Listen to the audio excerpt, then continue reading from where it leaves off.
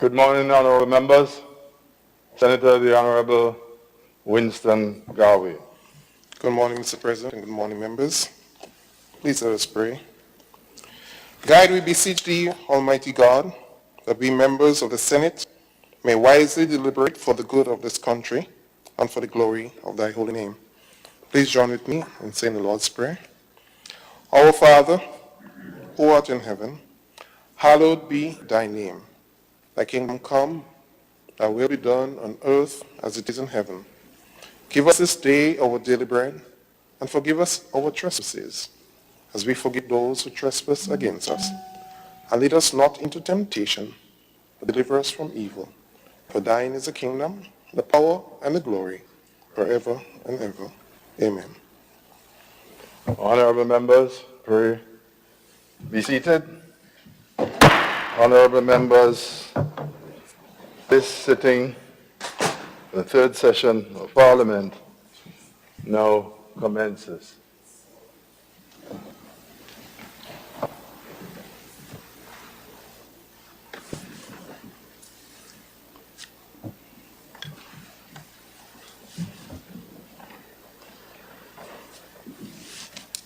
Item 3, oath of allegiance or affirmation of a new senator. Item 4, confirmation of minutes.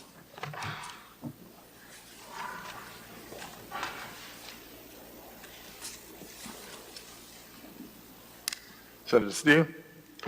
Mr. President, I beg to move the minutes of the proceedings of a sitting of the Senate held at the Parliament Chamber, Mount Weldale, St. George's, on Friday the 31st of July 2020 and Wednesday the 5th of August 2020 be taken as read.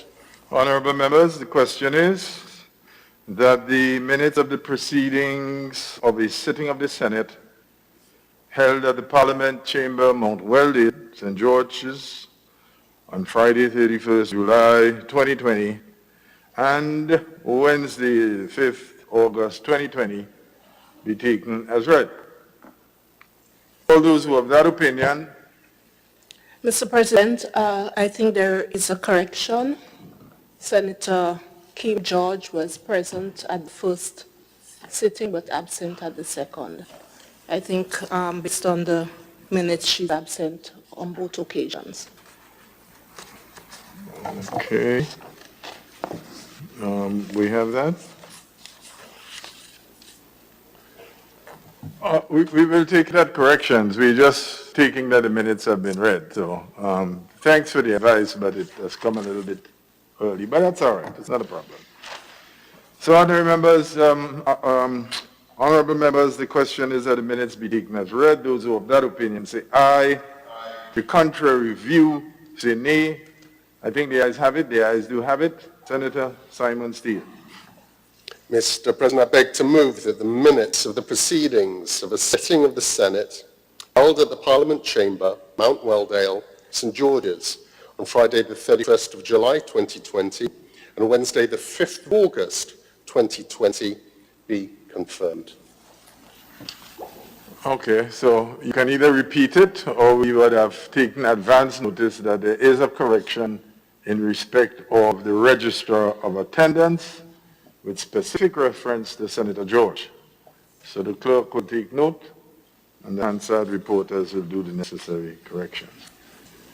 So honorable members, the question is that the confirmation of the minutes of the proceedings of the sitting of the Senate held at the Parliament Chamber, Mount Weldale, St. George's, on Friday the 31st July 2020 and Wednesday the 5th August 2020.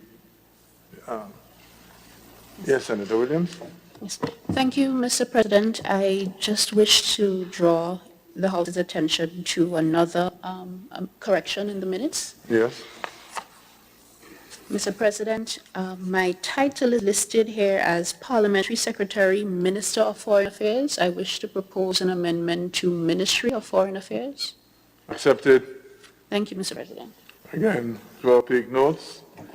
So those two corrections, the confirmation is based on incorporating the two corrections submitted to the House by the Honorables Tessa Sincere and Katisha Williams. For those amendments, that the said minutes be confirmed with the amendments. Those who have that opinion say aye. Aye. To the contrary view say nay. I think the ayes have it. The ayes do in fact have it.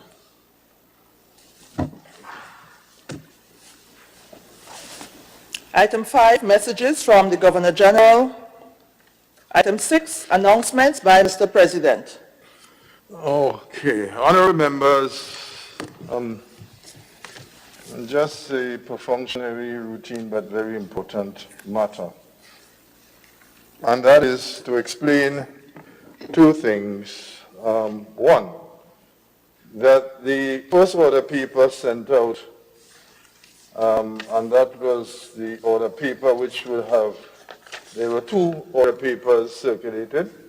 The first order paper would have contained in it motions and questions.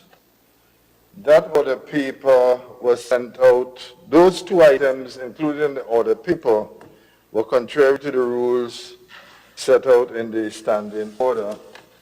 And I wish to draw your attention, and therefore, a corrective order paper was sent out just amending the parts which offended the rules. And that has to, if we take first of all the rule standing order number 17, and if you go to standing order number 17, it requires 6 clear days prior, not a day before, 6 clear days in respect of questions, right? And in respect of days, days here means working days. Very few. Parliament don't meet on weekends. And there are other sections in the, when you come to the issue of questions, lower down, you would notice that a senator who wishes to ask a question can write, if the House is sitting, give notice of that question to the clerk, and if it is not sitting, it has to be 6 clear days from the giving of the notice, and that those did not comply with the standing order, so I had to give directions to correct it. So all questions will be on the order paper for the next sitting. There's a problem with when one allows violations of the rules to take place, and there's a very good reason, and let me explain. When a question is put to a minister or a parliamentary secretary, that individual don't go personally and look for the answers. The questions would normally, there is a standard routine, and again for the freshmen. The questions will then be, the minister takes charge of the question, but he directs it to the permanent secretary, who then directs it to the relevant division under that permanent secretary purview, and the questions are then supplied. Because a minister is, while generally under the general image of a public servant, is not strictly, is not a civil servant in the meaning, the constitutional meaning of the term. A minister himself don't do these things, he's public officer, so the question has to be obtained in that manner. And therefore, in fairness to the person who's asking the question, but the person who asks the question would have a reasonable expectation that that question would be answered. And then the minister to whom the question was directed cannot, if you count the days that are not working days, when public officers are to research and to provide the answers, don't work on those days. So the reference in Standing Order 17 to notice, which talks about not being a day not earlier than 6 clear days from the giving of the notice, means actually 6 working days. Now we come to the question of motions, and that takes us on to Standing Order number 24. So I wish to draw your attention to Standing Order number 24. And Standing Order 24 requires that you 12 clear days for that motion. Yes? So there was an error placed in the motion on the order paper where Standing Order number 24-2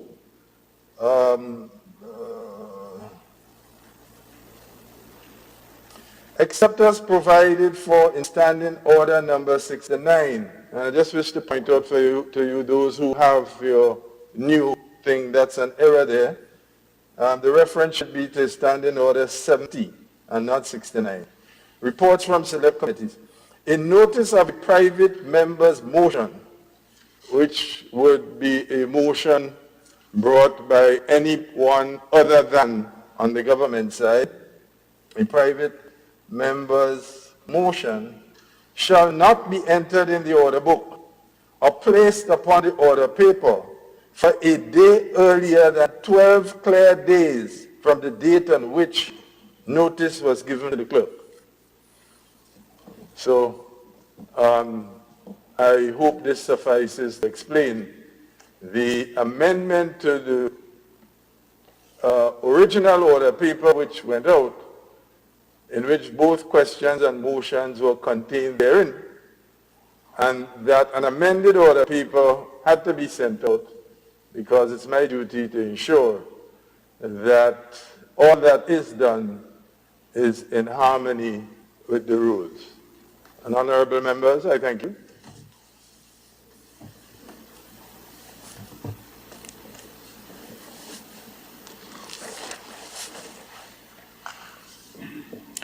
Item 7, ministerial statements.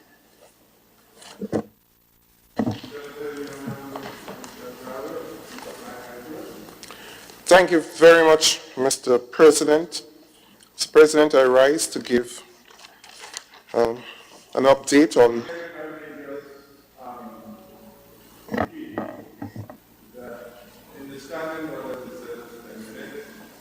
But given the extent of matters that you have to cover, and I am going to extend that to an additional 10 minutes, and this is simply because, consistent with the Constitution, the executive is answerable, and ministers in particular, to the Parliament. And these are ministerial statements reporting on the work of the executive of the Parliament. The people need to know. The people's representative in this chamber needs to know.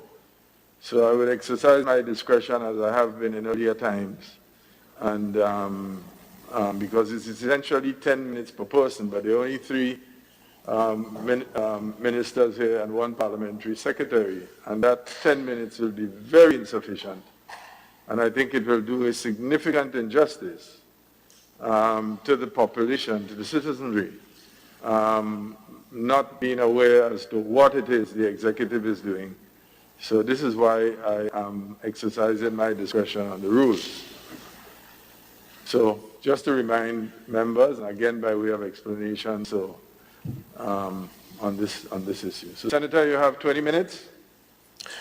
Thank you very much, Mr. President. Mr. President, as I've been saying before, I rise to give some update on some of the ministries I'm required to cover in this honorable House.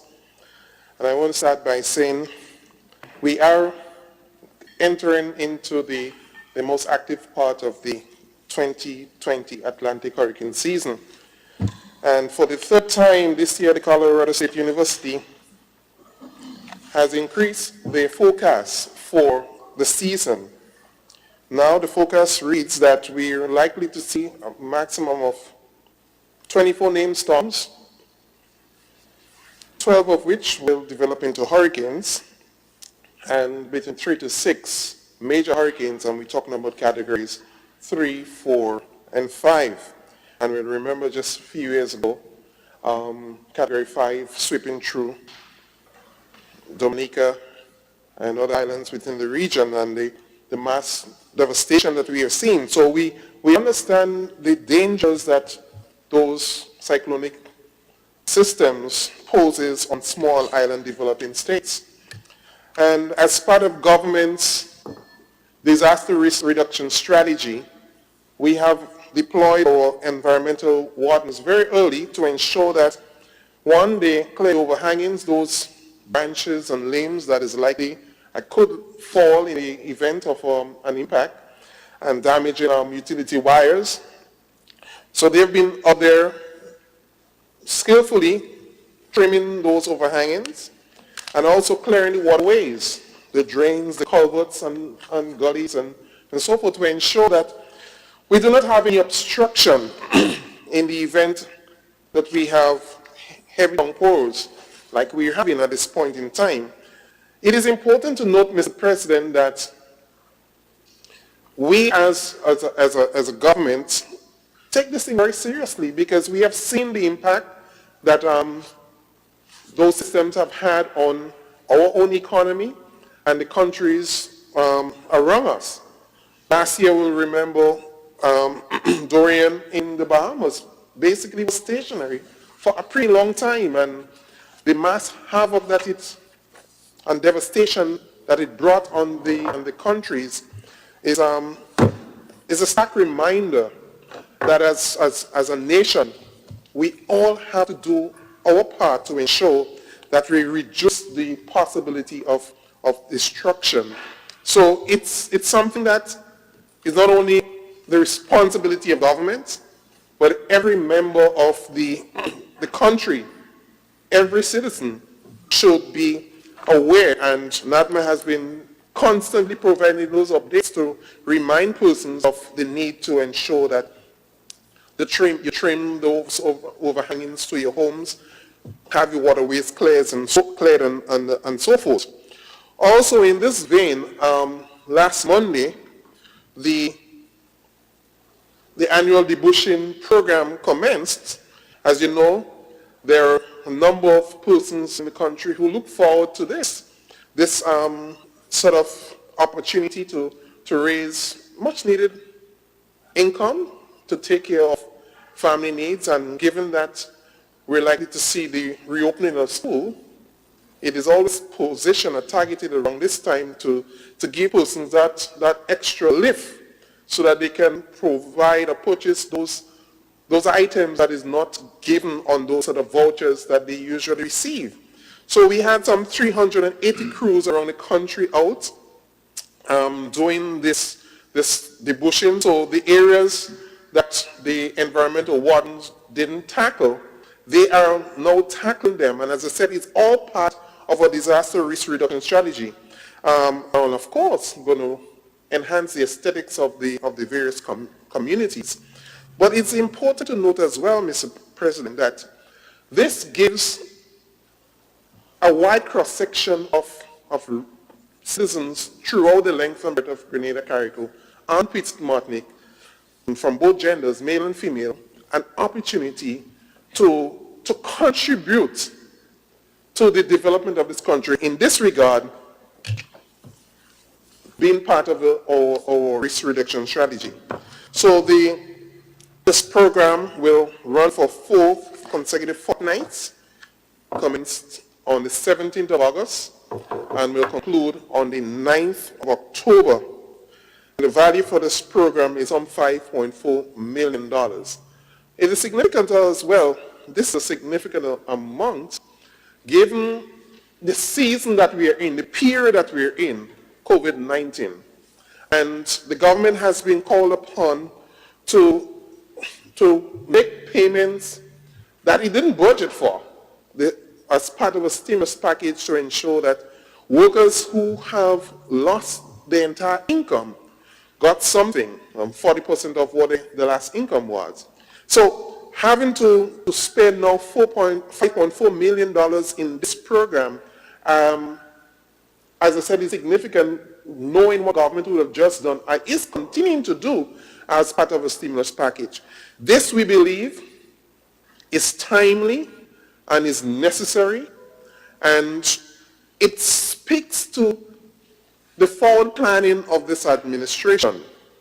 One will remember in 2013 when we was elected into office, you met an economy that was basically broken, was in free fall. Government was raising in revenue around $38 million per month, but expenditure was some 54 million. There was a difference, or a fiscal gap of some $18 million monthly. Basically, we were broke, and we couldn't take care of our basic needs. And this administration decided on a homegrown structural adjustment program to realign the economy. And today we are seeing the benefit of this. We're seeing the benefit of, one, astute leadership and forward thinking.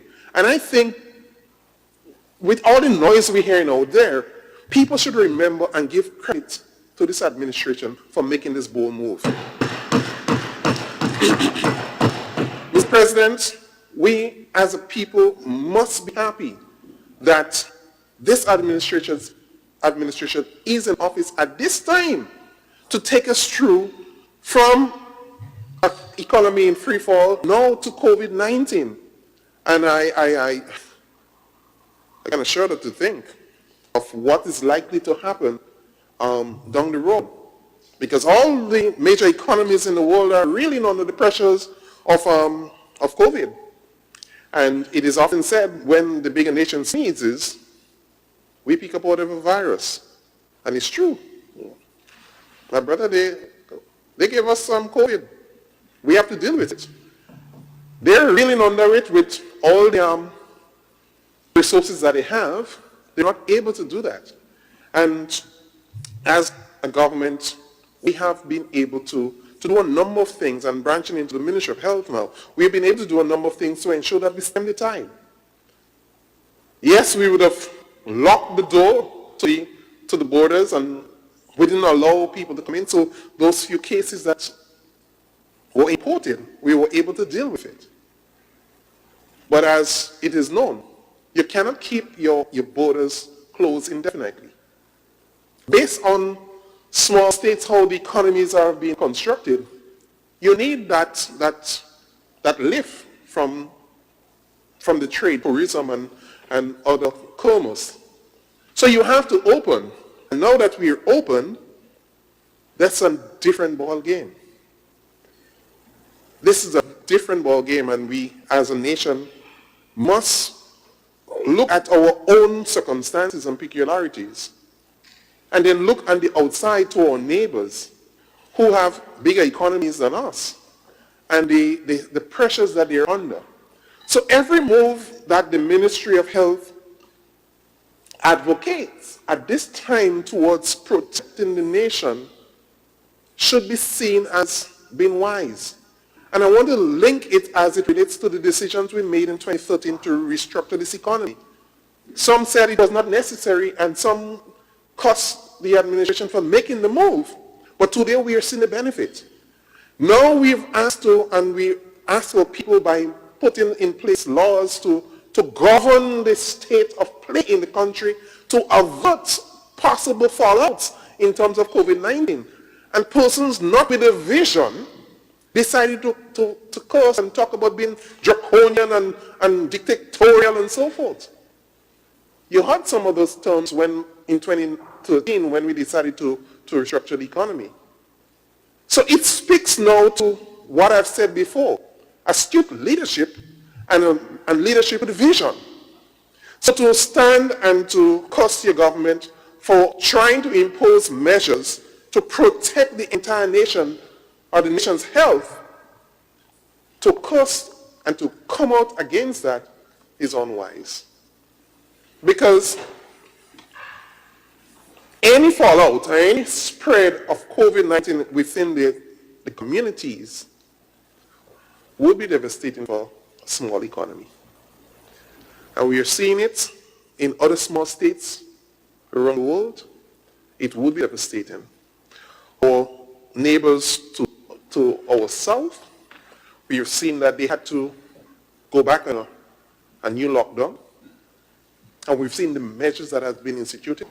And they have not done that because they don't like the citizens, but they've done it to ensure that they contain whatever spread there is. I trust God that we would not see in the next week or so any escalation to indicate that we have some spread within our communities. But I want to give kudos to the Ministry of Health for the outstanding work that they have been doing, and the Cabinet Subcommittee on COVID, whose term of engagement has ended. But I want to commend them for the astute leadership that they have given to the nation during that period of lockdown and the succeeding weeks after the lockdown, to ensure that the nation not only was informed, but guidance was given to dictate how we move. Some didn't follow it, but as I said before, we trust God that there is no big fallout. But as it is right now, the ministry reminded us that, yes, we do not have any known COVID case in the country. We've had a number of flights coming in to date. There was one scare. That person has been cleared with 2 negative PCR tests, so they are free of any COVID. But the beauty of this method that has been established, Mr. President, is that we're asking our citizens, yes, you want to come home, but be honest with the information that you provide to the Immigration Department. Because falsifying information not only jeopardizes or has the ability to compromise the health of the entire nation, but it also puts you at risk of being prosecuted and heavily prosecuted. So we're asking our citizens who are looking to return, provide the correct information, and let's do it right. In this time, we have to do as the Bible said, be your brother's keeper, and of course your sister's keeper. Ensure that the decision you make will add value and benefit to the rest of the nation, not just looking at your own circumstances and your own pleasure or desire, but the entire nation. So with the system that has been established, we're likely to track on the ports persons who might be infected. And with that being the case, we'll be able to avert spread within our communities. I want to move quickly on to another area, solid waste management usement. Mr. President, it is common knowledge that Grenada has been and continues to be one of the leading voices in terms of small state around the world environmental matters. Yes, we have chaired OASIS for a number of years, and we continue to be a pivotal voice in the discussions and forums around the world as it relates to climate change and climate change related issues. And in this vein, the government of Grenada has embarked on an integrated solid waste management program or project. It's an initiative of the government with funding from the CDB and as well as funding from government. The total value of the project is some $15.172 million US dollars, equivalent to around 41 million EC. 10.7 million is loan from the Caribbean Development Bank. 300,000 is grant, and the remaining 4.172 million is counterpart funding from the government of Grenada. It's important to note, Mr. President, that the critical on this whole integrated solid waste management project is the Perseverance landfill project itself. We have embarked on design consultants for a new facility, completed designs for what will become the final cell for waste disposal at the Perseverance landfill, as well as, and it's important to note, closure rehabilitation plans for the old landfill cells. The authorized approved plans also saw agreement for the closure of the 50-year-old Perseverance dump. So, Mr. President, yes, at this point in time, we have some smoldering fires on 7.1 acres of land on the old dump. We are working assiduously to extinguish it.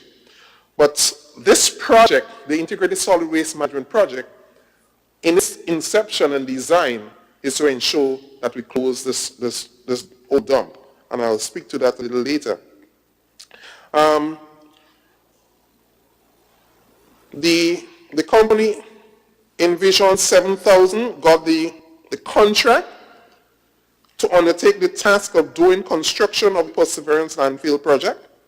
The entire project entails, among other things, construction of the final cell for waste disposal, construction of an access road on the site to allow for movement within the facility, some 1,200 feet of concrete road, construction of polishing ponds for leach and storm water treatment, as well as wetland water treatment system. And this is extremely important, this treatment pond that will be developed. I have had a tour of the facility, and I must say, Mr. President, I'm extremely impressed with work that has been done to date towards developing this leaching pond. What the desire here is to ensure that stormwater or whatever water that will seep from the landfill itself will be conducted through pipes and entered into this leaching area.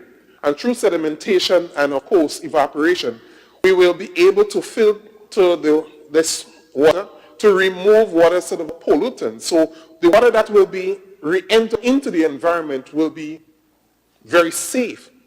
And that is in keeping with the environmental agreements that we have signed as it relates to Grenada. And as you know, Grenada is working assiduously towards becoming the first climate smart city in the Caribbean.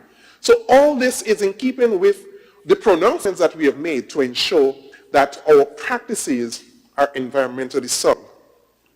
Also, we will be doing construction of a change and washroom facility for waste pickers and construction of site infrastructure for landfill operation.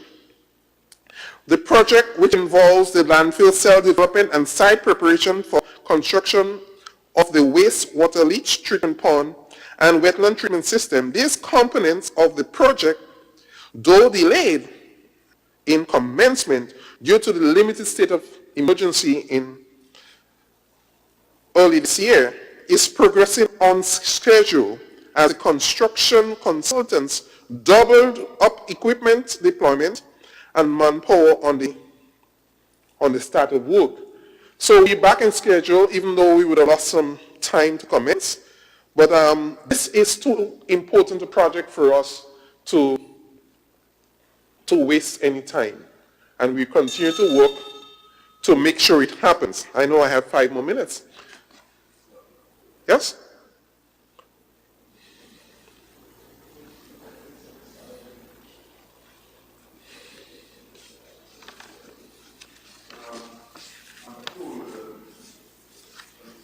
Your 20 minutes has expired.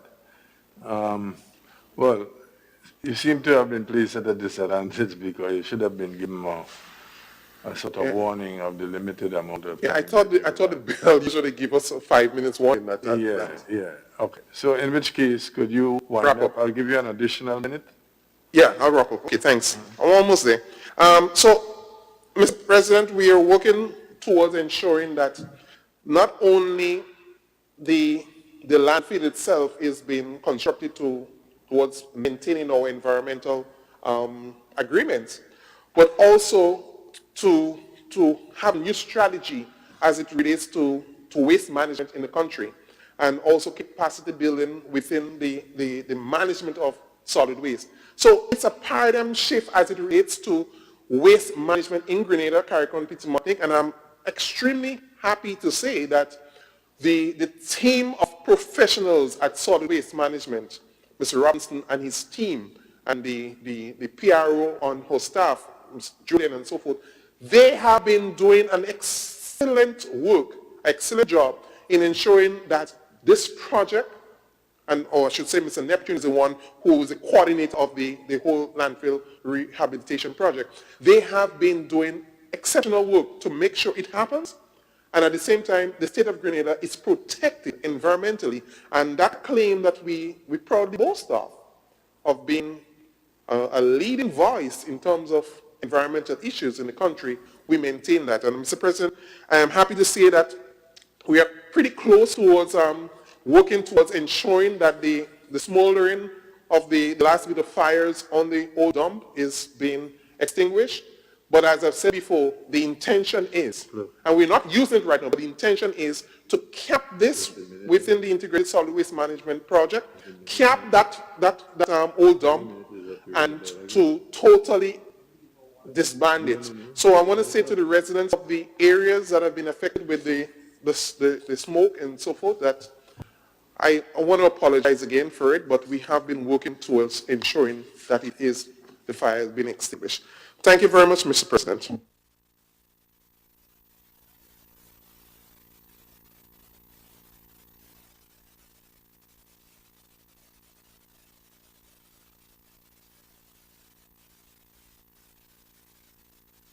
A 20-minute time so that he's aware that he has 5 minutes more.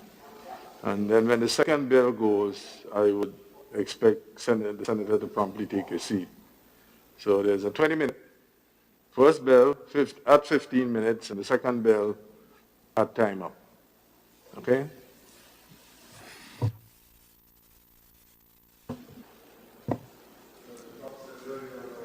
Nolan Cox. Questions? Louis, sorry. No, I understand, so I will keep something. No, that's understandable. Thank you, Mr. President. Sorry, I apologize. No, Sorry. that's quite understandable. Thank you very much, Mr. President, and thanks to Senator W.I for the presentation. Because the presentation is a bit generalized, and that's quite understandable, I want to start with asking a question on the last thing first, as the solid waste. And you have, the government, yourself have recognized the importance of bringing the smoldering under control. For TAU has members working there. We represent the workers at solid waste. The mitigating factor for us is that we have workers in the collective agreement who have access through the company to do health checks up, but the community is not so fortunate. Is there a time frame? Is there a time frame to the ministry that you are working towards getting the smoldering controlled? That's one question. So if we could be told what time frame you have in mind, which is the next month, next 2 months, and under the question of flooding as we head into the hurricane season, and it was a generalized statement again as to the cleaning of drains. So permit me to ask some specific questions as it relates to Montrouge, places that we normally have those problems.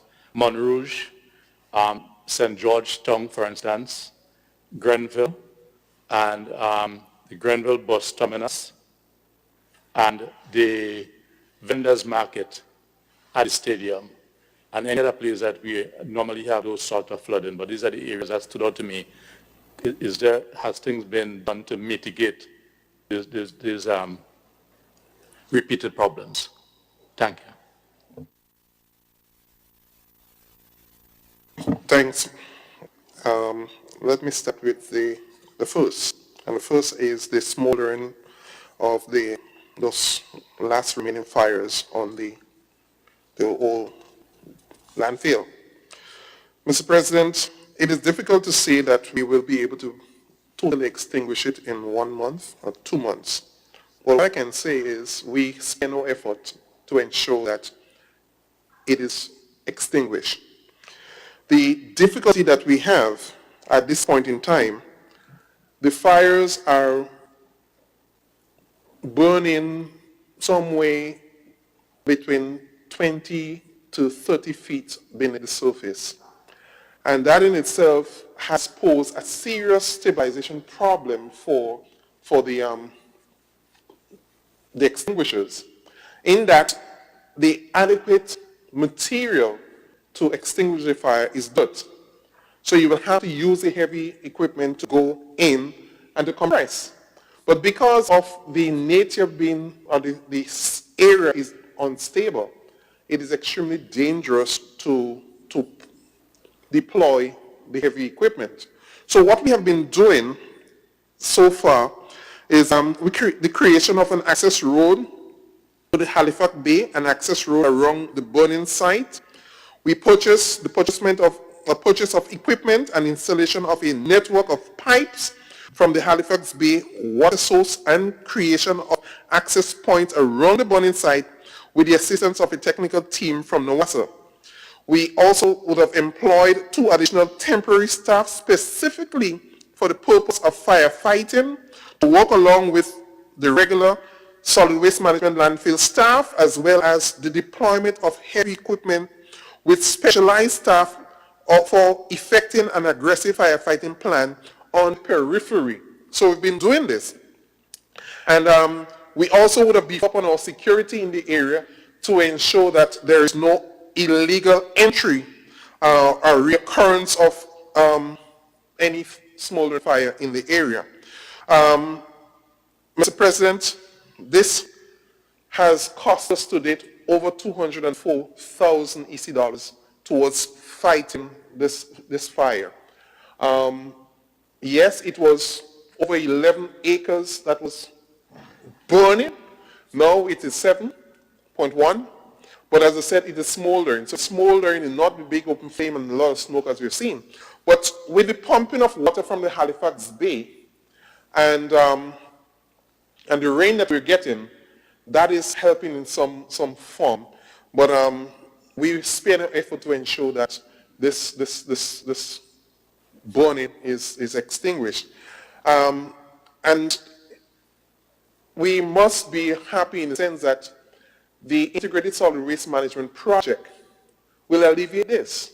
Because one of the reason for this fire is the methane gas that have been built up within the dump itself. And the methane mixed with oxygen creates combustion. And that's what we have seen. But with the new Integrated Solid Waste Management Project, there are cells built and pipes conducted to ensure that the methane gas, which is a greenhouse gas and responsible for destroying the ozone layer, is reduced. So the occasion or the possibility of fire will be reduced significantly in this new project. So we will continue to ensure that our staff are provided with the protective materials and equipment so that, yes, they're employed in this, but they have some level of protection from the smoldering smoke that they have to deal with. Mr. President, when I visited the compound, yes, you had to wear a mask because of the COVID, but there was no smoke bothering you in the period, and I'm saying we're getting there, and we're working towards getting it all under control.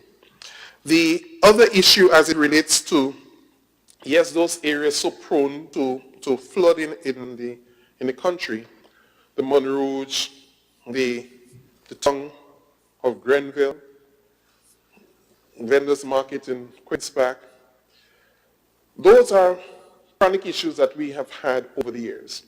And the Montrouge issue is a peculiar one. It will call for a greater development, which I know studies have been ongoing at this point in time, towards addressing permanently. And the problem here, Mr. President, is this.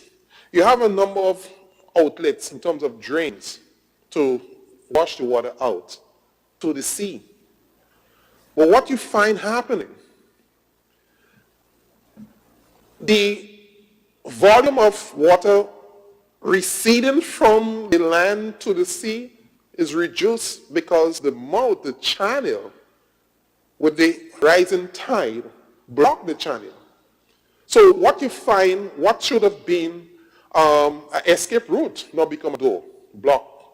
And it takes a longer time for the water to escape. And that causes a backup. But as I said, the studies have started towards having a permanent fix to this Monroe issue. The River Road area is just the same. The St. John River has been a serious problem. And I've said, we have seen tons of water flowing down the St. John River, very fast and very powerful. And you have one drain that will send the water from the land into the river. But because of the fast-flowing water in the river itself, become a bridge. So that water from the land that is less velocity than that which is in the river cannot penetrate. So the water in the river now become a bridge again. And that caused the backup of the water into the Queensback area. But the member may have seen that the dredging continues in the Greater River project, and government has been working on this disaster risk vulnerability project within the River Road area as one component to ensure that we're able to minimize or reduce altogether that's the flooding issue in the Queensback area. It's a work in progress. Yesterday when I passed, I looked at the area, the area, river would have been dredged from the bridge up. It's wider and it's flatter. So we're hoping with this, the water exiting from the land will be able to penetrate even if the river will be flowing heavy because of the dredging that was done. So I trust that there would not be much of a hindrance to the vendors who utilize the stadium at this point in time. But let me quickly add in this. As you know, Mr. President, we are working seriously towards the sanitization and the recommission of the St. George's Market Square, so vendors will get back into there. And I think the focus is probably by the end of this month, which should be able to give a definitive word as to when the vendors will get back in. So I trust by that time, there wouldn't be a problem if there was the occasion of flooding in the Queensback area, or the stadium area, the vendors would have been back into the market. But I want to commend the member. Yes, those are issues that we have seen historically. And Grenville is one, as you know, we're just on the sea level, the Grenville area itself. And you would remember a number of years ago, there was a project started, CDB Finance project, the Greater Grenville project. And it was designed towards doing a number of things and would have eliminated some of the flooding that we see. Because from the study, I was told there are either 4 rivers that enters into the Grenville area. And thinking about it, the area where it enters into the Grenville, it is not able to accommodate the volume of water. But the Greater Grenville project that was designed between 2006 and 2008 should have addressed this problem. But as you know, there was a change of government and a change of plans, and this didn't happen. But it's something that we need to go back to, and the people of St. Andrews probably should revisit it and ask those who stopped the project, why? Because this is a serious concern, and a concern that we have to fix, and that is flooding in Grenville. And this is something that this government is working toward again, because all lives matters. And to ensure that how we work in St. George's, St. Andrews get the same level of attention and development. Thank you.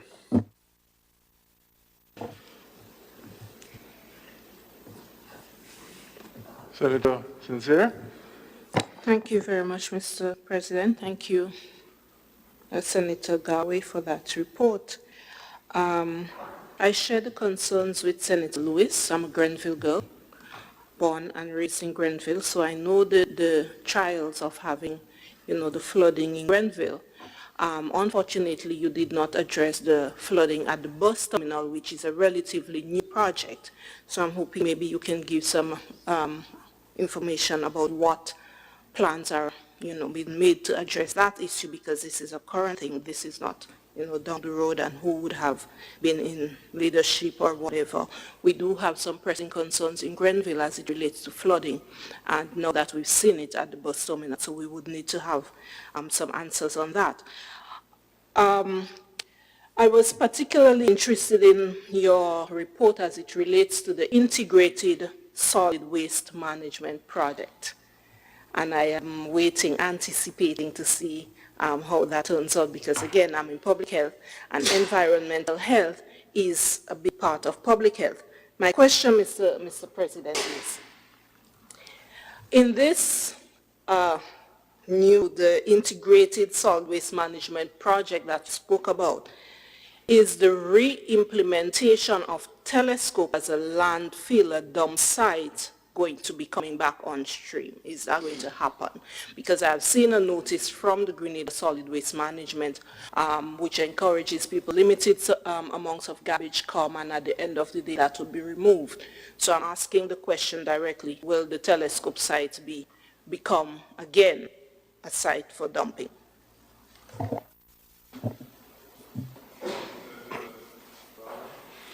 Thank you very much, Mr. President, for the questions. And I am also from St. Andrews, so I know the problems of St. Andrews. And the four rivers that enters into St. Andrews enters the whole St. Andrews market area.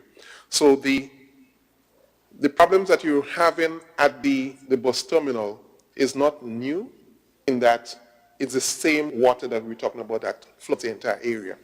This is something that will be addressed, and is being addressed at this point in time to ensure that we protect the entire land space. But I've said there has been a setback because the project in 2008 was stopped, and that would have ensured that this that we're having right now should not have been. From my knowledge, we have not decided to move Perseverance into Telescope. No. So if there is word to that hasn't been a final decision or anything of the sort.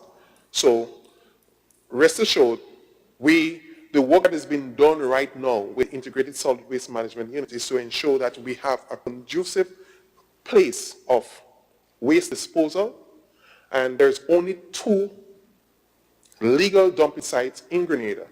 So we have the Dumfries in Carriacou and the Perseverance in St. George.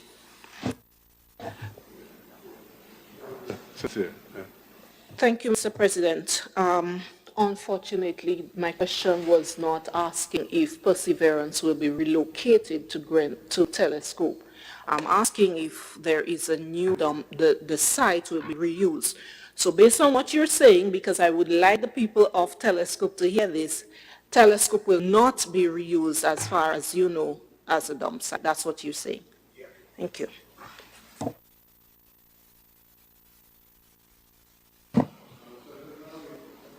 Out of interest, there was a time not too long ago when I was still in the union. I had a discussion with a gentleman who came to Grenada and was flying back. We were both flying out of Grenada, but he came here in order to do some initial investigation into the flooding situation. And we just happened to meet one another and was discussing. And he was indicating to me that that problem is not a very complex one to solve. And that most of the time flooding takes place is when there's a lot of rain and at the same time high tide. And he was suggesting part of the area where the bus terminus now was, he was suggesting before the bus terminus was reclaiming a significant part of that and creating what he called a dam, I think was the word he used, or some other term, but it was essentially to create a dam and to drain all of the runoff coming from the land into that dam, and then to have a massive pump, all right, which would be regulated on the basis of tide and the amount of water into that dam, all right, and to just pump it out to sea.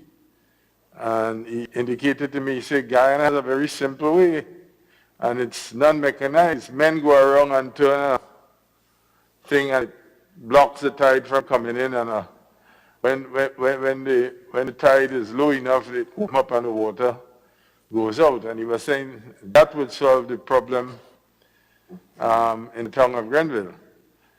But unfortunately, when they did the reclamation for the building of the bus terminus, that was not to be. I still do verily believe, with lack of any engineering experience or training, that looks simply still very relevant. So it's maybe something that you may wish. Mr. President, to consider. you're so correct. The Greater Grenville study, and it's there for the people of Grenville to investigate and see what was proposed towards ensuring that a terminus was built and you have a wonderful system to protect the people. As I said, the project was interfered with, and that's what we have now. So it's a question of we're looking now towards ensuring that it has been fixed, and this is something under consideration to make sure that the people of Grenville have that. And of course, we all are St. Andrews people. We want to make sure that our people are protected. Thanks. Yeah, thank you, Mr. President. I'm not sure if it's appropriate to add to the discussion based on another member's presentation, but the discussion is very, very relevant, and to add a broader context to the issue of flooding, whether it's in Montrouge, whether it's Grenville, wherever it may be. With climate change, Mr. President, we are going to find increased situations of flooding, extreme flooding due to climate change. And especially within our coastal cities, where we have infrastructure close to the shoreline, whether it's a bus terminal, whether it is it's buildings, hotels, other infrastructure. And the Carriacou is a perfect example of that. The Carriacou is actually a floodplain. And the work that is taking place right now with the Green Climate Fund, with New York University, and the Climate Smart Cities program, which also looks at Grenville, recognizing the extreme climate vulnerabilities that exist there and some of the chronic issues, in addition to the St. George's area, is what they call a bathtub effect, where you have instances of high tides and extreme flooding from our watersheds. So you have water coming down, you have water coming in with nowhere to go, and extreme flooding, which we are seeing over and over, and it is only going to get worse. The project, the Climate Smart Cities project, is looking, a part of it is looking at addressing some of these critical areas. The solution that was proposed, Mr. President, is the principle of that, is what New York University have been looking at, certainly in the areas within the St. George's area, especially around the Carriacou. And the submission of their preliminary concepts to the government of Grenada and then on to the GCF, looking at the financing and additional technical support that's required for this, is scheduled any time now. But what we've been seeing, the costs, some of the solutions sound very simple, but they're certainly not cheap. And extensive engineering studies have been done, will continue to be done to address exactly what has been suggested. But the capital cost to do this on a comprehensive basis is significant, but that is what this government is pushing forward. Difficult problems to solve, holistically, nationally, expensive problems to solve, but through our relationships with the international community, bringing in the technical expertise, identifying these core vulnerabilities, and looking at long-term solutions, not solutions that's just going to fix the problem for today, recognizing that climate change is here to stay, is coming up with solutions that will last 50, 80 years from now. So all of that work is taking place, but these fixes aren't straightforward. There are some simple solutions to specific problems, but the issue that we're facing is far more systemic than that, Mr. President. We recognize that, and we are looking to address it, but it isn't a quick fix. Mr. President, with your permission, I hear all of what is being said in the House this morning, but I think there are some things that we're not taking a closer look at. The flooding is one issue. The bus terminal is one issue in Grenville, and the streets are another issue, and then there is Telescope Beach. Mr. President, I think you know what has happened with the building of the port in Grenville, where the land was claimed and all that water. The beach has now basically disappeared. And over the years, persons in Telescope have been asking for assistance from government because the land has eroded in such a way that the houses are right under the shoreline because the waters have been coming in. I don't know if the members in the House would have heard the news item where there is a young man in Telescope, a gentleman I grew up with actually, taking the initiative to assist the people in Telescope because the water is coming in there, and that is, again, as you correctly said, and as the honourable member correctly said, climate change is here and it's not going anywhere, it's staying. But what do we do in the meantime? Because we cannot wait on these, long-term projects that are going to take, some time, while there are persons' lives and houses and, investments as small as they may be in jeopardy. So maybe the honourable members can speak to that as well, because this is an easy fix. The gentleman has found a very easy way of helping hold back the water, at least for some time. Mr. President, I don't think we need to prolong this particular debate because it's a deep and lengthy discussion, and the points that the member on the other side is raising, all valid. There is remedial work that is taking place in the Telescope area, in the St. Andrews area now. There's a DNC project which is building an artificial reef outside to protect that entire coastal area. A pilot was completed, that's now been extended, so it's looking at how to protect the coastline immediately. There are other initiatives that are underway. But these, Mr. President, are just scratching the surface. So we could sit here, we can come up with dozens and dozens of specific environmental challenges that we face due to climate change. Grenada, Carriacou, and Petit Martinique, we're seeing the destruction of our coastal communities and our coastline up and down the country due to climate change. There are projects, multiple projects, that are addressing some of these specific issues, but this is an overwhelming issue.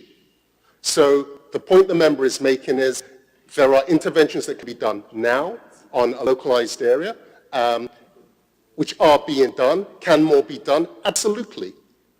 But the fundamental issues behind this are existential.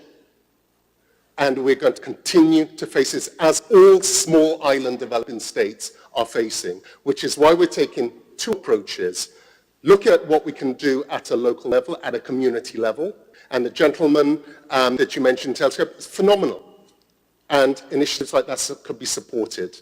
But that is just scratching the surface. Support should be given where support is required.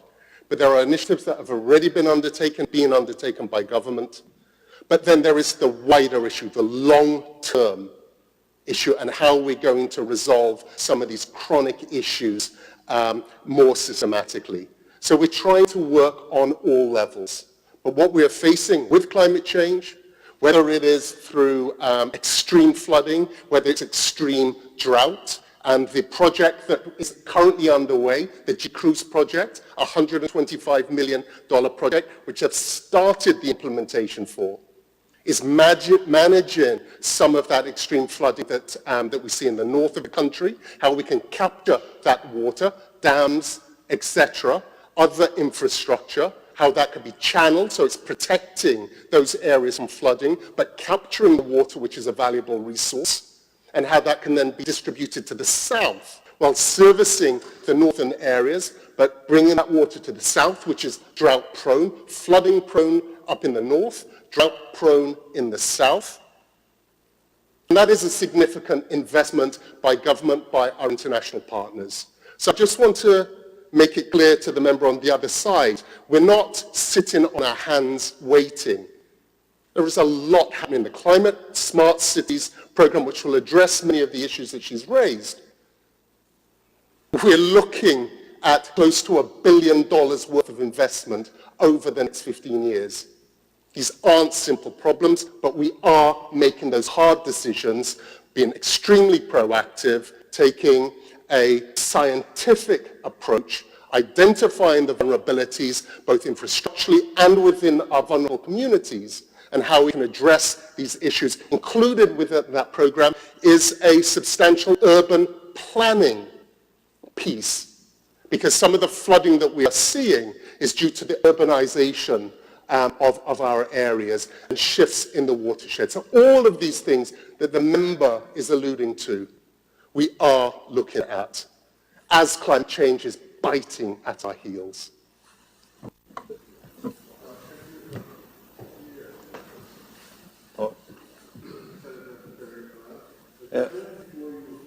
Your bit, Senator. There's a very simple mechanism too that can be interjected into the now, and that is most strict land use, stopping people from establishing communities in places which are known to be vulnerable. I mean, there are dry water courses in the dry season that you can go and play cricket. But come the rains, these things turn into torrents, and Jamaica has a particular experience with these huge gullies that are just coming, and people are building, and people are very industrious. Because I have heard of instances, and I've actually seen in the Subiz Maki area, where people have been told that this is highly vulnerable. Modern homes have been built for them. They received the homes, went there temporarily, went back and built back in the vulnerable place, and renting out the homes to make an income. So I'm saying that we have to have stricter. People are building on hillsides where it is very obvious that a slide will take place when there's a heavy downpour of rain. And they build there, and then the home started to burn, and then the state has to get involved. And this is all over the place. So one of the do-nows that you don't have to wait to have some finance program overseas is that your division of physical planning, which I must admit is one of the weakest divisions in the state, must get more active in preventing people from establishing communities and homes in places which are naturally vulnerable to become disaster areas, especially when the rain starts. So it is something I just wish the government side to pay attention to. And Senator Noel? Yes, Mr. President, just yes, Mr. President, I just want to add to this the whole issue of flooding in the especially in regards to the Grenville area and so on. In my view, I understand what the Honorable Senator Simon Steele is saying, and as far as they're trying to deal with the situation and climate change and so on. But in my view, I just think that Grenville has been a totally neglected town or parish, and it's a bit shameful because we have 4 ministers in this area, and over the years we have seen some efforts though, because look, we have seen in the St. Patrick's Surtees town where they had the breakwater $1 million project that went on there, and although a proper study probably wasn't done, maybe create some other problems elsewhere, but efforts were made in other places. But in terms of Grenville, I haven't seen any efforts over the years of late that made in terms of to alleviate the whole flooding issue there. Whereas I've seen in other parishes, like I just said, the breakwater project in St. Patrick's and other projects in St. David's and so on. Nothing has really happened over the years in Grenville over the last maybe 10 years. I just had to add that. Thank you.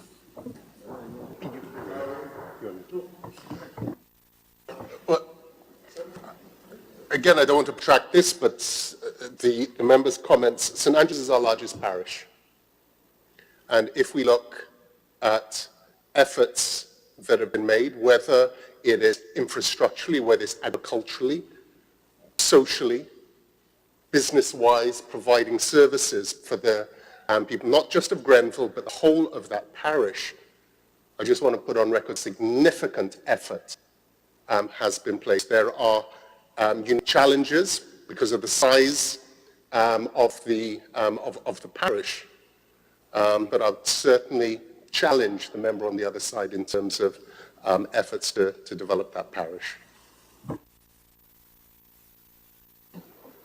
Mr. President.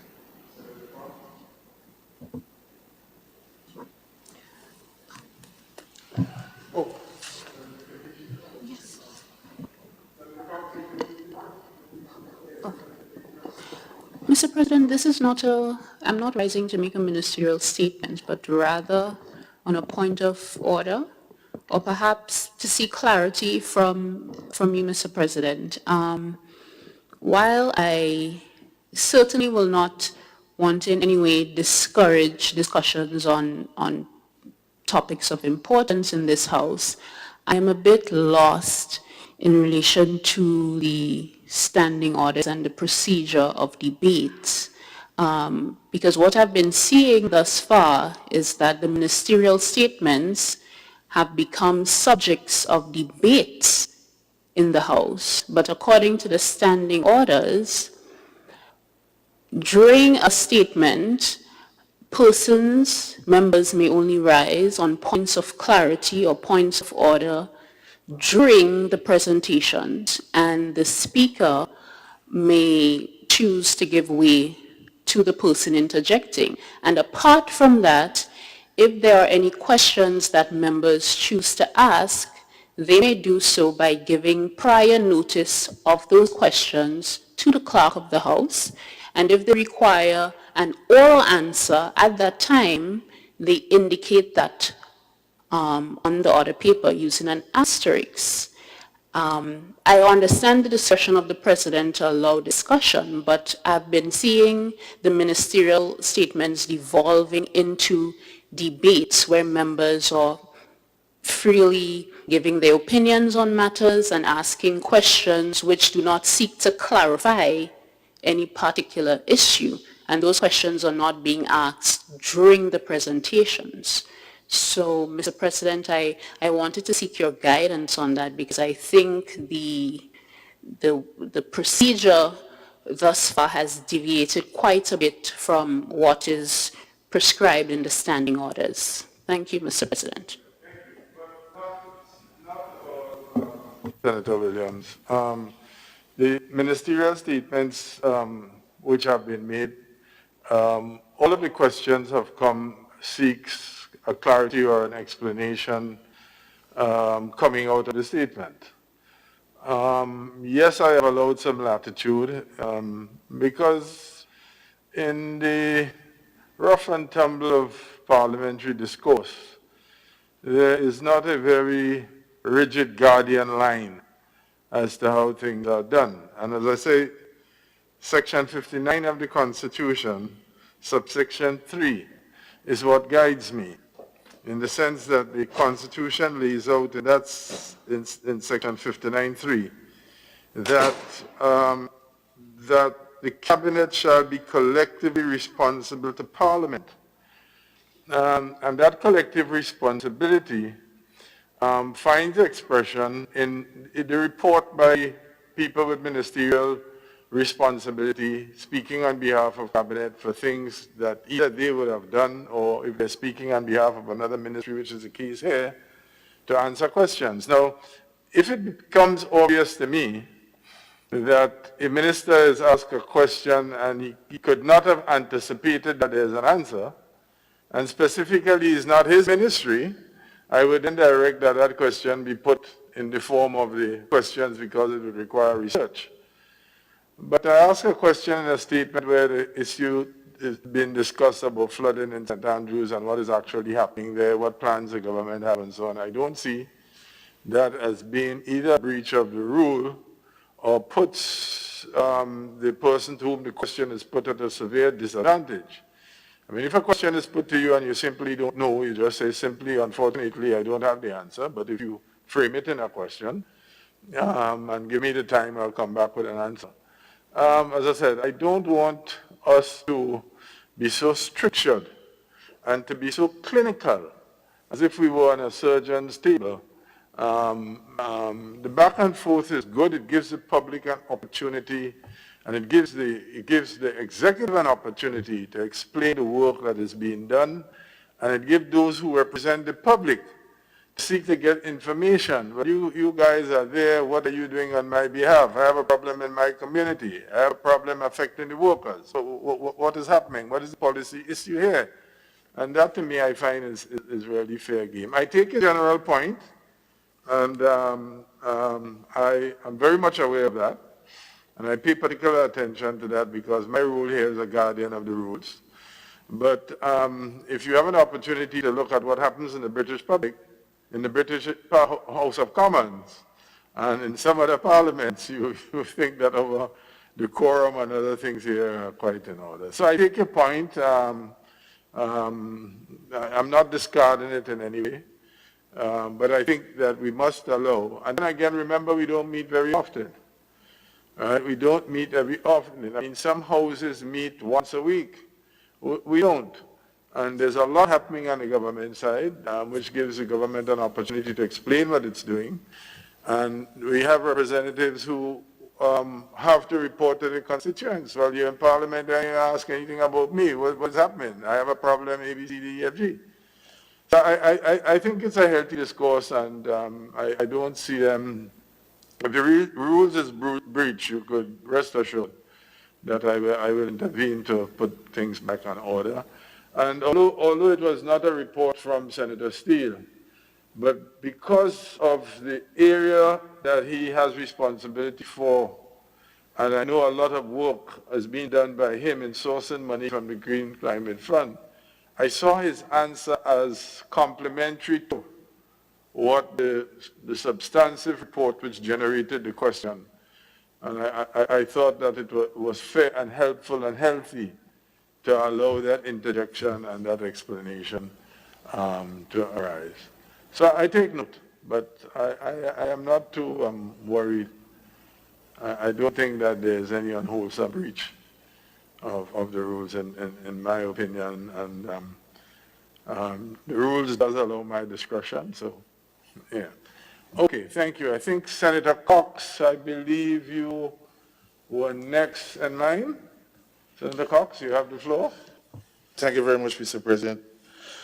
Mr. President, I rise to give a report on the stewardship in terms of the ministry that I'm responsible for, and also some other ministries of government. Mr. President, in recent conversations, I believe that there is no conversation that we can have today without having or speaking about COVID. And everything that we do right now is either we working to combat the effects of COVID or trying to curtail it, whichever way. And it's so saying, Mr. President, The ministry continues to be challenged in every way, in every aspect, as we try to navigate these new waters. Mr. President, I want to start with the Ministry of Sports. We are having some challenges with our student athletes overseas who have been also been challenged and impacted by COVID in a number of ways. Some of them, they have lost a significant portion of their scholarship because the scholarship it was initially applied for them to be in school in person. Now some of them, they have to go online, so those scholarships have been severed. And so they have become a challenge for some of those persons. How are they going to continue? Some of them had to move up for the dormitory because the schools are closed. And they had to be placed with other persons, friends of other persons or friends of family. And so it has been a difficult time for them. We have been keeping close contact with them just to see how they're going through this process. Today, Mr. President, 4 of the students are returning on a flight today from the US. They have not finished, but they have to return home. That is the best outcome for them at this point in time. And so we...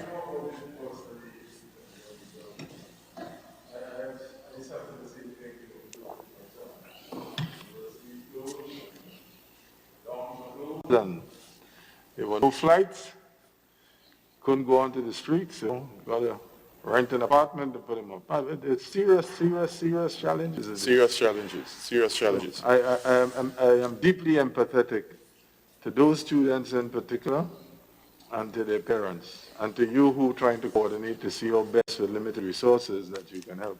It's been pretty tough with everything taking place in terms of the financial situation in the country. We now have to see how we can find resources for some other things to provide some support for them. But so far we have been able to give some assistance to keep them at least comfortable. We want to also thank the persons who would have opened their doors to accept those students on short notice and to look after them. In some cases, one student indicated to me that he took up because he had an opportunity to learn from his parent how to cook and to clean and stuff. So, we have given back to the owner of the home, persons who opened the door for him. He was handling all the chores, cooking, meals, and everything like that. So it's some pretty good stories, testimonies from what has happened. But we definitely, Mr. President, want to empathize with parents and, of course, the students for what they have experienced, what they're experiencing right now as due to the impact of COVID. But I just wanted to think it was important that I just inform this House and the nation, of course, what is taking place and to let them know that we are in contact with them. Added to that, despite that, Mr. President, we have opportunities that are still being realized for students, for scholarships to go. And so that there comes another challenge. Again, we have students who it is a dream to go out there. They want to aspire to go to improve on that athletic ability and also to benefit from a tertiary education. And getting them out there now is also a challenge. So we are tasked with working with the stakeholders, we work with the coaches to see what best we can do to facilitate that. At the same time, we have to proceed. But I just wanted to update the House on that, to let them know that we continue to work with the students to see them that they are best comfortable throughout this process. Mr. President, the Ministry of Tourism and Civil Aviation just wanted to give a report on 2 matters there. Just to say that we have opened up our borders officially, the airport in particular, and we are receiving flights. We're scheduled to receive flights normally from the yellow and green zones, of course, and the red zones is only via charter in the meantime. And just 2 Mondays ago, we had our first commercial flight, resumption flight from from Canada, with Air Canada, and I think that is a good step in the right direction. And so it kind of helps us to get ourselves acclimatized with the new operations, the new procedures, the monitoring at the airport, the testing, all that is being done. And so we just thought it important to inform the House that it has started. Air Canada has given a commitment to fly once per week on Mondays for now in first instance. We do hope that will increase going forward for obvious reasons in terms of creating that economic activity and commerce through ELIF. As you know, Mr. President, it's always a challenge to get people to fly to your shores, and so much discussions and negotiations to achieve those agreements. And just imagine now persons are not coming as willingly because they have challenges themselves, the cost of operations. We see even one of our regional carrier have not resurfaced as yet because of COVID. And that lends itself to let you understand the challenge that sector is having. So we are monitoring and we are working with all our stakeholders to ensure that we get flights resumption back to some sort of normalcy so that we all can benefit from that sector, Mr. President. Mr. President, amidst those news, we do have some good news. The World Travel and Tourism Association have recognized this country and give it a safety stamp to travel. So we welcome this safety stamp by the World Travel and Tourism Association. We think that is good and speak well for our country and what we are doing here in terms of COVID, in terms of our response to COVID. I think that is very, very good.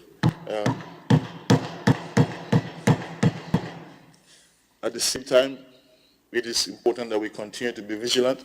As we have seen, one of the top countries in the world in terms of performance for COVID response, which is New Zealand, after 102 days, today they are currently struggling with an outbreak. So while we're good now, it doesn't mean that it is always going to be like that. So we ought to be vigilant in that regard, Mr. President. I just want to make mention of that. Mr. President, I also want to report a little bit on agriculture, what we have been doing with agriculture. What we see currently, Mr. President, is a direct correlation to the impacts of COVID on all the sectors that are important for agriculture to thrive successfully in this country. So we see that our university, who have closed its doors, students went out in batches. That is a significant area where our agricultural produce ends up either directly through the restaurants, indirectly through the restaurants, or directly to the university. Also the hotels that are basically closed right now as well, some of them. That in itself would have affected the demand for agricultural produce. So, Mr. President, it's an intricate problem that we have that stem from the impact of COVID. So this required the ministry to take a new approach in terms of looking at alternative ways and new approaches in terms of moving the sector, moving the agriculture sector forward in these difficult times. It has not been easy for the farmers. It has been a difficult time for them, and we understand. The ministry and the government took some specific initiatives to see how we can curb that challenge. And through the formation of a special task force, a special committee, to look at some short-term, medium-term actions that can take place to drive this sector. And the ministry is looking at those recommendations and working on moving them forward. The government, in its effort to working with Marketing Board as one of our key stakeholders, did, of course, I think, pledge $1 million. I'm not sure if those monies are transferred already in part or in full thereof, but I know that there is some pledge was given for those funds to support marketing, both in terms of the challenges with marketing and distribution. So those are things that we have to address going forward. Also, the ministry, in looking at the response, the government through ministry has pledged $2.5 million to support that response package for the sector as a first initiative. I know that is small based on what is required to really drive the sector. But as a first initiative, $2.5 million has been allocated. Support, I think 1 million of those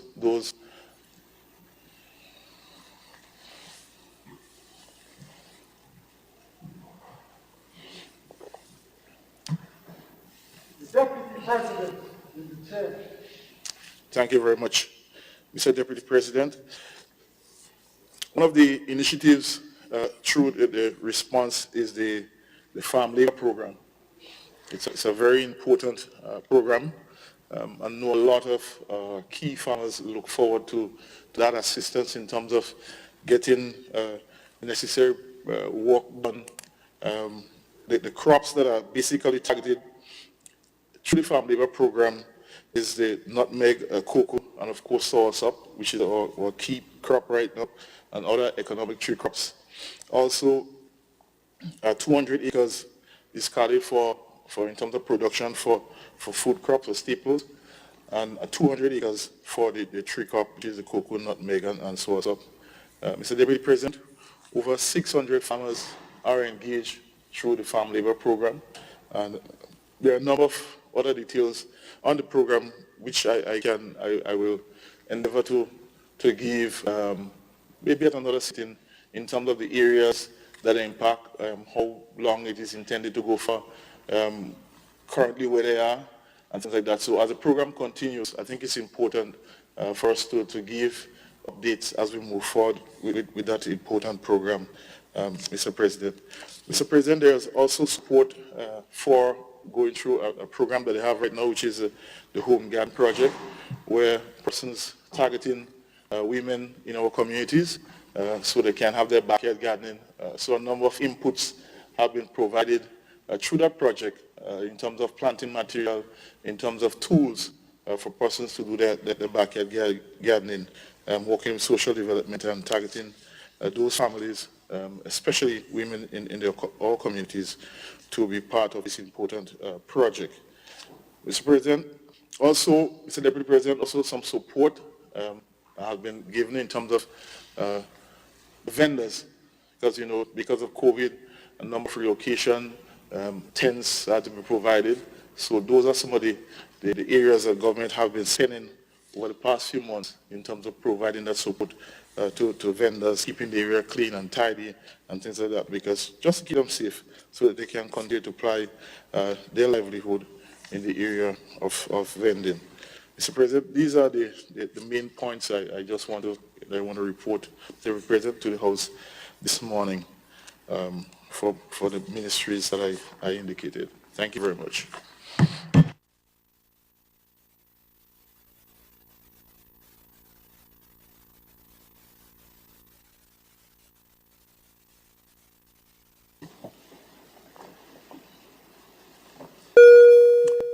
Senator Steve.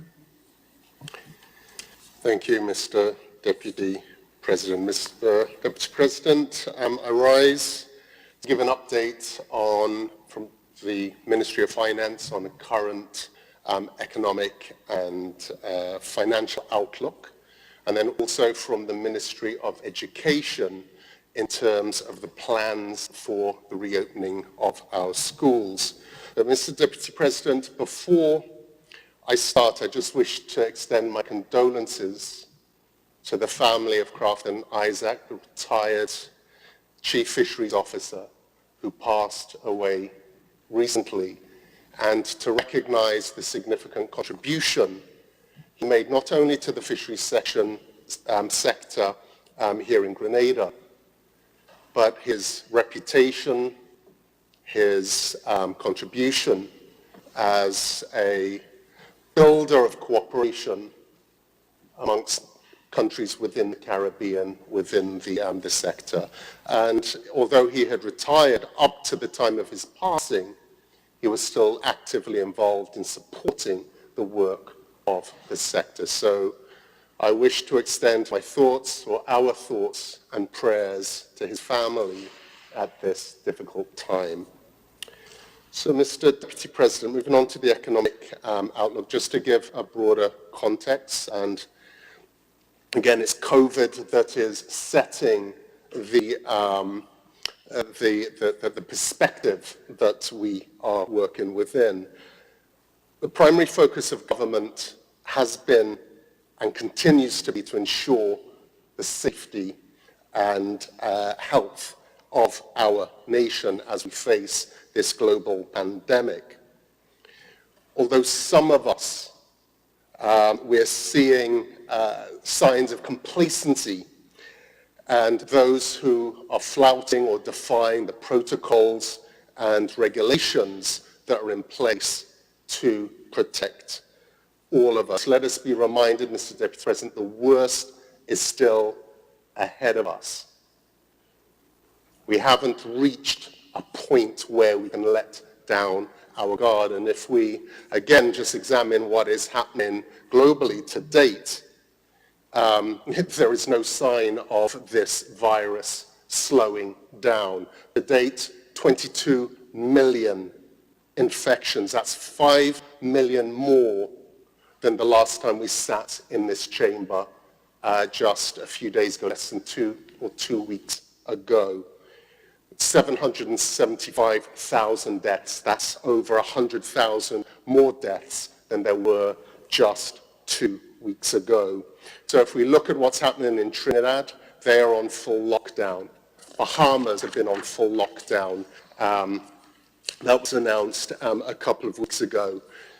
Senator Cox mentioned New Zealand. New Zealand has been presented as the poster child of how to manage during these difficult times. And as they celebrated the 100th-day anniversary of being COVID-free, they had a mass outbreak and had to shut down their largest city, Auckland. So even those with significant resources and doing all of the right things, an outbreak can happen unexpectedly at any time and cause significant disruption to the way of life of those people. So, Mr. Deputy President, so those of us who want to play bad, those of us who want to play politics, I think it's important that we remind ourselves that we're putting the lives of those that we love most at risk when we drop our guard and we do not comply with the protocols and the regulations that have been put in for our very own safety. But Mr. Deputy President, as with the issue of the focus on safety is even more critical at this time as we open up our borders to international traffic. And that is critical in terms of trying to stimulate our economy the best we can and responsibly at this time. Like all of our neighbors within the region, we're heavily dependent on tourism, and the need to reactivate that sector responsibly is a critical priority at this time. And just because there is a focus on agriculture, that does not mean to say there isn't focus on other sectors, whether it's agriculture, whether it's the digital economy, whether it's small businesses. All of these areas have an important role to play in that, in stimulating economic activity. So, Mr. Deputy President, we cannot remain shut indefinitely. So far, we have managed this crisis well, from both a health perspective and also from a fiscal perspective. Grenada has been better positioned than many of its neighbors. We've been able to meet our financial obligations, including paying public officers on time, providing a comprehensive stimulus package to support those sectors in greatest need and support for the most vulnerable. But based on the enormity of this global crisis and the impacts it's having on the economy globally and nationally, government cannot continue to provide this level of support indefinitely, which is why we need to take this responsible approach in how do we best stimulate or reactivate our economy and look at all of the other fiscal measures we need to put in place to manage us as we move forward. And Mr. President, this is not about putting livelihoods before lives. Like everywhere else in the world, every other country, we have to do both, as challenging as that is. The health pandemic and the economic pandemic that we're seeing are equally as damaging to our national development. But the economic impacts of COVID-19 have been significant.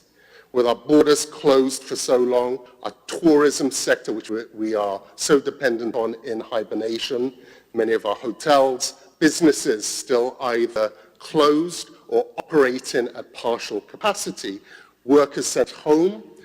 During this period, Treasury inflows have been severely impacted.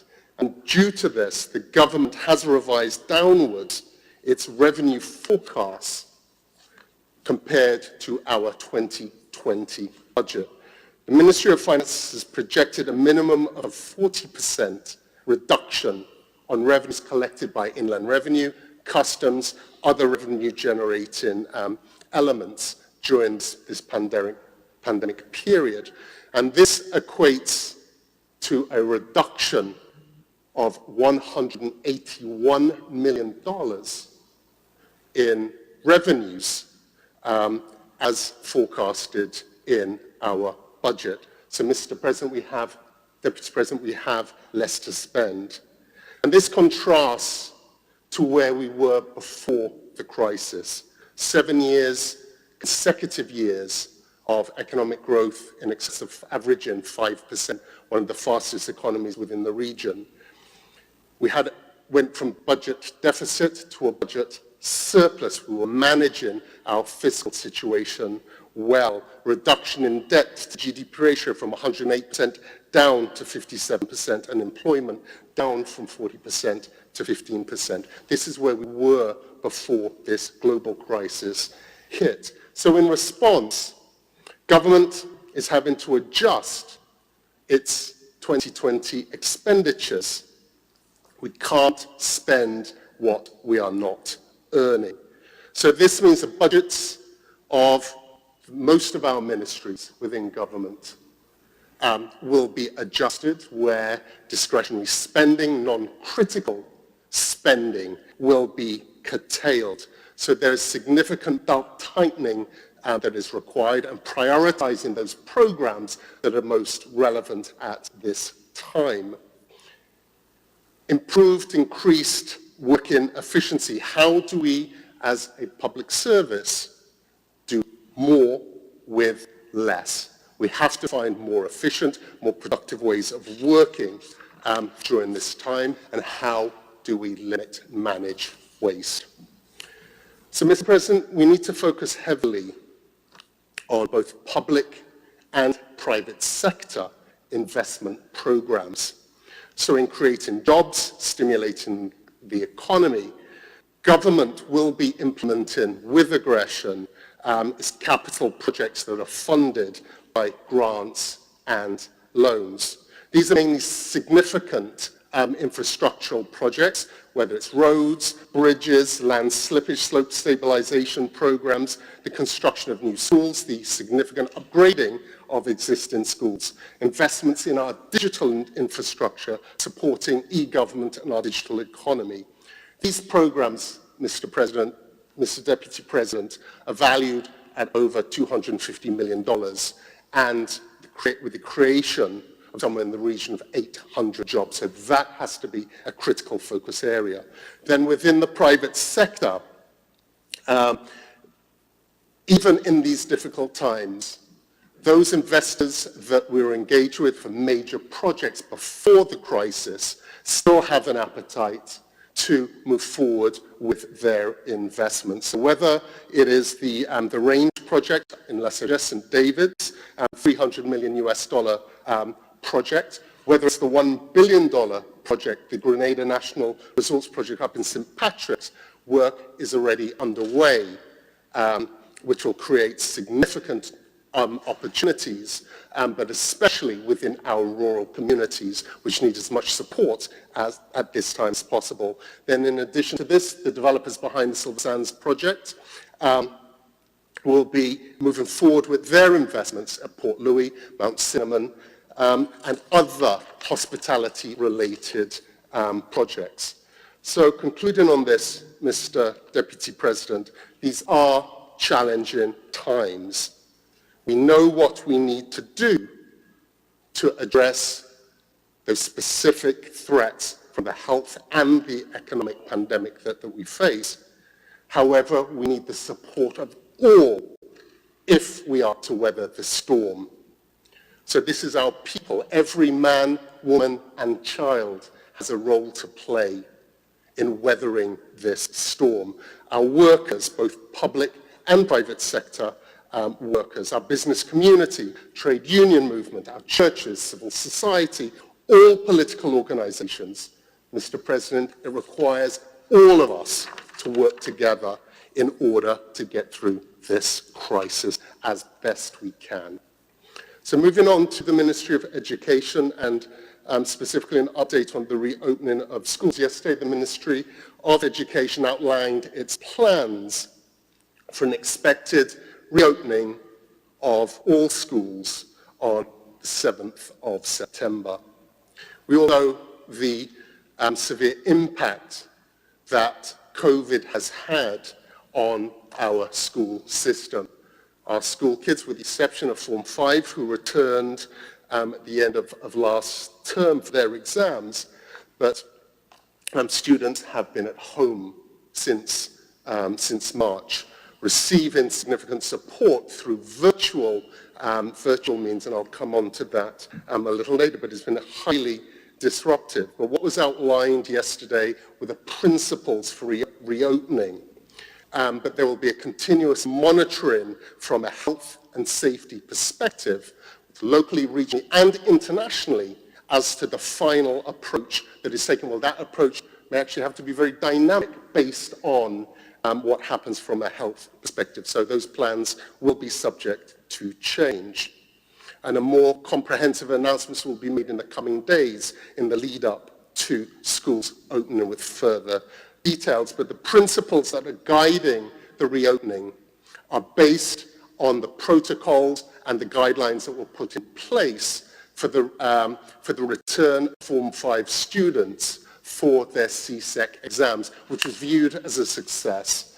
And this was done in consultation with all stakeholders, principals, teachers, parents, unions, ministry officials.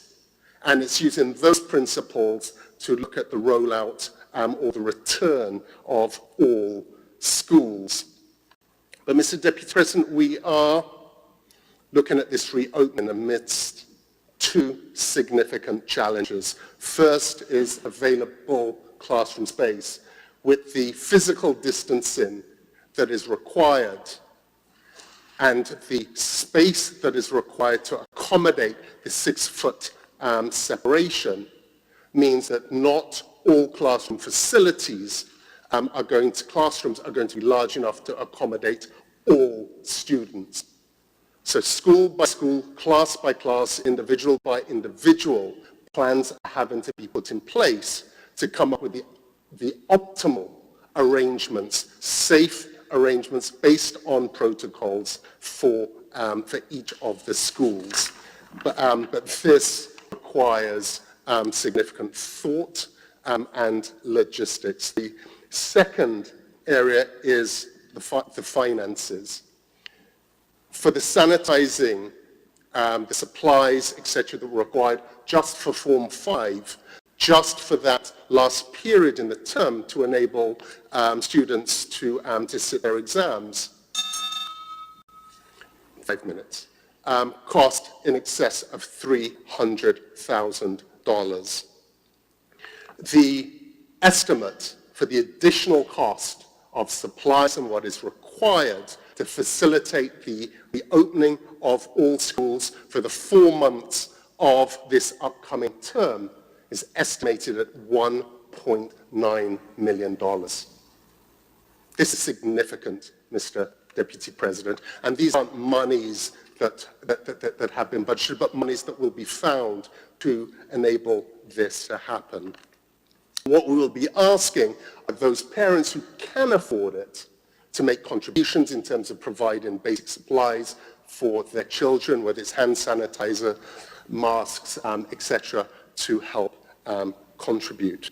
The plan that has been outlined is multi-phase. The first phase, which is week commencing the 24th of August, entails completion by caretakers of the preparations, the cleaning of all schools for the return of staff. And extra cleaners are being provided by the ministry to assist in this, and then the completion of basic repairs, washrooms, etc., and an extensive communication plan for teachers, for parents, students as to what is happening in phase 2, which is week commencing the 31st of August, which is traditionally planning week where plans and protocols will be reviewed by school heads and the ministry. The distribution of e-learning devices to teachers, and I'll come on quickly to speak about the approach to e-learning, and the distribution of additional supplies and what's required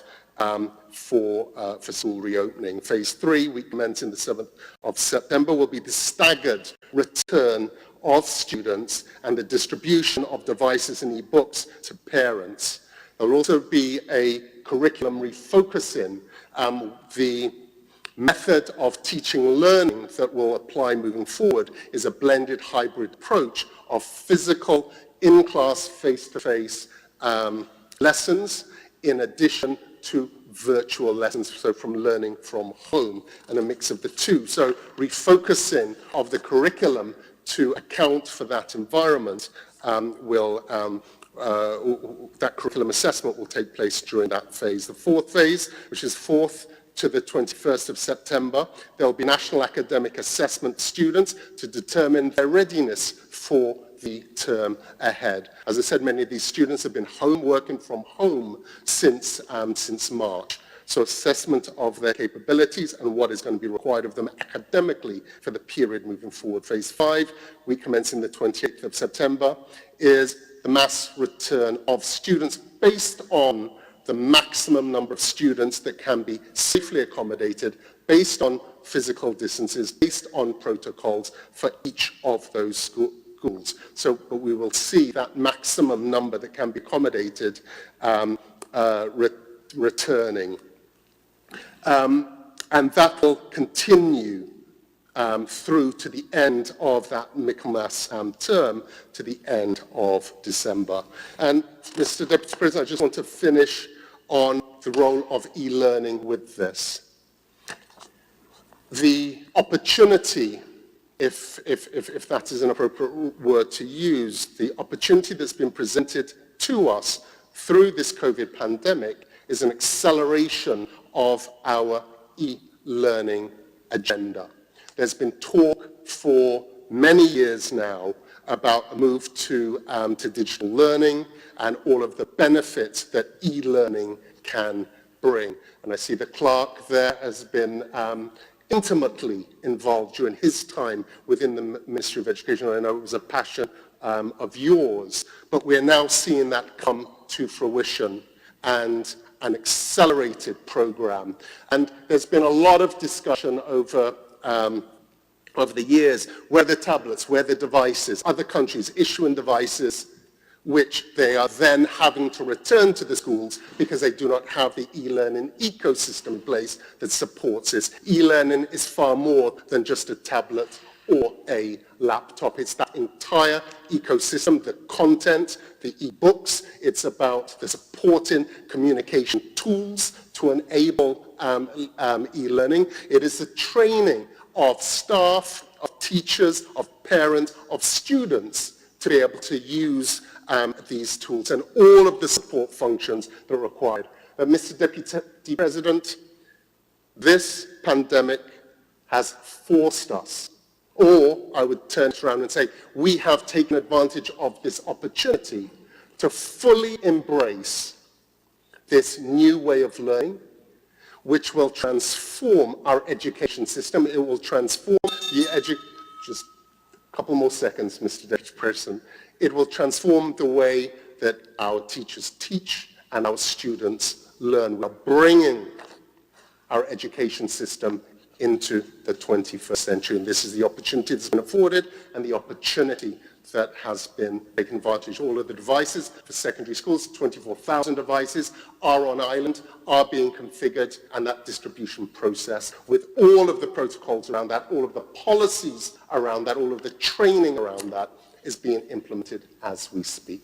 So on that note, Mr. Deputy President, I end my ministerial statement. I thank you.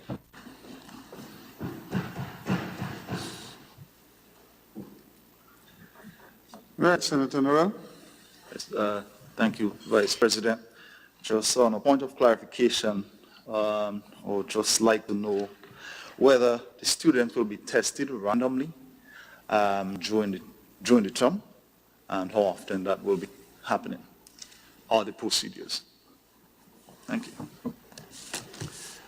So through Mr. Deputy President, yes, there will be random COVID testing, where there's rapid test, PCR testing, but there will be testing of students, of teachers, of support staff. So that will be randomly carried out periodically. I cannot tell you the exact numbers, but the idea is that it will be sufficient sample so that we can get a sense from a health perspective of the healthiness of that environment from a COVID perspective.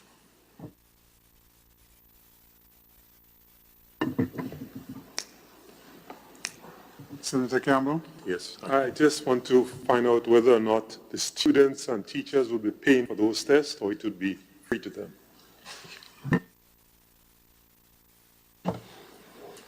I don't know the answer to that question, but it's something that I can follow up with.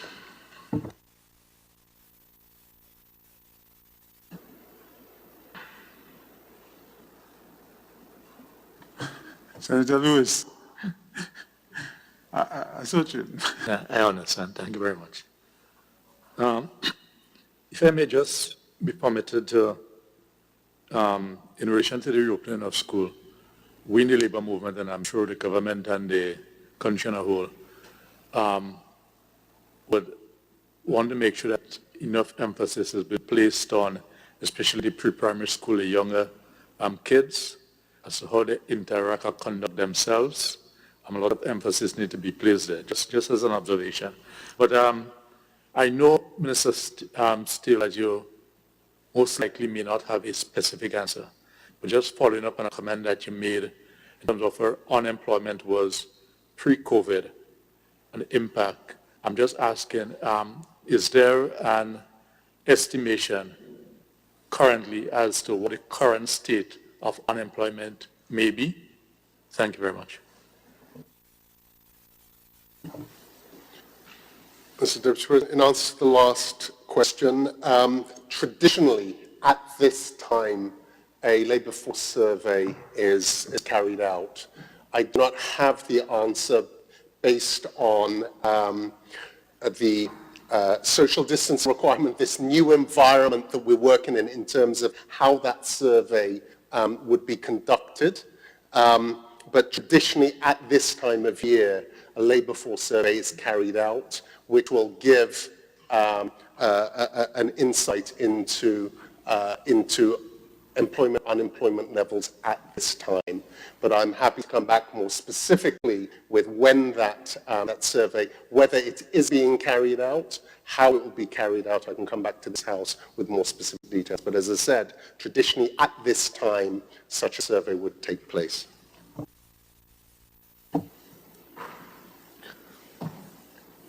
Senator Sincere.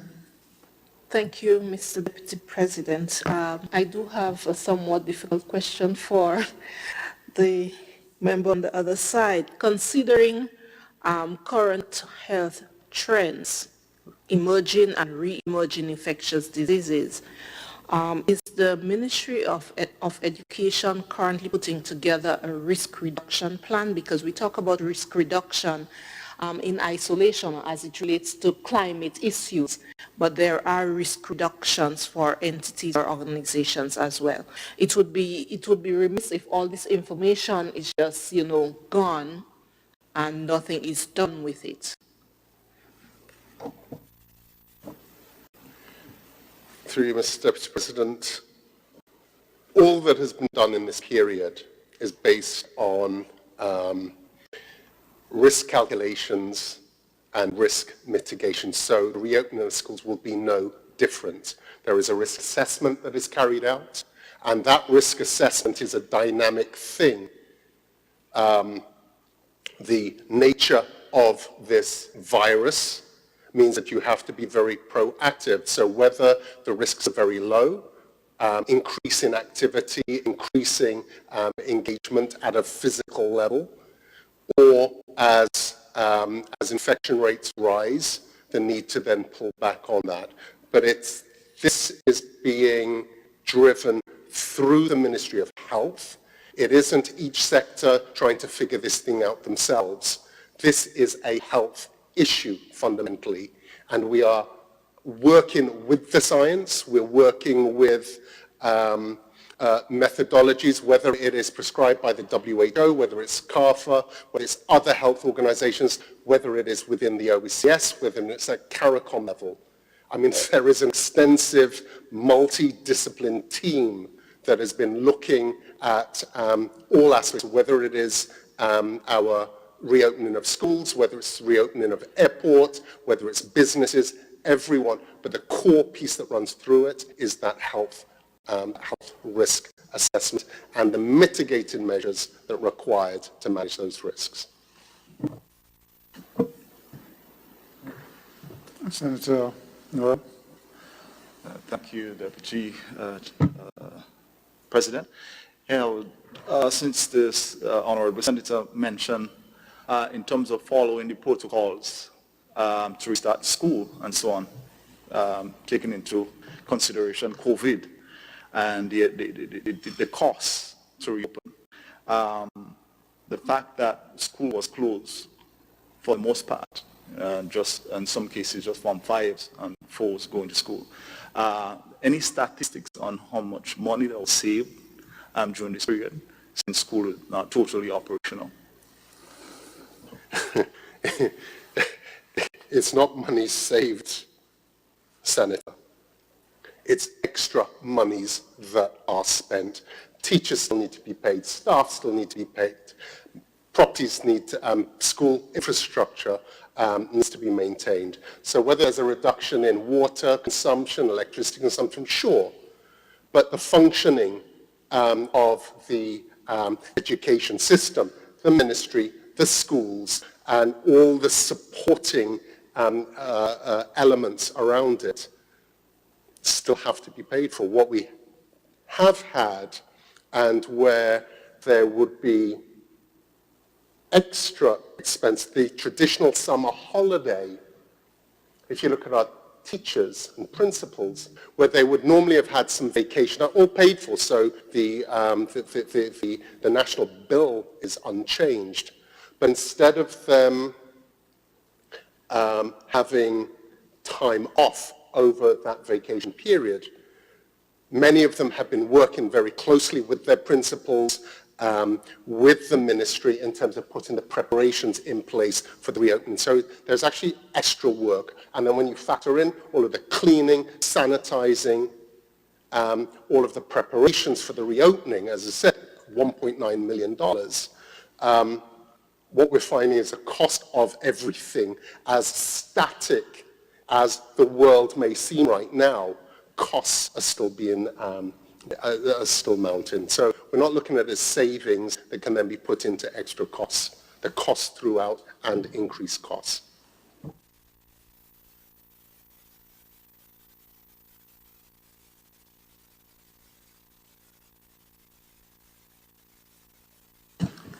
Thank you, Mr.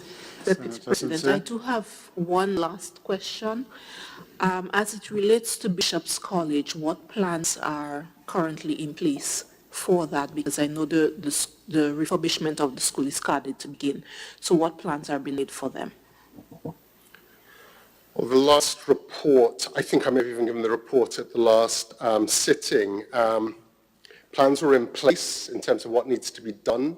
A contractor had been identified and they were in final stages of contract negotiations for the start of work. So I believe if those contracts have been successfully negotiated, my understanding was work should actually start in the month of August. Yeah, I'm talking about what accommodations are made for the students and teachers because school will be reopening. So what plans are made? I don't know the specific information on that because part of the school had already been, was not used. There was temporary accommodation had already been provided and they were working in that, I think, for about the last 2 years. But I can come back with more specific information as to what's going to happen there.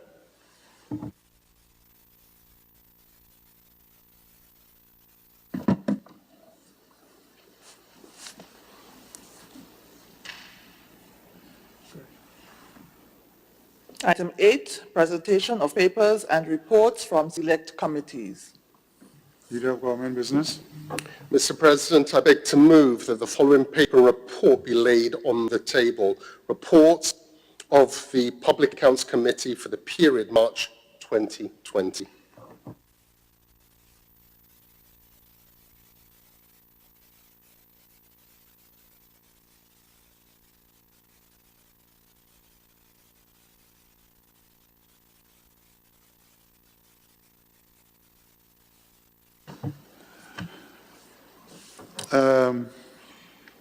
The report of the Public Accounts Committee for the period March 2020 is now ordered to be laid on the table.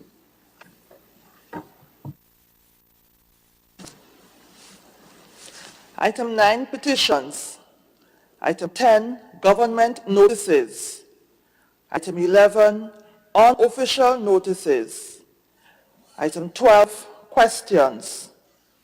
Item 13, personal explanations. Item 14, motions.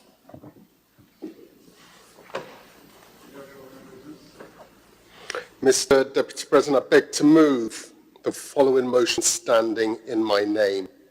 Whereas debate on the gracious address delivered by Governor-General on the occasion of the ceremonial state opening of this third session of the 10th Parliament on Friday the 4th of October 2019 was further deferred to a date to be fixed, be it resolved that the said address be further deferred to a date to be fixed.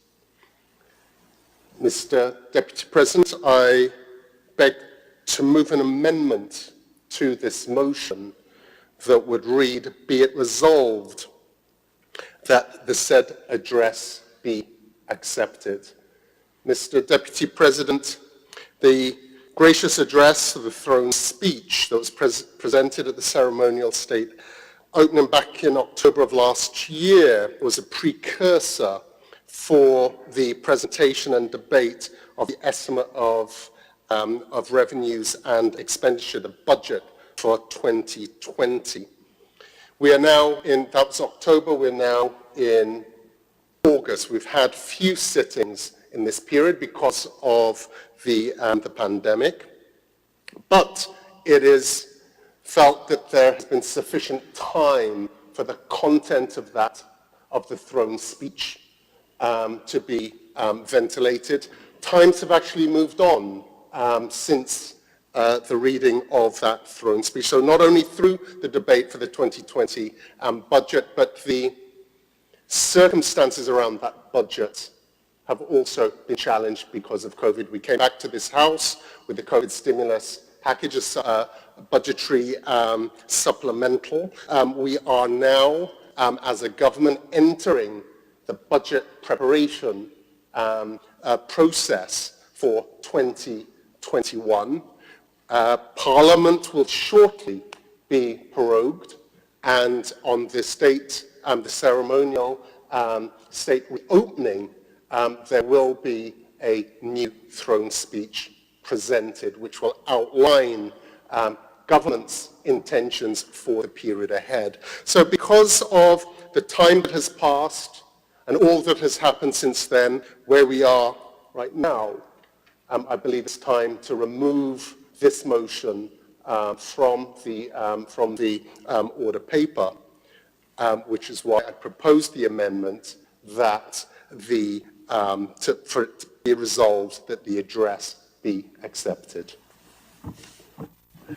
Honourable members, the Leader of Government's Business, the motion standing in his name is that whereas the debate on the gracious address delivered by the Governor General on the occasion of the ceremonial state opening of the third session of the 10th Parliament on Friday, the 4th October 2019, was further deferred to a date to be fixed, be it resolved now in the amendment that the address be now accepted.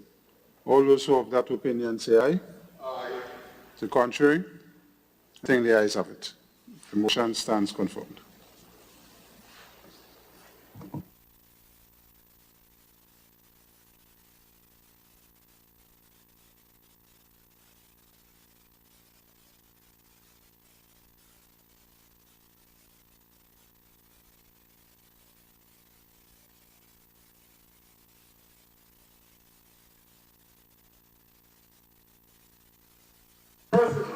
Thank you, Senator Diani. Item 15, bills.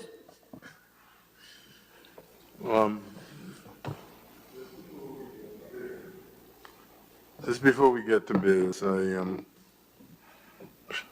was out when there were personal explanations to announce that Senator the Honorable Kim George did send a note indicating that she had some urgent legal business to attend to, which did not make it possible for her to attend. So just to let the members of the Senate know that she has submitted an excuse of absence, and that excuse of absence be noted in the records. Thank you. You are now at item number 10.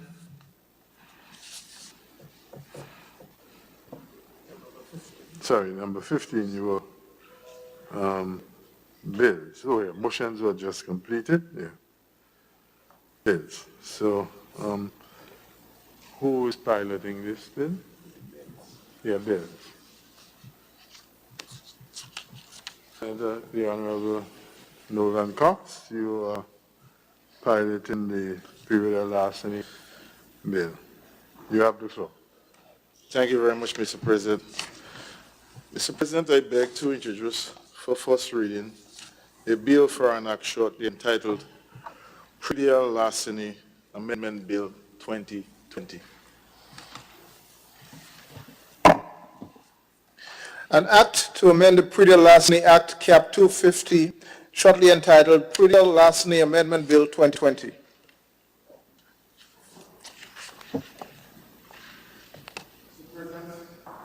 Mr. President, I beg to move that the relevant standing orders of the House of the Senate be suspended to enable the bill to be taken through all its stages at this sitting. Honorable members, the question is that the relevant standing orders be suspended to enable this bill, the period larceny Amendment Bill 2020, to be taken through all of the stages at this sitting of the House. Those who have that opinion say aye. Aye. To the contrary view say nay. I think the ayes have it. The ayes do have it. Senator Cox. Mr. President, I beg to move the second reading of the bill. Honorable members, the question proposed is that the bill be read a second time. Mr. President, this bill, the Predia-Lasny Amendment Bill 2020, seeks to amend the Predia-Lasny Act, Cap 250, to make provision for the classification of soursop as a specially protected produce.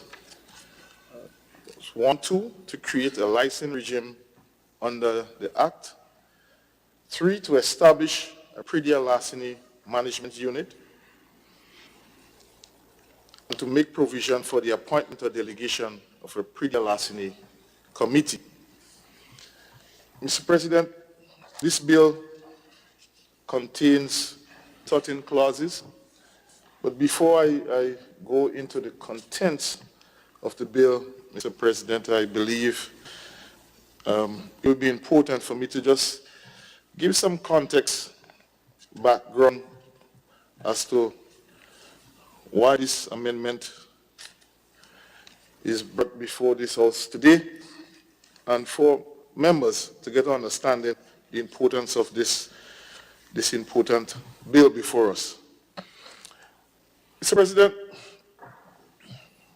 and we can go back and looking at how agriculture has evolved in Grenada. Some decades ago, persons will grow crops, fruits, vegetables, not with much effort or interest in terms of from a commercial standpoint.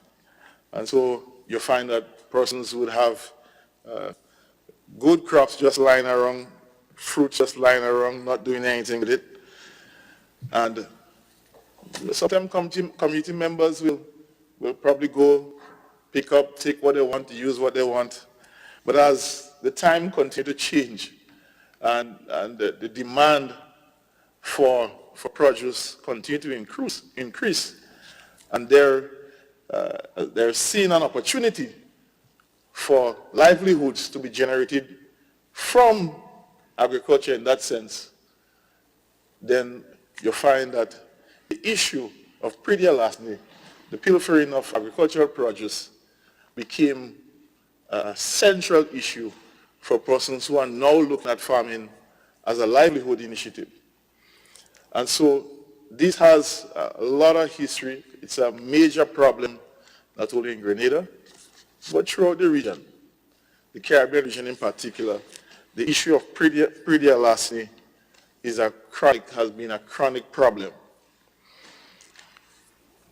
The ministry has made a number of efforts, have engaged in a number of initiatives to see how this problem can be eliminated or reduced to some extent. Mr. President, some of those initiatives that the ministry would have engaged in to bring some comfort to farmers who are grieved by this, with working with the Royal Grenada Police Force, would have seen that special accommodation have been made for an office for the Predia-Lasny to be established within the police stations, vehicle for doing surveillance that would have been made available for the police for specific for Predia-Lasny initiatives. An advisory body for Predia-Lasny would have been so established as well, Mr. President. Devices, computers, a number of critical equipments would have been made available for persons working within that unit. Mr. President, a case management software, have also been procured and used that to track Predia-Lasny offenses. Also procurement of special equipment, clothing for the Predia-Lasny unit. Procurement of the use of incorporation of technology by way of cameras and special detectors have now been made afforded to the farmers.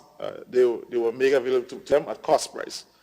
So the ministry, the government have took the initiative to purchase those, and the farmer will pay for it, but at cost price. So they can pay by installment.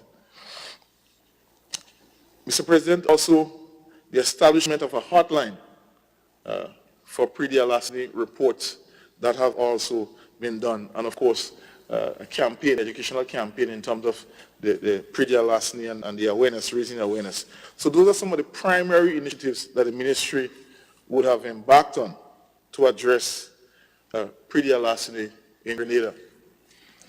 By way of stats, Mr. President, we see in 2018, we had 403 reported cases of pre-larceny.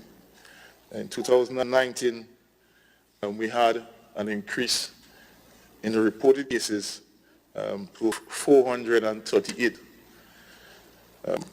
Those increases can either reflect, one, that more reporting has been done now, more awareness has been raised, as well as it can be an increase in actual pilfering.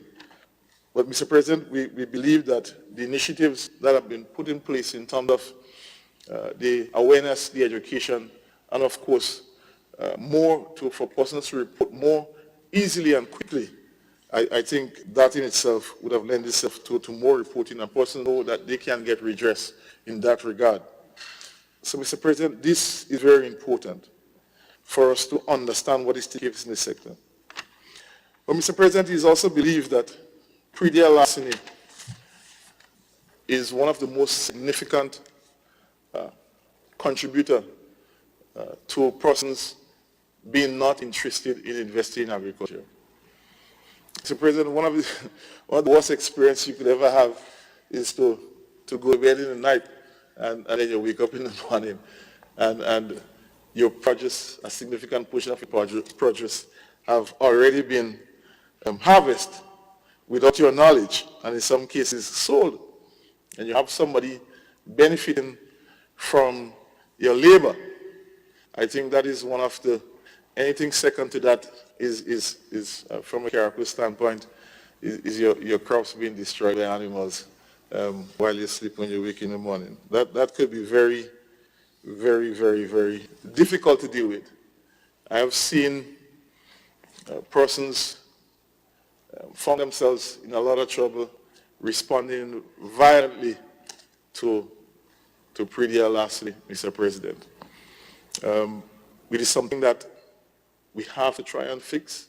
We have to continue to work, because what we understand is that, and one of the reasons why it is very difficult to manage is that persons, it is so easy for somebody to just go and pick your produce and go with it.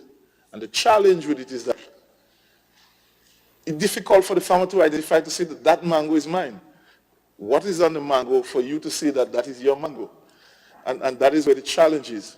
And the whole idea of this bill is to put structures in place, measures in place, to see how we can tighten that aspect of it, so persons cannot easily get away with stealing somebody's produce and selling it on the market. So that is one of the inherent weaknesses that is there, is how can a farmer identify whatever produce that he has, so for him to say that, look, this is mine. Where is the evidence? How can you do that? And that's one of the challenge. Cantaloupe, watermelon. How do you say that? How do you say that it came from your garden, Mr. President, as against come from mine? That is where the challenge is. And so we're looking at ways how to address that through this bill, Mr. President. And as we go forward, there are always going to be avenues for improving this legislation so that we can work with our farmers to ensure that they get money for the efforts that they put in. Mr. President, one of the things that we recognize, even from the regional standpoint, more than 98% of all farmers are affected by pre-larceny.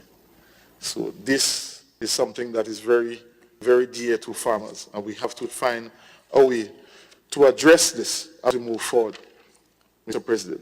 So, Mr. President, it's within this context that we present this amendment, this Predialasi Amendment Bill. And as we go through, you'll recognize some of the changes that we are advocating. And a lot of this, what is here also, Mr. President, is in part in consultation with the Predialasi unit. They are the ones who are actually working with farmers and have an understanding and appreciation of what is taking place on the ground. And so they too were critical in terms of the contents of this bill before us. Mr. President, if I should go now to the bill in question, and we can look at first clause 2, which speaks to the definitions in terms of the committee, a license. And if you notice, Mr. President, soursop, for the first time, we have created a facility where that we have put in crops as specially protected produce. And the first time that has been done is through this amendment, Mr. President, by placing soursop on that list. And for obvious reasons, soursop, Grenada is the only country that can export fresh produce, while other countries are only allowed pulp. Grenada is the one that is allowed to do fresh produce, fresh fruit, soursop to export to the United States. Mr. President, that's a significant, important commodity for us right now, and as such we believe that this amendment is one that is showing, is reflecting how serious that this is to us. So we are putting it in under special protection in this regard, Mr. President. Mr. President, clause 3, this speaks to the insertion of a new section, sections 2A to 2M of the Principal Act. Mr. President, we'll take some time and go through, touch on some of the clauses that I think is critical to highlight in terms of the integrity of this bill. Mr. President, under clause 3, 2C, the Predialasi Management Committee. Mr. President, this clause, looking at subsection A, indicate that the minister shall appoint a Predialasi Management Committee in the accordance of Schedule 3. And B, to delegate an existing committee or body as a Predialasi Management Committee. Mr. President, this is critical because this makes allowance for existing committees. So what the bill is saying is that if there are committees that currently exist, that have the capacity to function as a Predialasi Management Committee, this bill so allows for that to happen. So you don't destroy something that may be working, but you put in the context of the law and giving that committee now the legal authority to operate, which wasn't there before previously, Mr. President. I think this is significant. Mr. President, in looking at 2D under clause 5, Mr. President, we speak to the licensing, mandatory licensing. No person shall carry on the trade or business of buying, selling, exporting, conveying, or otherwise dealing in specially protected produce of a weight of 15 pounds or more without first obtaining a license granted by the minister. So this is new, Mr. President, for persons now to engage in the selling, exporting, buying of soursop. They will have to get a license. This never existed before, and we believe that doing this will allow for tightening in terms of being able to cut out persons just going and pick up somebody's soursop and go and pass it off as this. Mr. President, what is important to note, under 2E, the licensing is under 3 separate categories. And the first license, 2E, subsection A speaks to, subsection 1A speaks to a trader's license. And if I should read, Mr. President, a trader's license to authorize a person to carry on the trade or business of buying and selling or buying and exporting specially protected produce for use on specified premises. So this license basically speaks to somebody having have buying and selling taking place, like for example, in the case of marketing board, they would have a license to sell, buy and sell on their premises. So this license speaks to premises. B, subsection 1B, Mr. President, a traveler's license to authorize a person to buy any specially protected produce at any place other than premises for which that person holds a license. So this again, so if somebody cannot just go and say, look, I'm coming to buy on behalf of a person or buy on behalf of that person, they too must have a license to go and buy on behalf of that premise. So that is another important category in terms of licensing. Mr. President, 1C speaks to a carrier's license, all right, to authorize a person or his or her servant or agent to convey any specially protected produce in the vehicle along a public road. For example, if the police were to stop somebody who have sauce up on their vehicle, they must have a license. So nobody just can't say, well, I will take a sauce up into town for you. They would, in effect, would be committing an offense if they do not have a license to carry that also from one farm or either to the airport for export. So that is the nature in which the licensing regime is set up, Mr. President, to try to carve a section or to ensure that we check everything. So nobody cannot go and buy on behalf of somebody unless they have that license. Nobody cannot carry the produce unless they have a license to carry it as well. So, Mr. President, I think this is a significant amendment to the Act that will help tighten the issue of predial larceny. Mr. President, I think that while this speaks specifically to source up, there might be an avenue, an opportunity going forward for us to apply a number for the produce under this regime, Mr. President. Mr. President, the applications, we got 2F, the applications for license, Mr. President. This allows that a person can make applications for a license.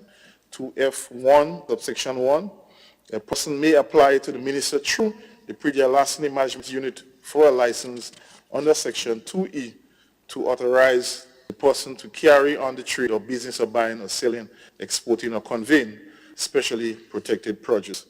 So, Mr. President, there is also an avenue for this, so that persons who are involved in the source of production and trade can apply for a license, Mr. President. Mr. President, another critical area in terms of monitoring this to make sure that there is, to eliminate the issue of fraud and doing things in a legal way. Under same clause, section 2J,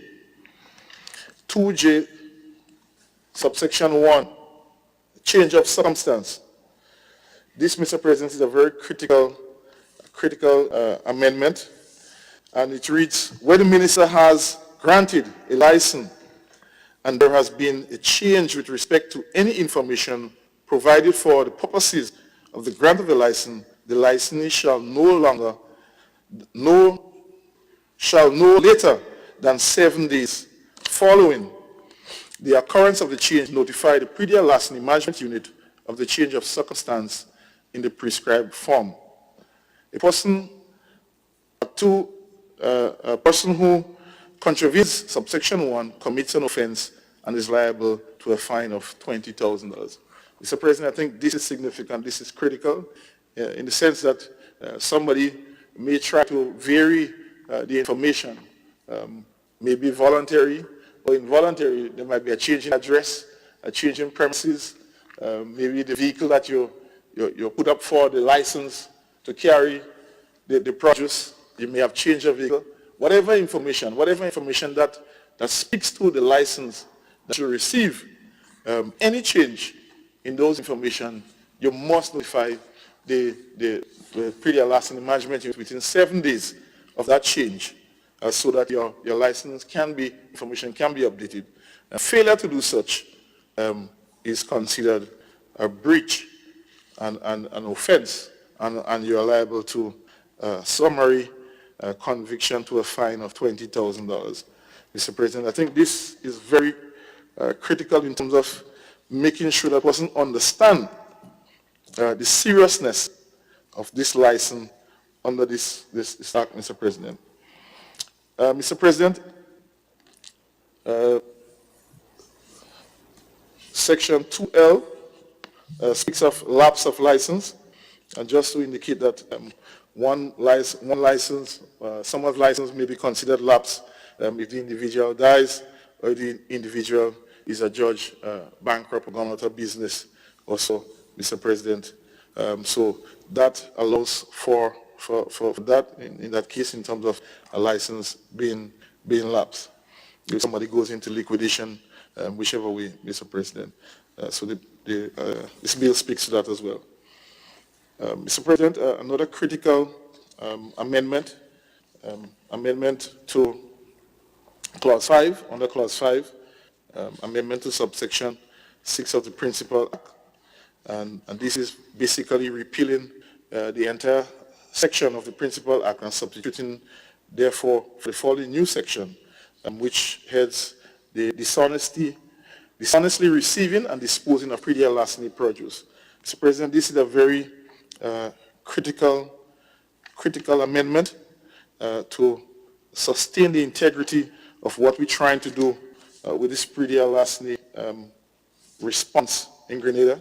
Mr. President, and if I can read section 6.1, whoever dishonestly receives or unlawfully obtains any tree, plant, root, fruit, vegetable, or other produce which is used or is capable of being used, whether after treatment or otherwise, as food or as an ingredient in food for man or beast, knowing or in circumstances in which he or she ought to know the same to have been stolen or unlawfully obtained, shall be guilty of an offense in this act.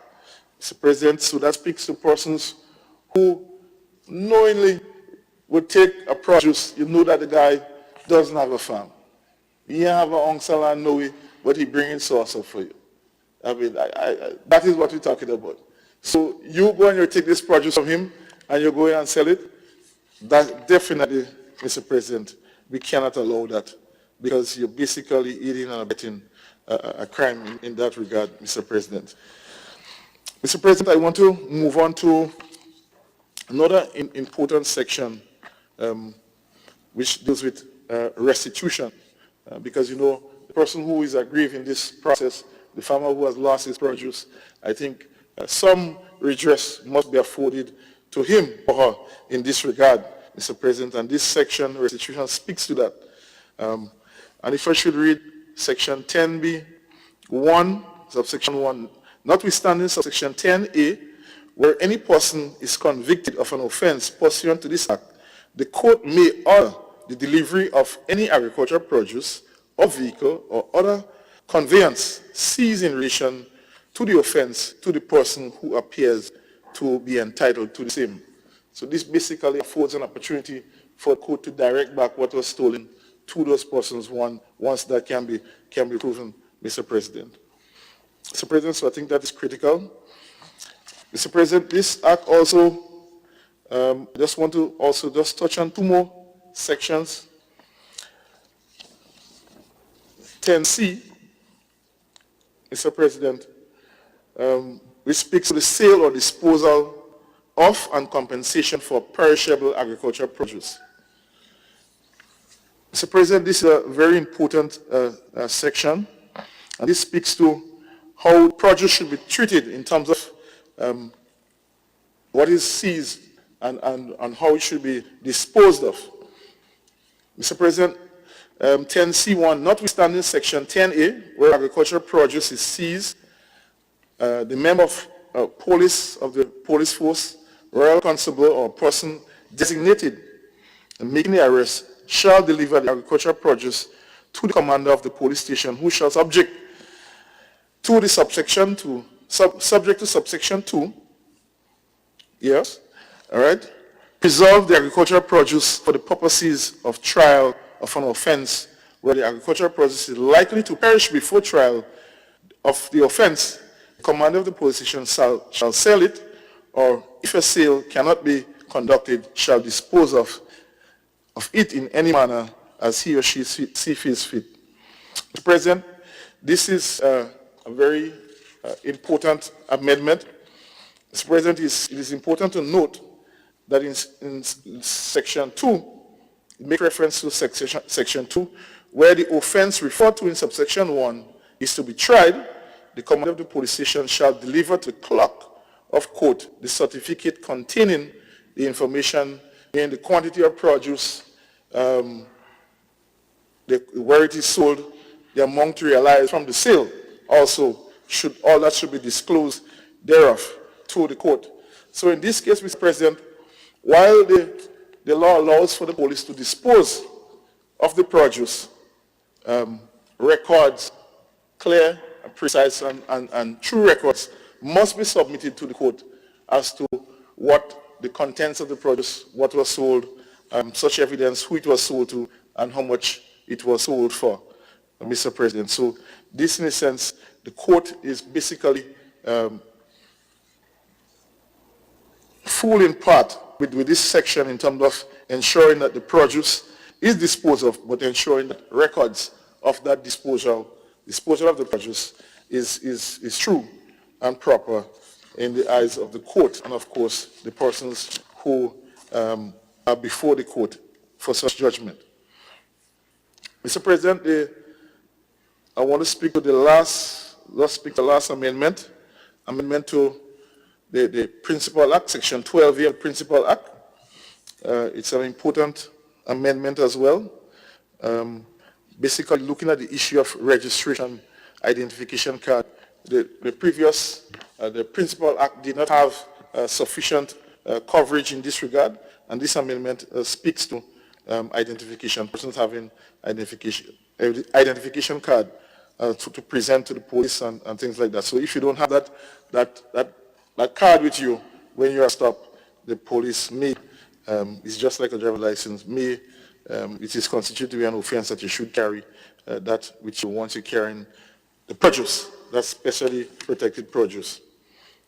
So, Mr. President, if I could just quickly mention the compensation under the Schedule 3, basically covers the composition of the pre-deal larceny management unit. And if you notice, Mr. President, if you can go through the various sectors who are part and parcel of that, I think that it is this all good and well in terms of the integrity of this committee, this unit.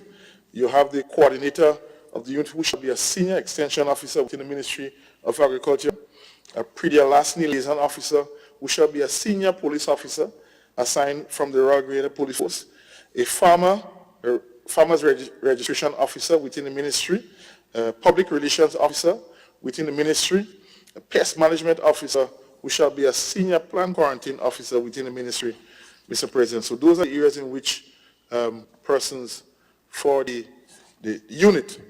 When it comes to the composition of the committee, the management committee, Mr. President, the permanent secretary in the Ministry of Agriculture, his or her nominee shall be the chairperson of that management committee. A representative from the Farmers Association will be on the management committee as well. A representative from the Bureau of Standards, there shall be a senior member of staff on that committee, a plant quarantine officer from the Ministry of Agriculture, a representative from the Ministry of Trade, a senior trade officer shall be on that committee, the chief extension officer shall be on that committee, and a pre-deal larceny officer who shall be a senior police officer will be on the management committee. Mr. President, this committee seems very sound, very, very, very sound, and I just want to make mention that this bill provides a very good platform for going forward in terms of the management and the curtailing of pre-DLRC within the context of agriculture in Grenada. So, Mr. President, this presentation, I want to commend the bill, Pre-DLRC Amendment Bill 2020, for its second reading. Thank you.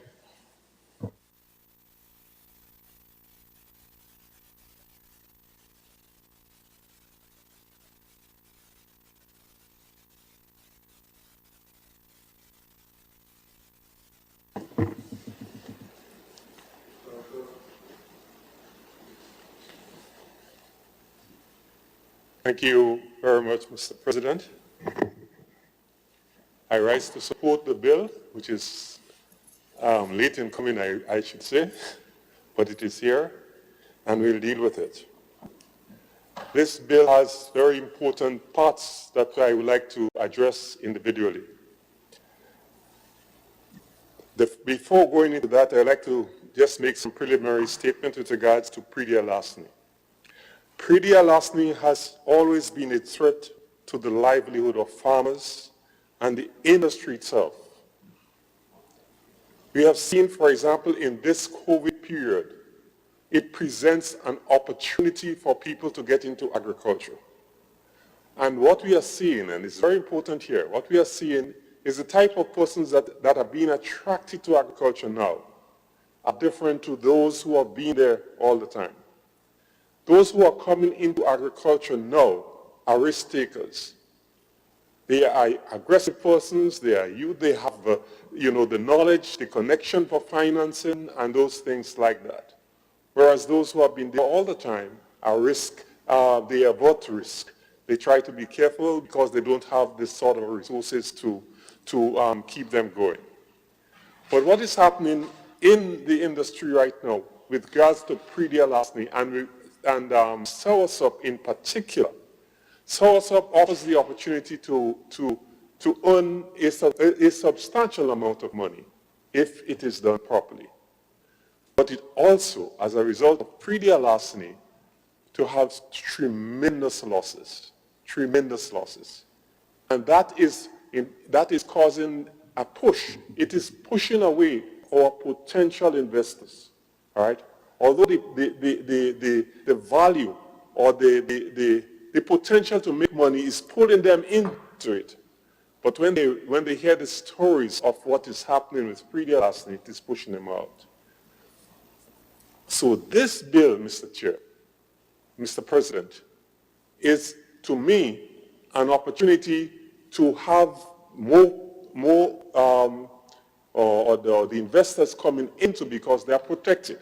They know that their investments are protected. I listened to the presentation in the lower house, and I heard that a farmer had to sleep in his field, in his van, as a result to protect his crops. Mr. President, I mean, can you imagine? You work all day, and in the night you have to go and sleep in your vehicle to protect your crop. So these are the difficulties that the farmers have to face. And in fact, I was reading recently a document, and it said sleep is a non-negotiable biological activity. Non-negotiable. You can't say you don't want to sleep, and if you say you don't want to sleep and so on, it's going to affect you. And in fact, that particular bit of information was linked to, says that if you don't sleep at least 6 hours, and when you look at the literature, you will see 6 hours, 8 hours, those different hours. But what happens is that if you don't sleep for a particular amount of hours, it would affect you and give you dementia and Alzheimer's. So you have this lack of sleep is associated with this.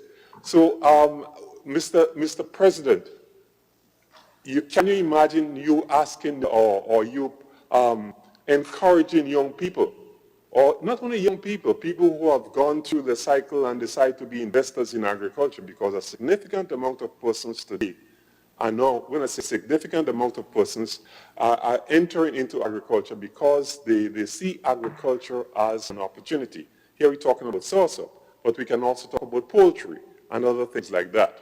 And we have to protect these people, these investors, not these people, these investors from tremendous losses.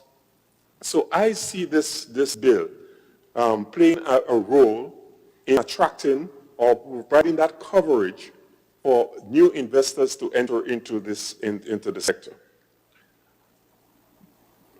The bill provides the framework for a management system that I think is laudable. The management unit, the management committee, which is well staffed. And in fact, you see people like the permanent secretary, a senior police officer, and those persons like that who would be there to provide the leadership for this bill. But Mr. President, I have some concerns. Yes, you are putting in the chief extension officer, the pest management unit. It calls for these people to be in that meeting at least 2 or 3 times per month. And these same people would have to be on the docks twice per week. And when you look at the manpower in the ministry, you say, but where would all these people come from? So yes, it looks good on paper, but my question is, do you have the resources, manpower resources, to make those management structure workable? So I have my doubts, and I am going to still err on the fact that it will work, because I really, really want it to work for our farming community. And there are some other things that I haven't seen in the amendment. Well, I guess it can be developed later on. Is the surveillance. I would like to see or hear something about surveillance. We talk about cameras. We talk about, a software? Case management software and all these things, this high tech. But to me, and my experience, Mr. President, nothing works better than boots on the ground. And I see that, I've seen it there.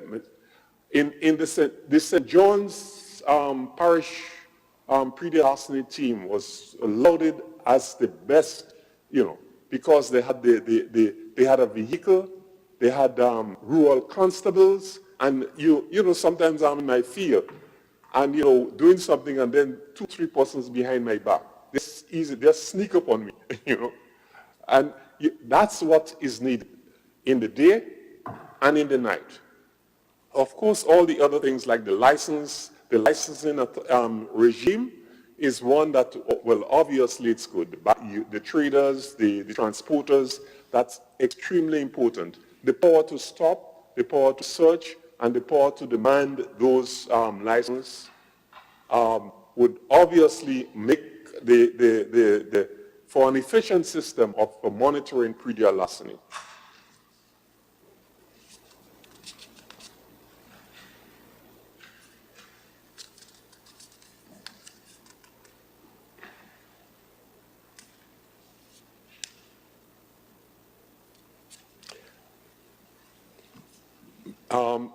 Mr. President, I also want to address as one of the things that I would like to hear a little bit more of is the pre-deal larceny court.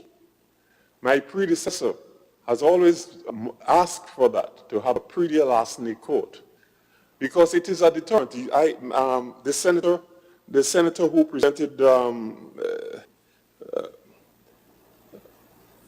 Senator Cox, who presented the document, said that 98% of all farmers are affected with pre-deal larceny. That's a significant amount. It means that everybody out there affected with pre-deal larceny. And it can be a few pounds, or it can be hundreds of pounds. Once that farmer is affected, and he says, okay, I will pursue this person in court, and you go to court, the first day, it's called off. The second day, it's called off. Well, I'm speaking about myself. The third day is called off. The fourth day, when I went, I said, well, listen, just drop the charges. So you find that a number of farmers are now dropping the charges because of the inefficiency of the system to respond to the charges. It is not that you're not identifying the persons. But getting redress for the crime is a problem. And you give up. So you see, you are giving up on all these things. You are giving up on your sleep. You are giving up on your produce. And it becomes more and more difficult for you to engage in your business. So, Mr. President, once we can address these little things, and I have the confidence that we will, that we can, this bill can make a significant difference in the status of agriculture. Because when we look at the figures for soursop exportation, the value, right, it is significant. And if you have soursop as a protected commodity that is again protected by this law here, we can do a significant amount. So, Mr. President, as a result of this, I stand here to support the bill and to hope that these little nuts would be put in place and to get this system going. So I thank you very much for giving me the opportunity. Thank you.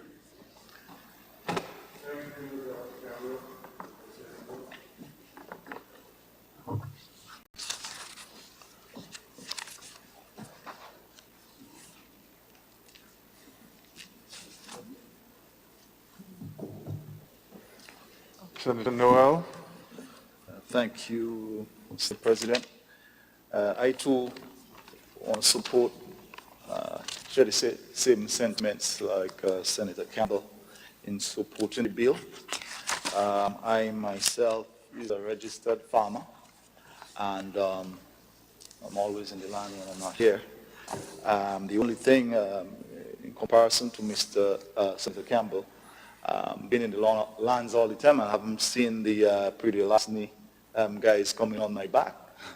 And so I'm hoping that the powers maybe take that into consideration, because I live in a highly agricultural area in St. Andrews, Maribor, and these areas, and so on. To an extent, the whole of St. Andrews is an agricultural belt with nutmegs and all different types of crops. So I support the bill, and as a farmer myself, I know all the trouble that goes into it, because not just talking about the manpower, but the expenses, because farming is an expensive thing. And there are times, in some cases, depending on the variety of plants you may try to plant, the seeds alone sometimes cost over $500 a tin. So it is an expensive venture. Trees, again, buying a couple of trees, like one tree, depends on if you're planting tomato and so on. Minimum might be $45 for a tree of tomato.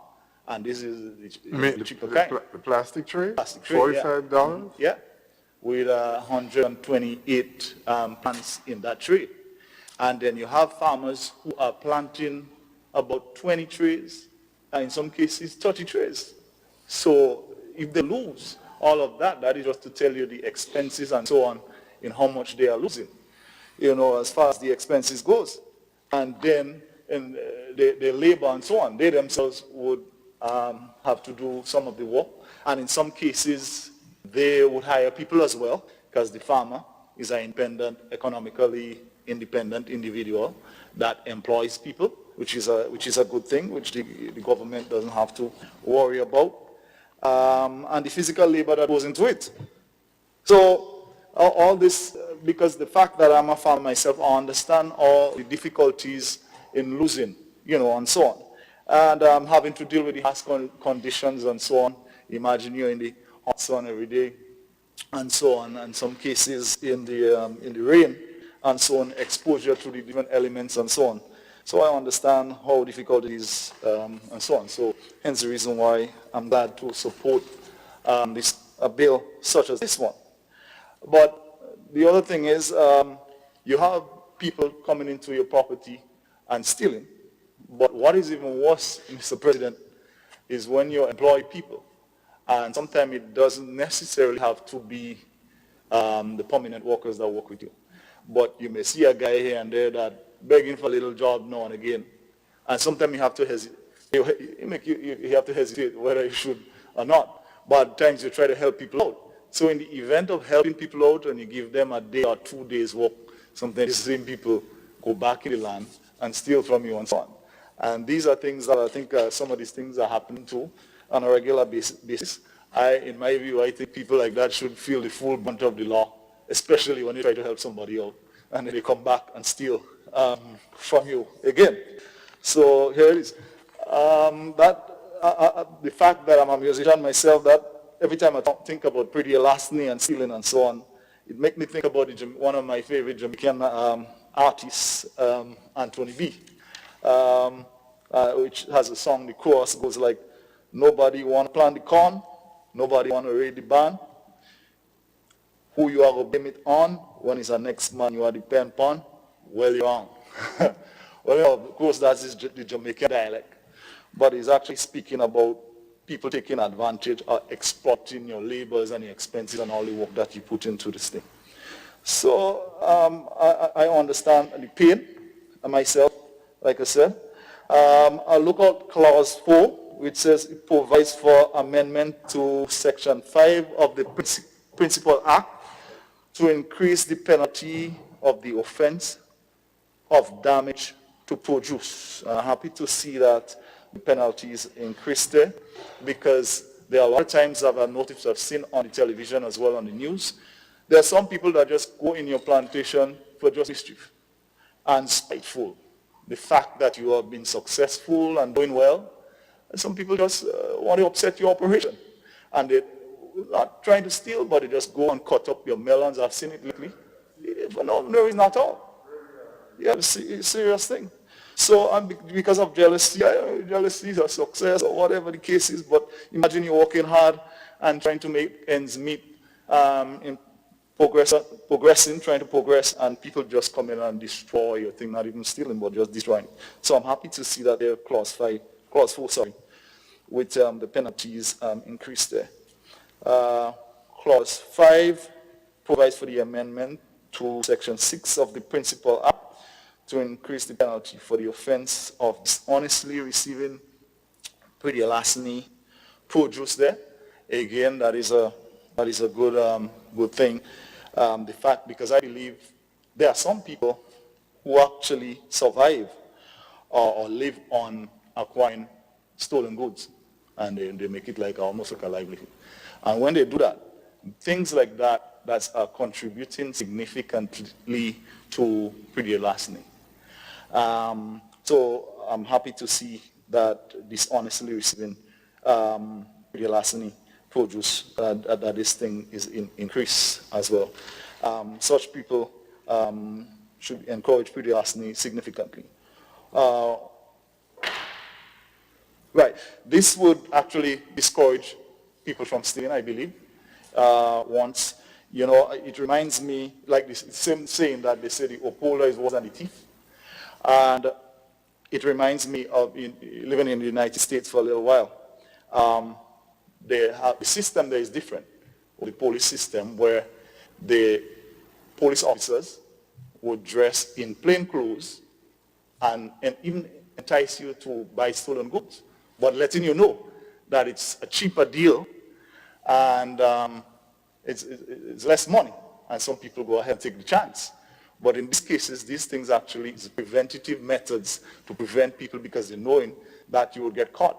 There are people who went along and get involved in it and you get caught right away. Under the pretense they'll let you know, listen, this is stolen and so on, but they're working undercover. In our system, police system, I think the system is different, so this doesn't apply here, but this is a good thing, preventative measures, you know, something. Mm-hmm.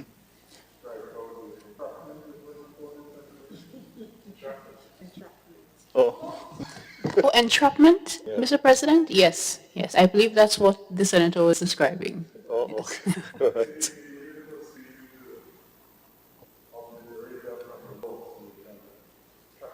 Can't people. Mm-hmm. Be dishonest and to steal. Oh, Yeah. close to the Yeah. Mm-hmm. Because I think it's a good deterrent. in United States that happens. It doesn't happen in our society. So people knowing that you see somebody down the street and they're selling something, they just go ahead and buy it, knowing that they wouldn't get caught or anything like that. And in our society, this doesn't really happen. Again, it provides for amendment to Section 8 of the Principal Act to increase the penalty for the offense of vagrancy in respect to pretty larceny. That again, people coming around your property with the intention and so on to steal your produce and so on is a serious issue. But all in all, Mr. President, if this bill is intended to boost the increase of the production of source up, I don't think he would do that much. People will still continue to steal and so on and that type of thing. So I believe that the government needs to come up with and formulate some policy in order to increase the production, whether by planting, allocating special lands and so on for that reason, subsidies and so on for farmers so that farmers could get involved in the production of source up. But not only source up, also things like carrots and so on, because as far as I understand it, the millions of dollars that are spent on an annual basis importing things like carrots as well. So this could be something to be considered. The majority of carrots that we consume here is imported, where farmers here could be grown here locally and encouraged, where we could save millions of dollars, especially in this time now where COVID is concerned. Also, I was made available to me that there was once upon a time there was a pretty larceny fund available. I understand the senator spoke about compensation and so on in some areas, but in regards to when the produce is destroyed and so on, when the produce is destroyed, the farmer gets nothing back.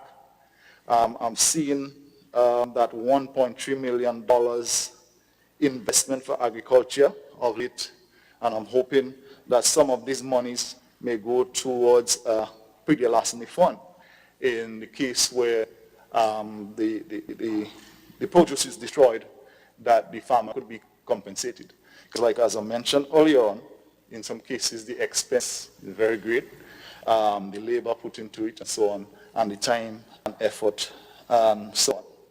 So these are some of the things, and again, I would like to see probably nutmeg, the production of nutmeg itself, be included in this special bills, especially where the penalties is concerned. Because we're talking about green gold now, because it's this fact that is a new thing with the source up. But traditionally we know that nutmeg, or we call it, or we consider it all black gold. And I would like to see some protection towards the nutmeg, or similar to what I'm seeing here, towards the source up, and so on. And the only other issue that I have, Mr. President, in terms of sometimes I see in most cases I saw the minister there. I would probably prefer in some cases to see the chief agricultural officer being responsible in some cases. Kind of don't like to see too much politics involved. We live in a highly politicized society, one side here and one side there. In order for transparency and so on, I would prefer that a public servant take the lead in some of these these roles and so on, so that not much politics involved and so on, and people would feel better about it, that type of thing. So this is all I have to say on the bill, and I support it, and I hope that we are not just talking, but that we go ahead and implement these things, because of the fact that we understand COVID now and agriculture is of very importance right now, and we're not just talking about a pretty larceny bill to make people feel that we are taking agriculture serious, but I hope that we go along and implement this thing with haste, because people are losing and farmers get great loss, suffering great loss and so on, like the mentioned 98% or something of the sort. So I just hope that this bill we expedite it and pass a bill to protect the farmers. Thank you. Thank you, Senator Terry Noel. And you have a duty there as well. Meaning you can monitor the implementation, there are committees to be formed, there are management groups to be formed, so you can seek questions, and you have to wait until the sitting of the Senate. You can simply write the Minister of Agriculture and say, well, in accordance with this bill which was approved in the Senate, these things are supposed to be done. Could you give an indication of, has the committee been formed? Who sits on the committee? When is it due to meet? Is there going to be a public hearing? So there's work for you there to do too. All right, so as I said, being in the Senate is really just not a pleasure craft. It is, if you take it seriously, you can get a lot done. And it's your self-interest. After all, you're a farmer. Yes? And maybe you may discover the fellows will be behind your back when you're next in the field, because you have your sights on them for performance. So they may show up in your field. So think about it. Yes. Senator Judd.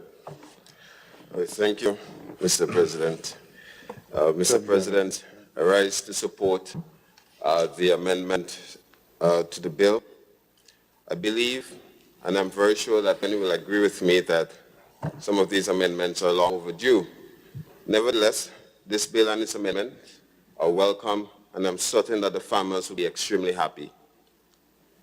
Mr. President, this bill is a clear indication of the government's continued effort to curb pretty larceny and to protect our farmers. Earlier this year, as explained by the Honorable Senator Nolan Cox, the Ministry of Agriculture and Lands, together with the Royal Grenada Police Force, launched the 24-hour pretty larceny hotline to serve our local farmers. Mr. President, pretty larceny is one of the great plague that is affecting our farmers. It is no longer viewed as a petty crime, but one of the most pervasive and entrenched crime affecting business, livelihood, and Mr. President, according to the food and according to FAO, the only crime in the region that are consistently noticed to have an upward trend. If you look at Grenada statistics, it was also quoted by the Honorable Senator. In 2018, you had 403 reported cases, and in 2019, you had 438 reported cases, an increase of 8.7%. This practice is negatively impacting the development of the agriculture sector, as farmers are losing thousands of dollars in produce. The crime has the potential of high cost to welfare in farming communities, livelihood, household, food security, thus making pretty larceny the single greatest disincentive to investment in the sector.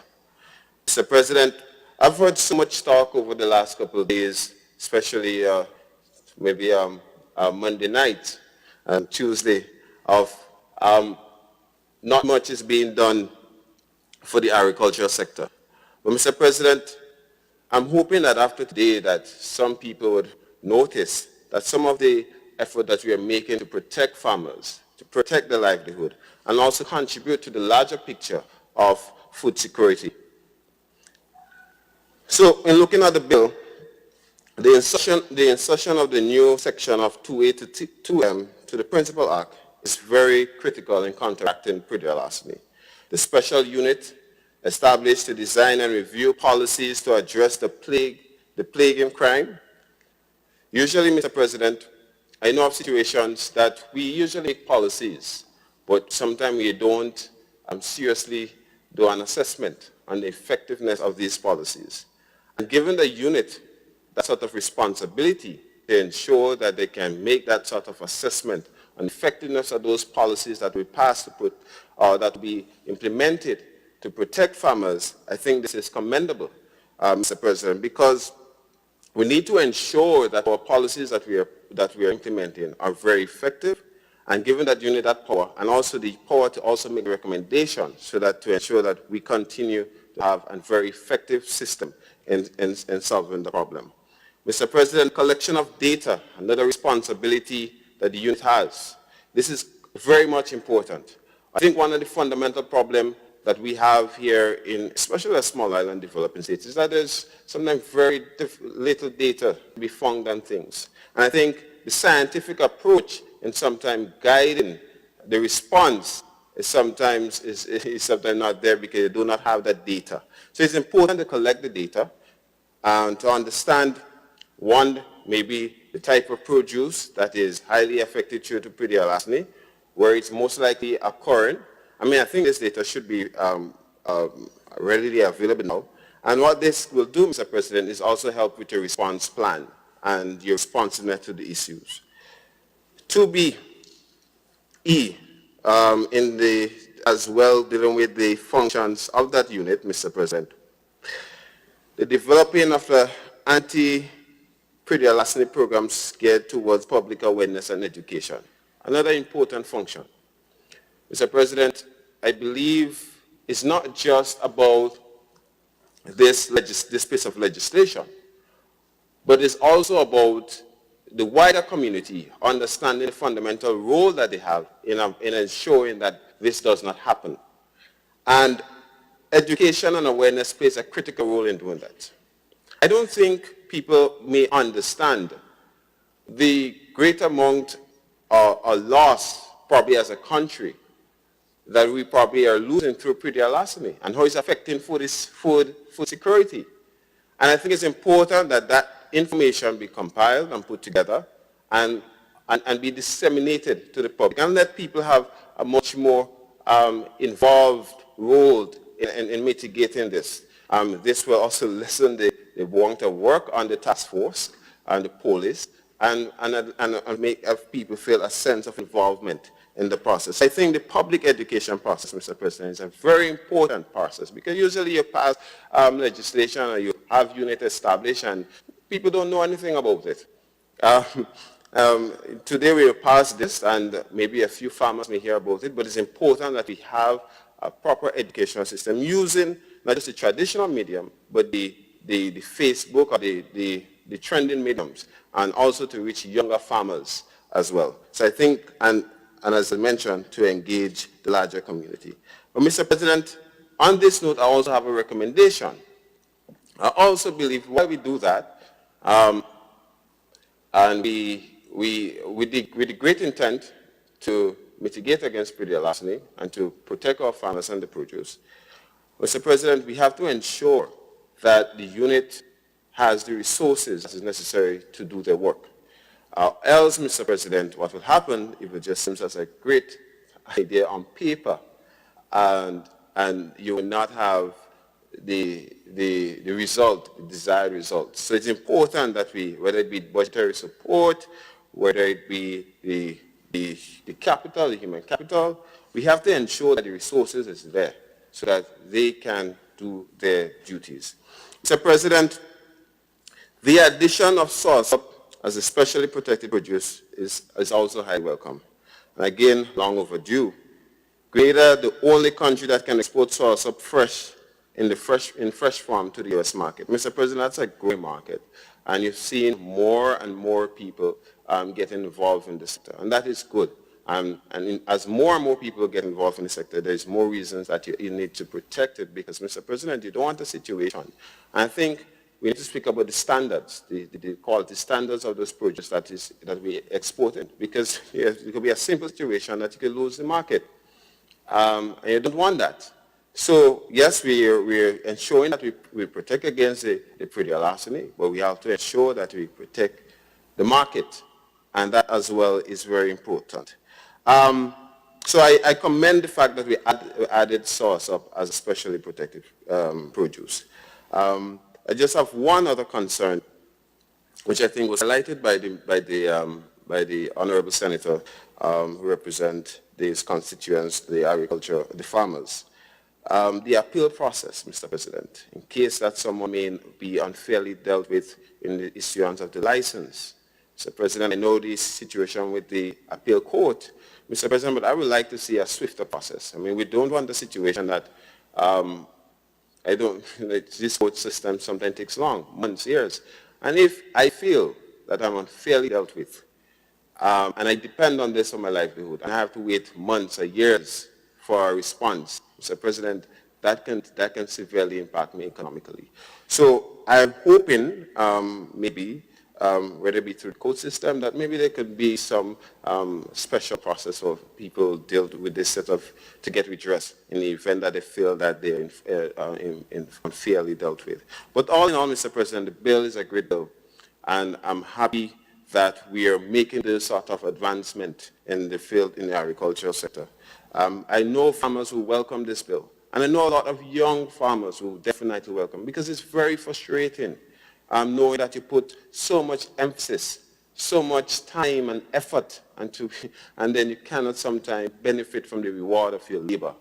And you know, sometimes you're having the discussions with farmers, and sometimes you hear this frustration to the point that some people literally want to commit the act of violence, and if they get to hold any of these individuals that is thieving their produce. In fact, my father is a farmer, and I remember he losing hundreds of pounds of sauce up. And sometimes, I mean, I have to say, Daddy, don't do this, you know, because his thinking is what he will want to do if he gets to, if he caught one of those thieves. So, Mr. President, I'm happy that we put in stronger, we are having stricter penalties, and I'm happy that we are putting the measures and structures in place to ensure that we have a very efficient process and that we represent and serve the farmers in the fullest capacity and protect the industry. Thank you, Mr. President.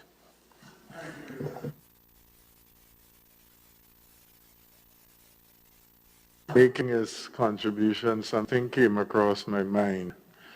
And that has to do, his concern about the efficiency with which the court can deal with appeal matters if someone believes that an application for a license was not fairly dealt with.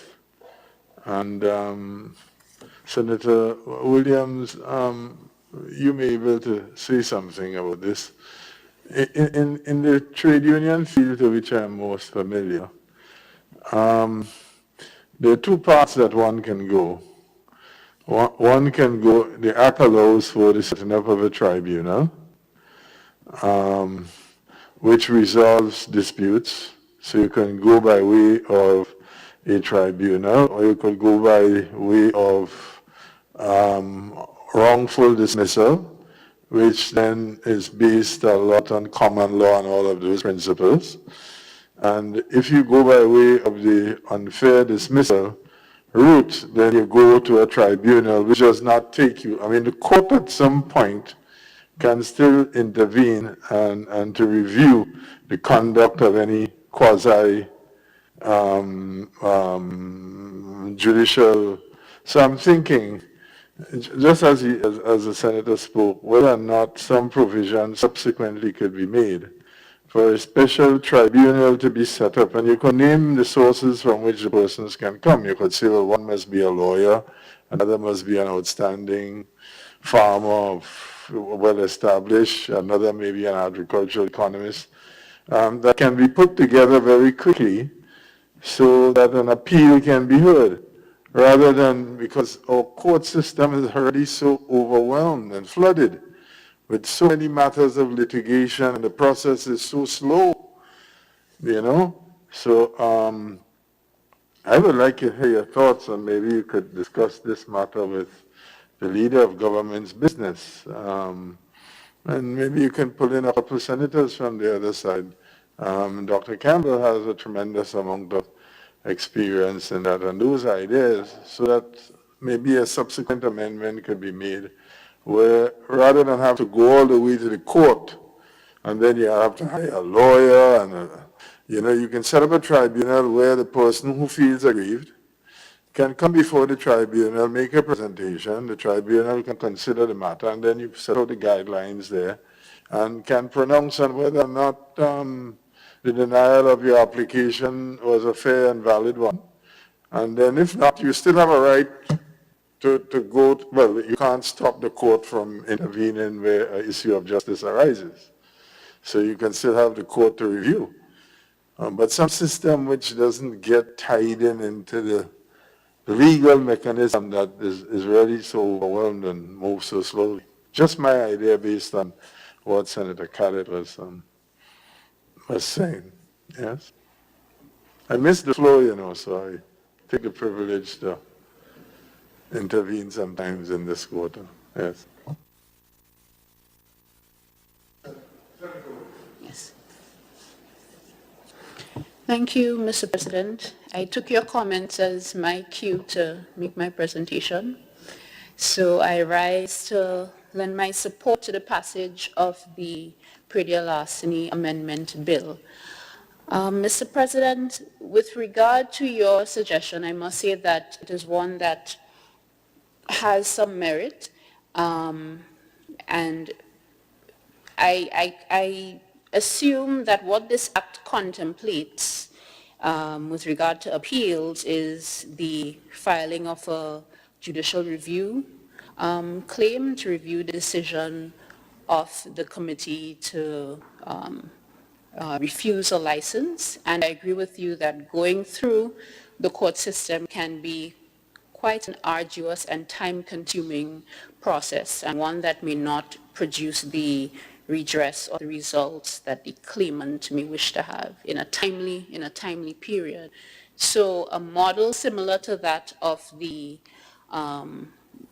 tribunal that deals with employment disputes is a very good suggestion and may be able to dispose of these matters in a much quicker time. So, Mr. President, I endorse that suggestion, and I hope that the government, policymakers, and senators will take the opportunity to discuss this further and perhaps propose further amendments to the bill to accommodate that suggestion. But that is one that I will support, Mr. President. And just to make some general remarks now on the bill, I think we all agree that predial larceny is a hazard to economic sustainability and food security.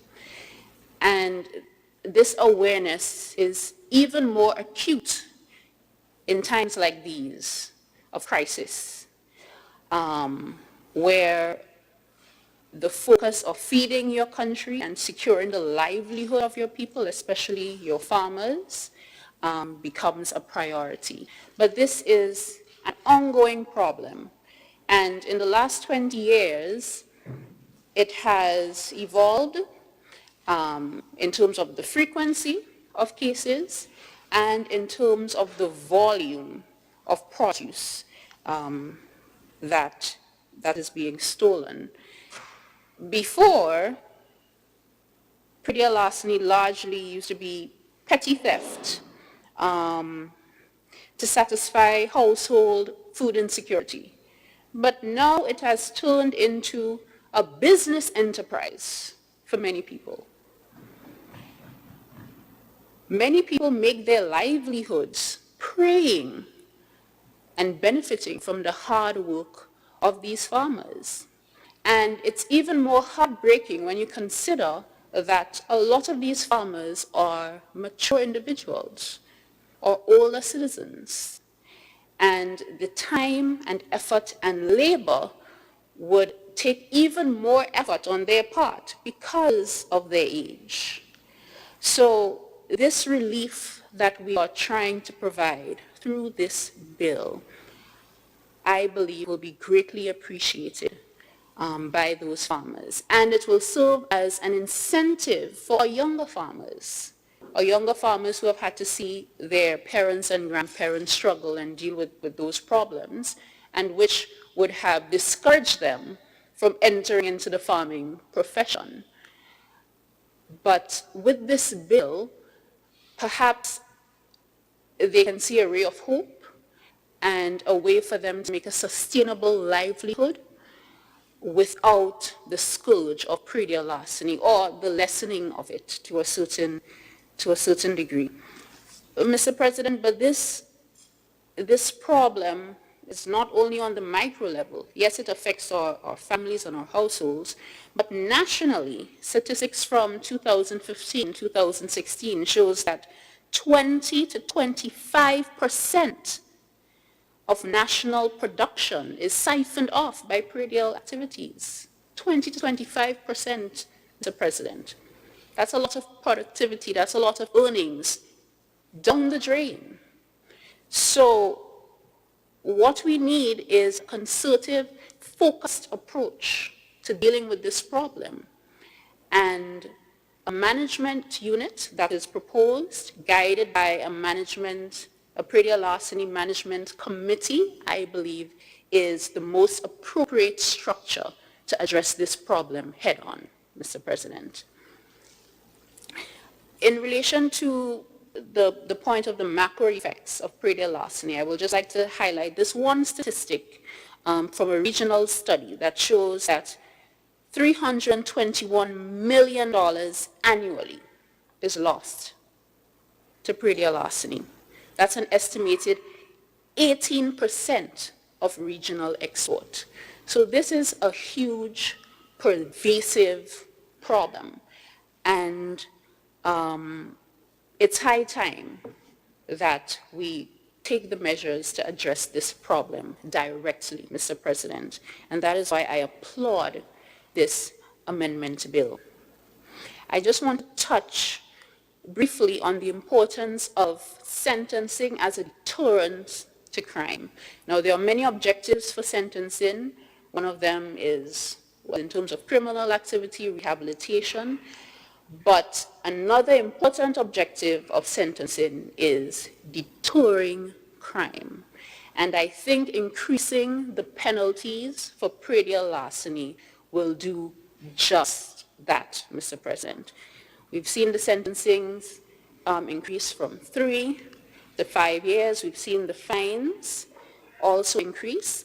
And I hope this sends a clear message to those persons who are making a business out of robbing others that we are serious about curtailing their activities. We are serious about bringing justice to our hardworking farmers, and we are serious about harnessing the maximum potential of the economic benefits that agriculture brings to our nation.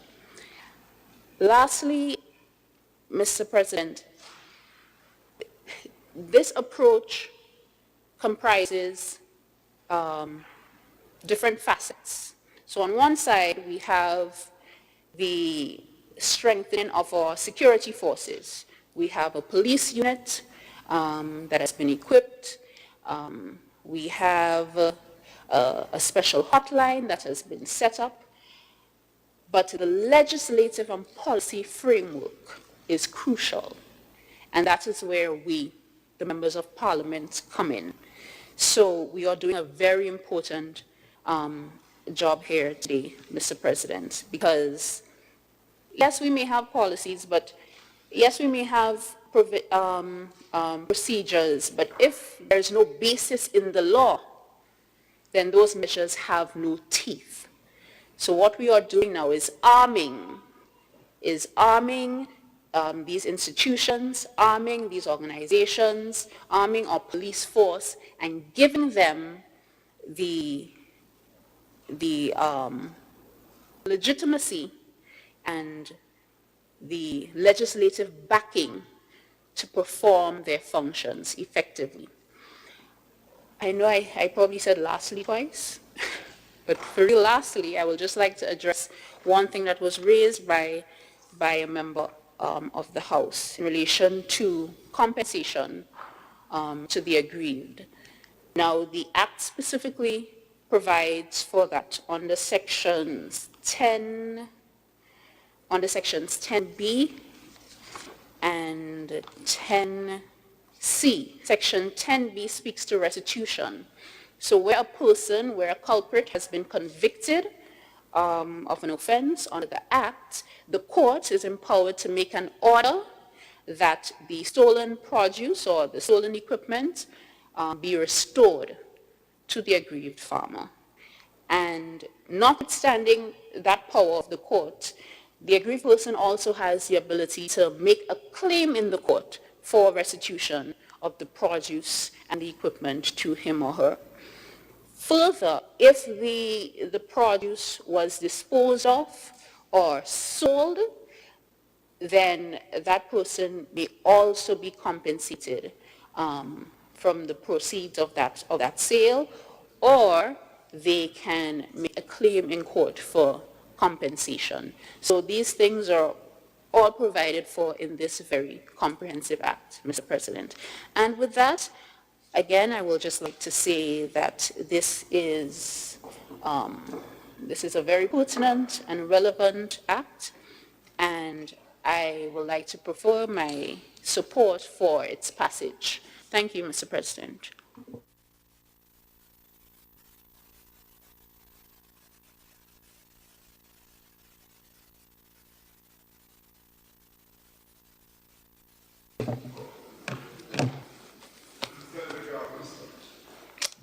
Thank you very much, Mr. President. Mr. President, I too want to join my voice in giving full support to the passage of the Pridi-Alasani Amendment Bill.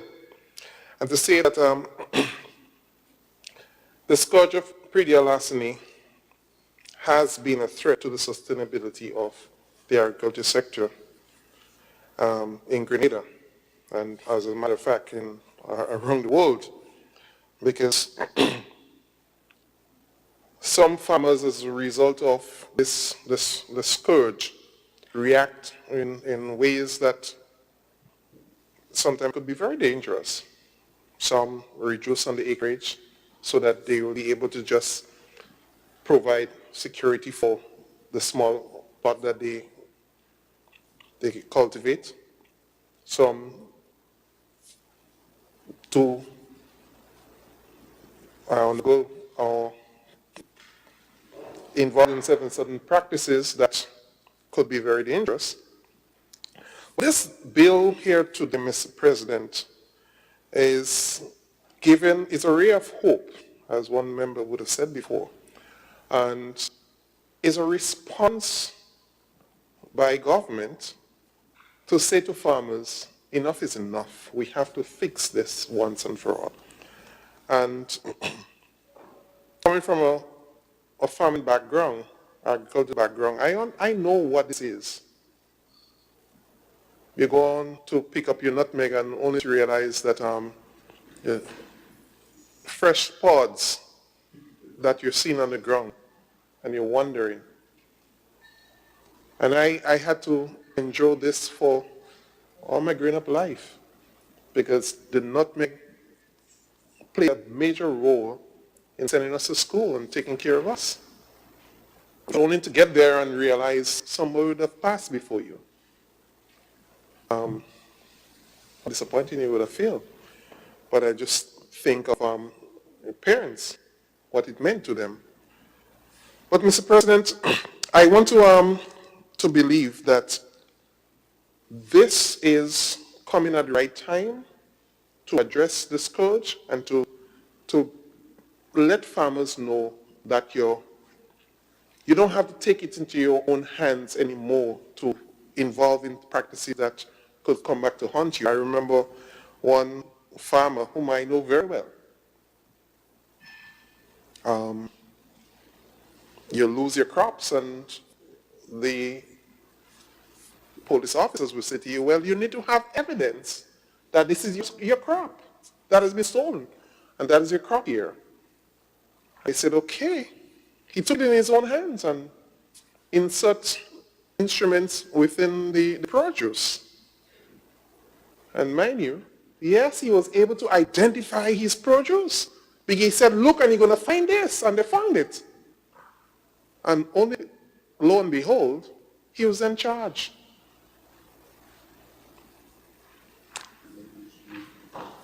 Because the measures he took to have the evidence could have resulted in the death of others. So it didn't help. But I am happy to say that in the end, and that's where I saw the collaboration of other farmers who stood up and say, no. Yes, it was a wrong method, but we found the culprit. But we should not penalize the gentleman. So there would be no need now to put instruments in produce or to, as people say, poison produce. Because, you know, if your produce has been stolen, there is redress. And through this bill, there will be redress and we can deal with this. But I want to move a little further into suggesting, Mr. President, to effectively tackle the scourge of pre-deal larceny, there must be collaboration between farmers, retailers, and consumers. Let me say here, the worst part of pre-deal larceny is when you have farmers preying on the fellow farmers' crops. Because in so doing, it's sometimes hard to even detect because he's a farmer, she's a farmer, and you may think it came from their field. So we have to deal with that. But retailers always look for a deal. And why not? Last time we were here, we were talking about you have those little corners and tables in the supermarket where you have special deals. And by nature, you're getting something cheaper, you want to go for it. But I agree, it should be, it depends. But where someone come with agricultural produce and want to give you a deal, sell it for you at a deal, the retailers sometimes tempted to go for it. And I think here, Mr. President, if we can identify retailers purchasing from suppliers who are not farmers, they should be penalized heavily. Because we have to break the neck of the market. If there is no market, well then we may reduce on people going to prey on other crops. So we have to deal with that. And consumers, not everything cheap might be good for you. But my biggest concern here, Mr. President, is for us, the Ministry of Agriculture, to examine the possibility of producing special receipts or receipt books with security features for traceability at all stages along the value chain to help the pre-deal larceny task force to verify whether or not the produce in transit is stolen and legally produced. That's something I think the Ministry of Agriculture could look at. So they develop those receipt books and we ask farmers to purchase them at a special fee, of course. But the point here, if you are to sell, the task force could examine your receipts to know that you got it from a legitimate source. We have to find ways to reduce the possibility for the transaction of pre-deal stuff. We have to. And when we do such, it will, of course, encourage our young people to wanting to go into this noble field. You know, as a young man growing up, I often used to think back of all those snacks and so forth we purchase, be it the potato chips and so on. And I said, somewhere in Idaho, or in some place in the United States, it's a farmer who produces the potatoes. And the potatoes have been used to make the chips, and we bought it down here. And I was using this playing over in my mind to say, sometimes we see farming as a dirty job. But if those farmers didn't do that, we wouldn't have the chips that we enjoy. And think of the other produce. They all came from the field. Mind you, yesterday I read an article that kind of frightens me.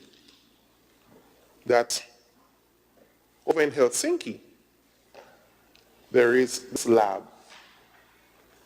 that is using water and bacteria to produce flour and other crops, that there will be no need to use the soil again. And the reporter, as the first one being given that opportunity to look at the operation, he said he saw this froth, what we call water and on water with whatever pollution, so normally we'll make, as we see, a froth in it. And he said he saw this froth, and this froth being pushed through whatever processing, and this bacteria came out as flour. And he said, well, make me a pancake. And he said, yes, they used the engineered flour and make him a pancake. And said it tastes just like the regular flour pancake. That's where we are going. That's where we're going. But in the meantime, let us ensure that we protect this industry that we have. If that's what's going to happen in the next 50 years or so, so be it. But for now, the industry we have, this is a noble industry, and I want young people to recognize that this is noble. And if we are not able to provide food to feed our people, we will go starving. So it's important, a very important industry. And I remember as a young lad growing up, 4-Hers, and a big part of it was the backyard garden and so forth. We need to continue to push this. And my pet subject in this area is, and I've constantly said it, why you find that children, just very small, and they know everything about the KFC and so forth. And they know everything about the fries. And you know what would have happened?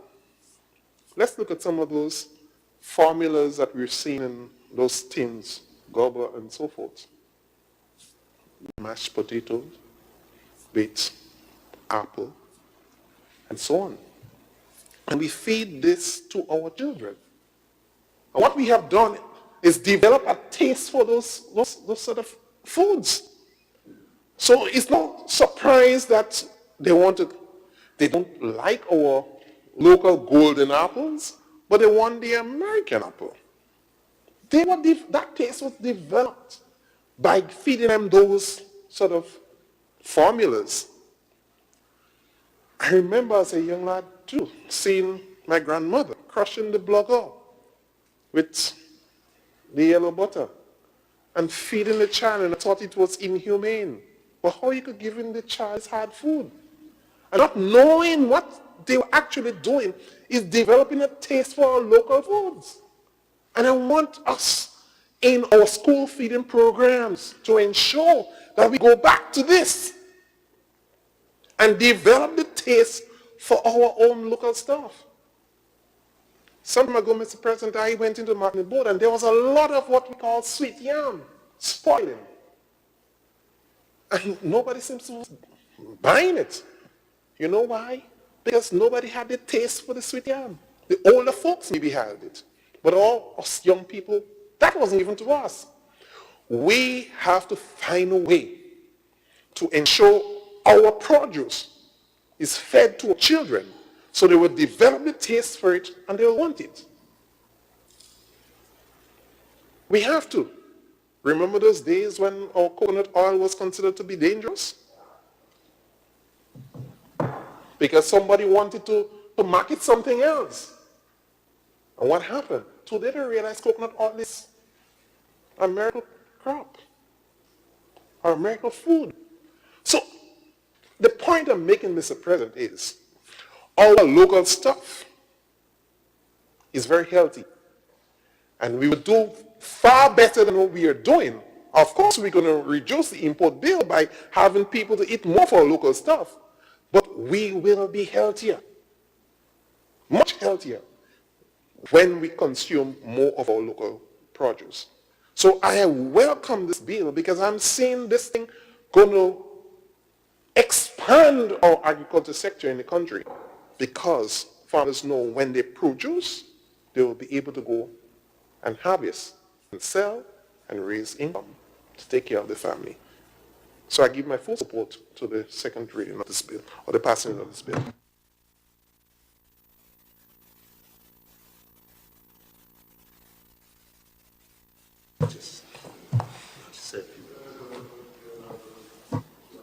Yeah. Do you want to?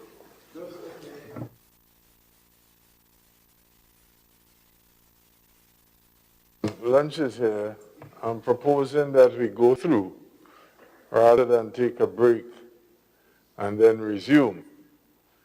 So in as much as we are providing an incentive to farmers by this bill, I'm providing an incentive to the senators that lunch is here. And it ought to be eaten. So there's an incentive. Well, my suggestion, Mr. President, I think there are still some contributions that want to be made from the other side. We still have the adjournment to go through. My suggestion would be we complete this bill, the adjournment, something else, no? Well, I'm proposing that we go through and finish, bring the sessions to a close, and then have lunch. Yeah. The incentive is, if we're doing that then we will speed up the process. That's the incentive. Okay. So not only are the farmers being incentivized, but the senators are being incentivized to finish the day's proceedings. Thank you very Yes. much, Senator Sincere. Thank you very much, Mr. President, and I really appreciate that. I like the incentive that you just gave. So I'm going to be very short. I rise to give my support to the bill. I feel as if Senator Cadet would have read all my thoughts, so I am not going to labor on those. I would just want to highlight in supporting the bill the need for visibility of the predial larceny officers. I've said before, I live in Pearls, and just down from my house there is a farm there. And so I would have also heard the cries of all the farmers in that area, because Pearls is a farming community. Persons would have personally approached me to speak of, the issues that they would have had with persons coming on to their farms and stealing, and when you're farming in proximity with others and you cannot identify your produces and so on. So all of those issues, while I'm not a farmer, I would have heard of them, directly from the farmers. So I believe the visibility of the predial larceny officers would be a key component in ensuring that this bill actually, the intentions of this bill actually would be achieved effectively. I also want to point out that there are instances where persons do not actually steal the produce themselves, but they would knowingly, intentionally tie the animals in persons' farms or fields, and so the animals would be the ones doing the destruction to the produce. And again, I think something has to be done about that, because I cannot imagine why, as a farmer, you would see another farmer's hard work, hard labor coming up and just, tie your animal in that field. From my expertise, Mr. President, I think Senator Cadet would have touched on that, resources are very important for anything to work. And we're not talking necessarily here financial resources, but we're talking also human resources, a functioning space for the predial larceny unit to operate from, and so on. All of these would come together to make sure that the intentions of this bill are achieved. And so I would just want to impress on the on the ministers on the other side, the senators on the other side, and of course the Ministry of Agriculture, to ensure that all of the resources that are needed for this are available. Thank you, Mr. President.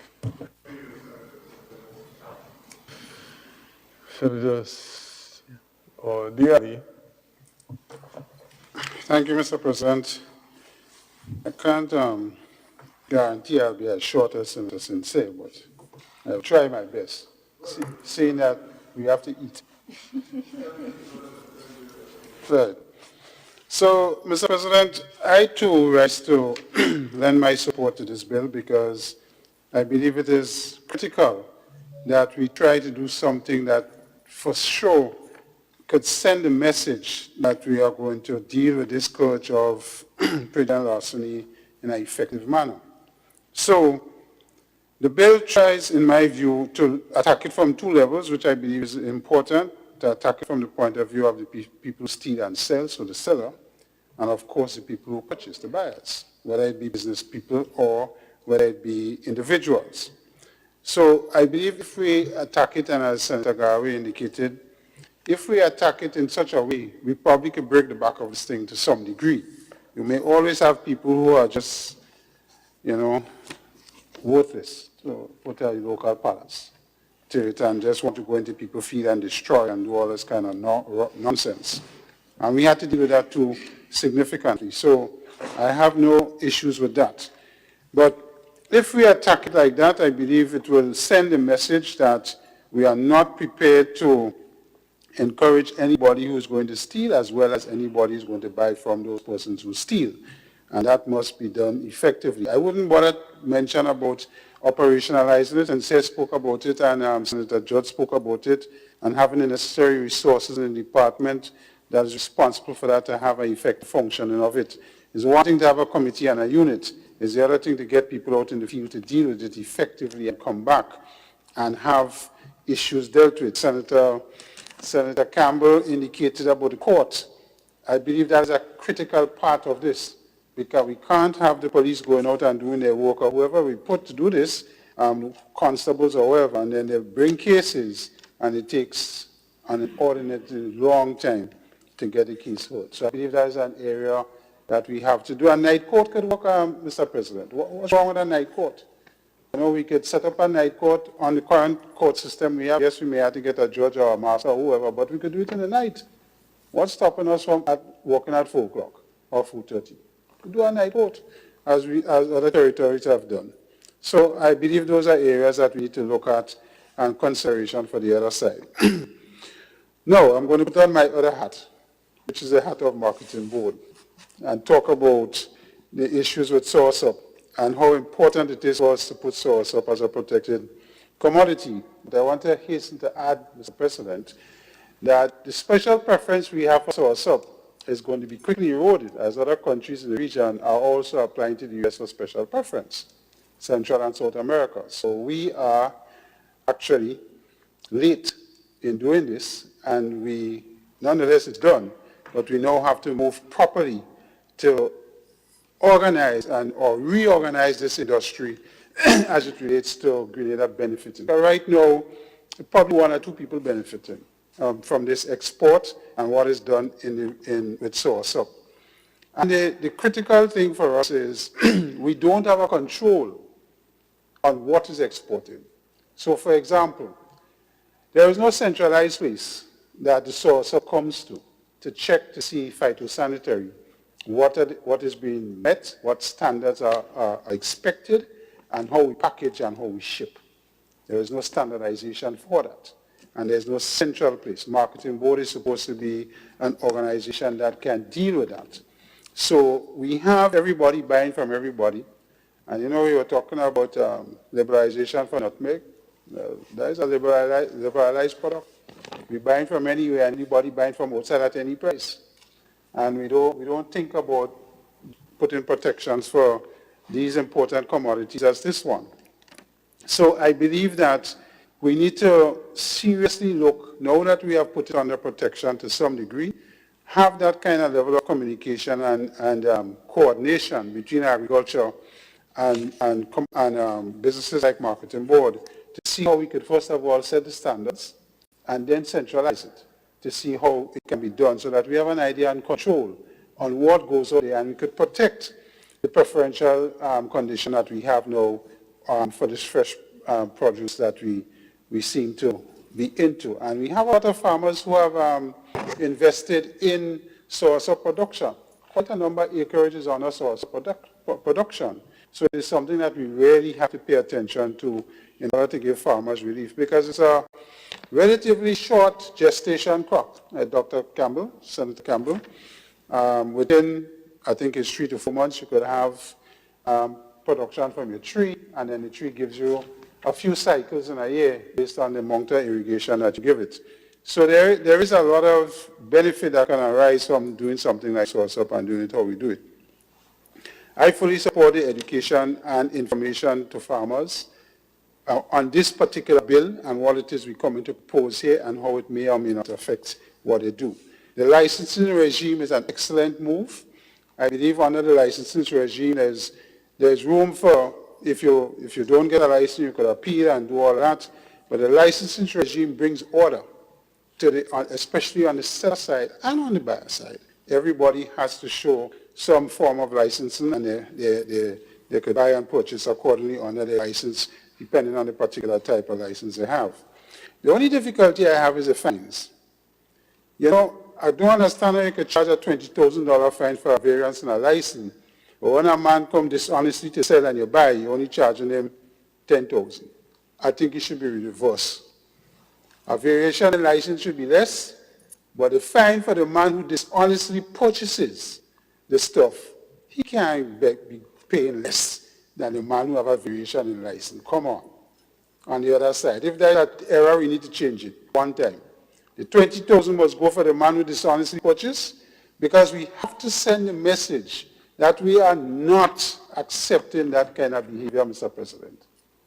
That is what the message has to be sent. As a matter of fact, it should be more. I find it should be more, 20 small. I would suggest that we look at increasing it, because this is about sending the message. The court normally, when we do these acts, is a maximum of. The judge, whoever, when this matter comes, don't necessarily have to go to the maximum, it could be less. So we need to, I think we need to switch that one around. I don't believe, I think we make a mistake there.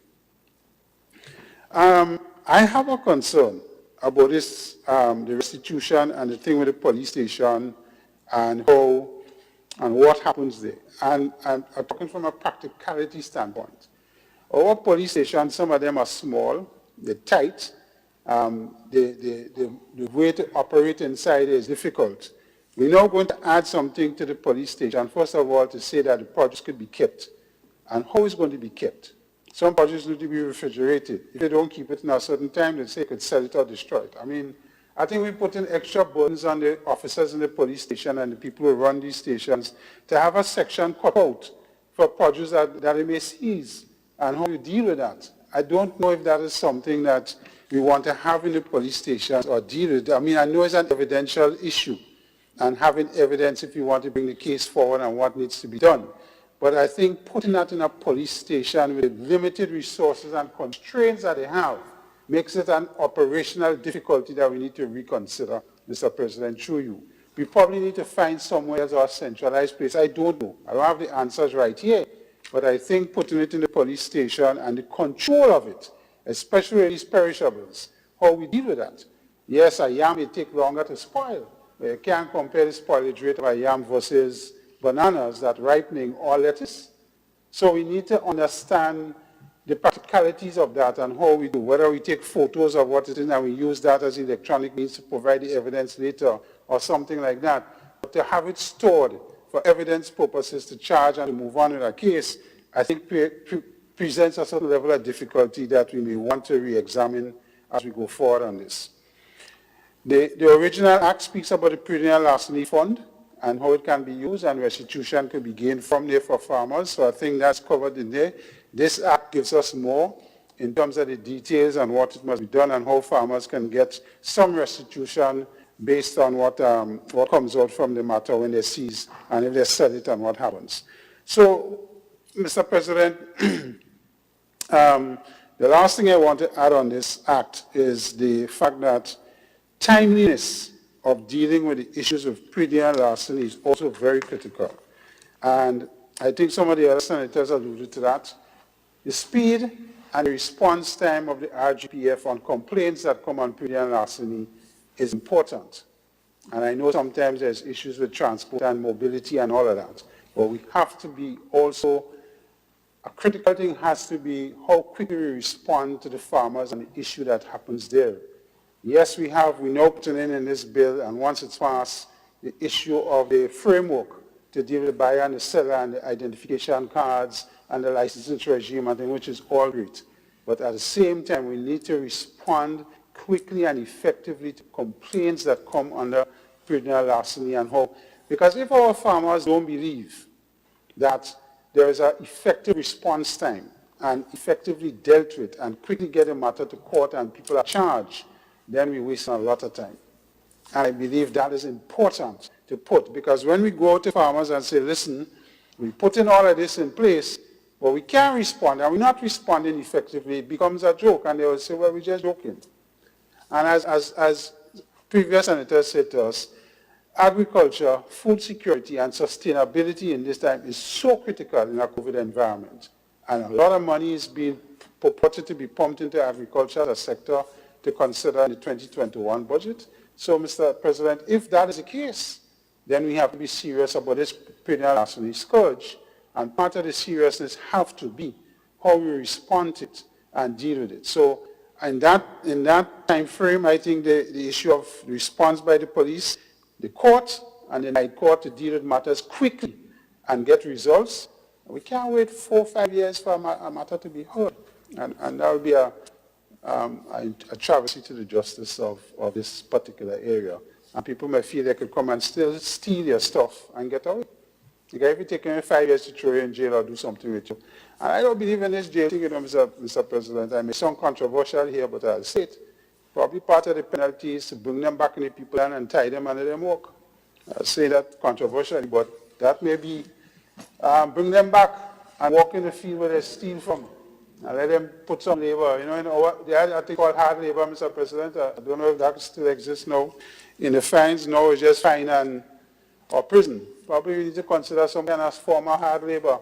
Because when a farmer back, bend and toil and fork and do all that thing and weed and so on, and then when you come to reap carrots, all gone, and then they stick back with a piece in it to make you feel that the carrots still there.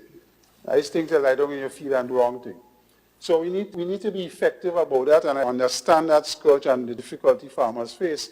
And as we said here, if we want to encourage farming in young people as a business, which it is, and it ought to be, then we need to deal with these issues of prison and larceny in a serious and effective manner. Thank you, Mr. President.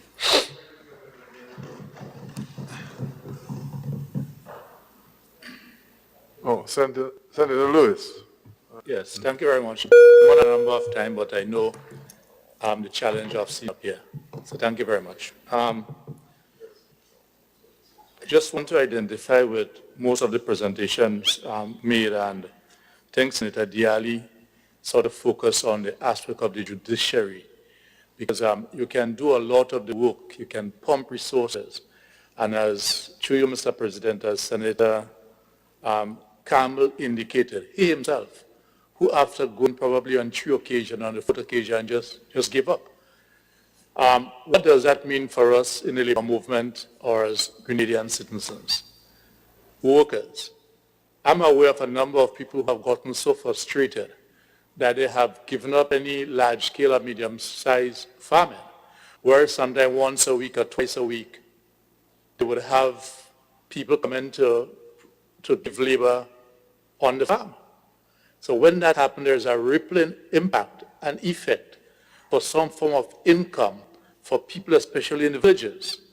And permit me, I know he's very humble, but I must identify my dear comrade and colleague, the acting clerk, as one of the leading farmers in Soursop. I mean, he has planted over, I'm aware, these are discussions that we have been having. He had over 4 acres of Soursop planted, probably a few years ago, and when faced with the issue of losses, that have contributed to him, although he's a very deep, steeled, committed person, having to review his involvement in that form of agriculture. So we are aware of this, and I also identify with the concern and would like to hear the thought process behind the severity of penalty in 2J subsection 2 versus part 5 subsection 3 as identified by Senator Diali, especially where I became more concerned on the question of a license and the information that one may provide. If you change your vehicle based on the example used by, I think it was Senator Cox, because the aspect of your vehicle may be information that allow you to qualify for a license, but you have to change your vehicle, and for some reason, 7 days were to elapse, and you did not make that correction, you would automatically be exposed to a $20,000 fine, not just as a maximum, but $20,000. And I do not think that we may find that a farmer, a businessman with a license may be able to say, well, look, do not fine me as the business persons who would have benefited from the stimulus package and not given the monies to the workers have been forgiven. And we must not use this as a means of people can do things and then be forgiven without penalties. We need to send a very strong message. Many years ago, and that gets here, this is the aspect of where centralization may come in, as Senator Diali spoke about marketing board. But under the GCNA and also under the Cocoa Association, where we grew up calling it the Nutmeg Book and the Cocoa Book. But the Nutmeg Book and the Cocoa Book were used not only as a means of recording what you have sold, but it was also used as a means, and I can recollect that many years ago, where in that area, the purchaser were able to look at your book, even without your knowledge, and form an opinion as to whether or not all the produce that you are selling have come from your land. Because it may be known that it is a quarter acre of land you may have, and there is an appreciation of the amount of nutmeg trees or cocoa trees that you may have. And over a period of time, so growing up, I'm aware of this. We were able to just by the observation of people's book or the process, to form an impression and then look into it as to whether or not you are going into your friend's land and pick up nutmeg or pick cocoa.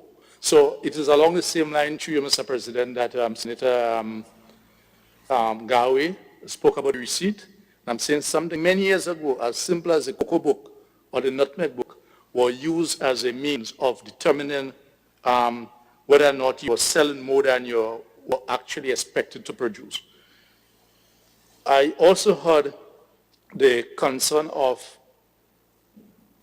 a farmer identifying or purporting to identify his produce and been told, well, you cannot prove that this is your produce because it is not marked. And I'm not going the road that that farmer may have gone, and I'm aware of those things. But I'm wondering whether or not it may be legitimate that if I'm the one accused, I'm sitting somewhere in the market or at my side of the road selling, and farmer A came and said that, look, I'm selling stolen produce. Could it be therefore now I am expected to prove where I got my produce from? I'm not sure about the legitimacy of this, but about the possibility of this. If we are faced with that I am producing, I have lost my produce, I have good reasons to believe that farmer B stole my produce. I reported it to the police. We went to farmer B, and farmer B said, well, no, This is not your produce. Shouldn't it be that for farmer B to be selling, he ought to be able to prove where he got his produce from? So that was one of the suggestions that I wanted to make. And to identify with all of the comments made about the issue of enforcement, the issue of the relevant support, because farming in the communities do produce or provide some little pankwai, for want of a better word, some little pankwai for quite a number of the villagers from time to time. So I give my support to the bill and ask for the necessary resources to be made available. And this is a time in the COVID period for us to give the seriousness and importance to agriculture, not the lip service that we have done in the past. Not the lip service that we have done in the past. This is a period when we, even within the period of the scarce resources that we have, given the reduction in revenue, but we can show how important that we take agriculture by ensuring that we do what is necessary to ensure that our farming community is protected, and therefore encourage our people to use local produce. Thank you very much, Mr. President.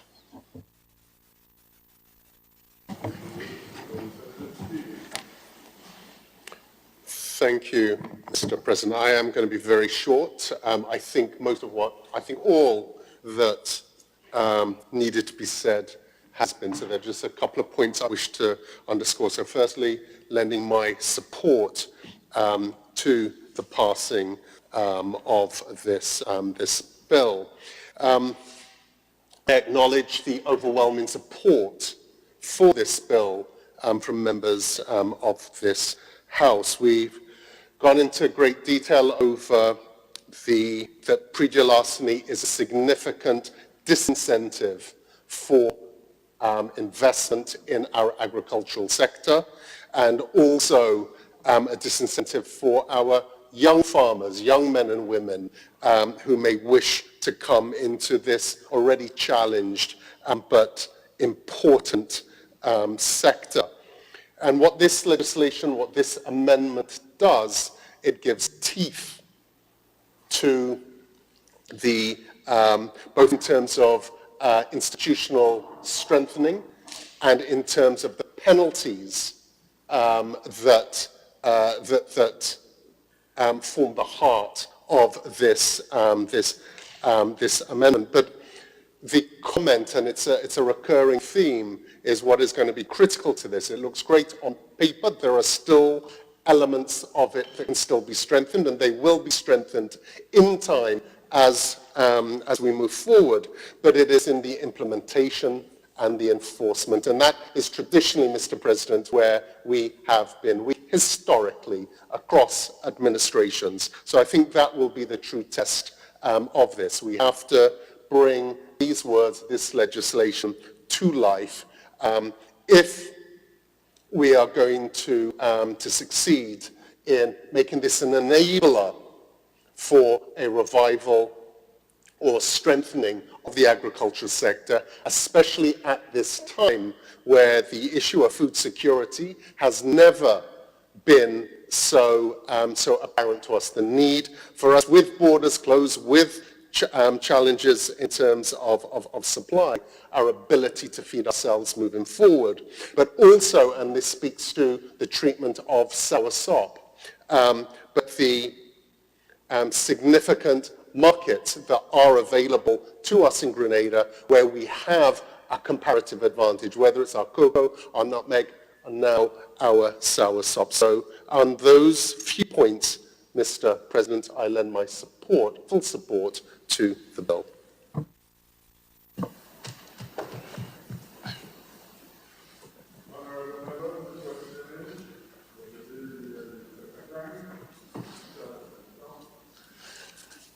Mr. President, I just want to just take the opportunity just to summarize a few things that were made mention by members who contributed towards this bill, and thank them for support towards this important bill, the passage of this important bill.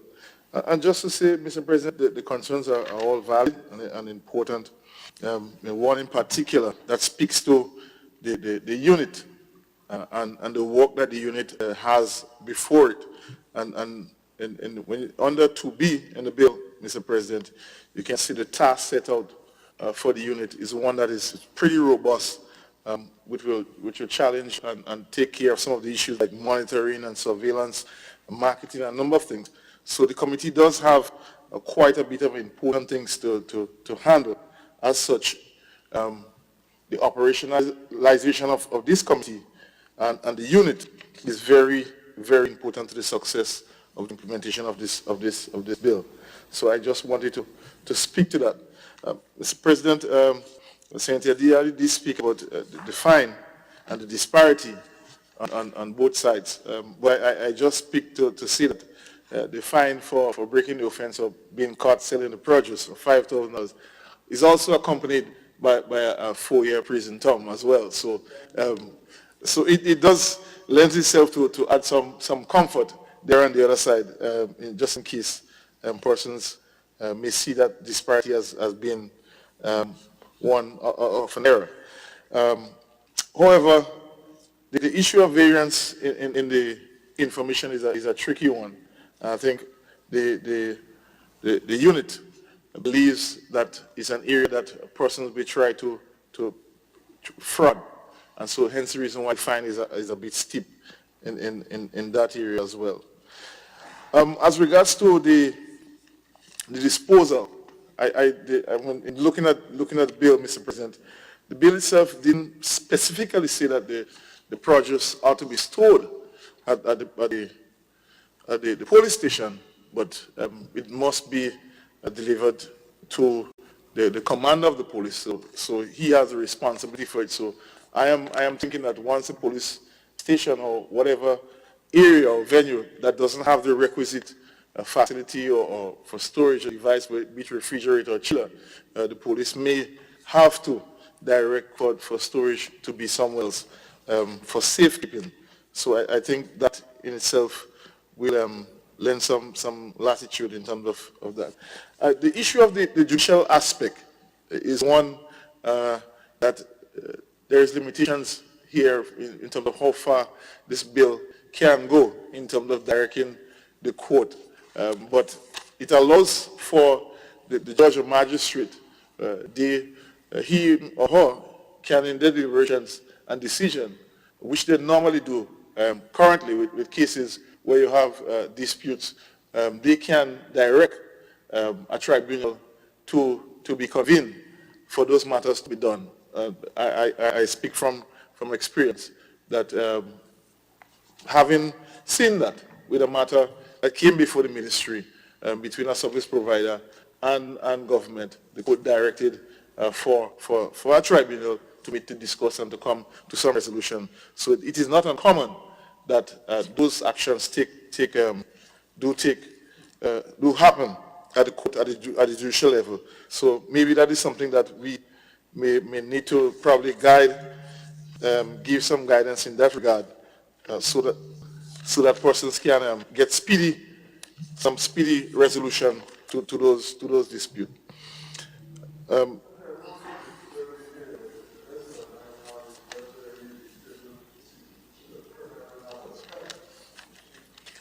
I'm not sure. I'm not sure. As I say, I may be lost there, but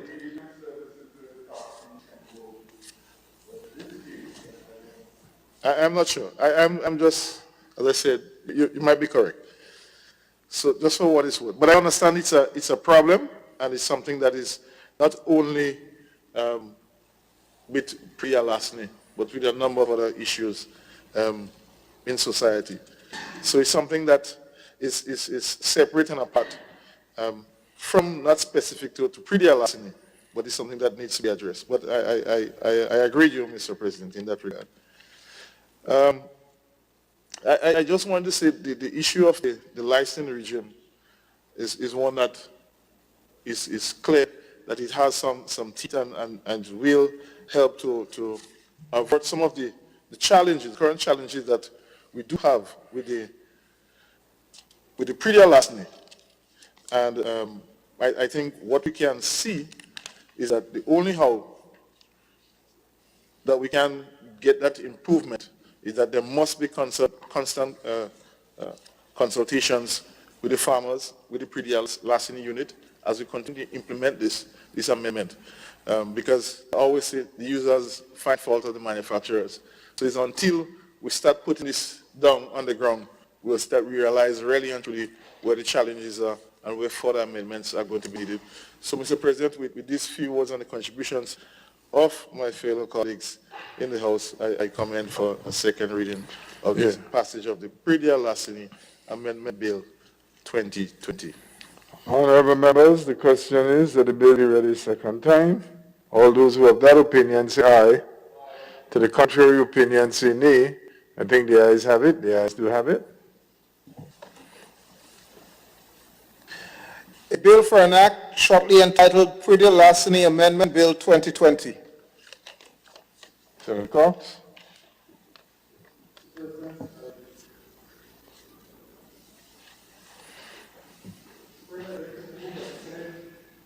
The Senate resolve itself into a committee of the whole Senate and consider the bill clause by clause.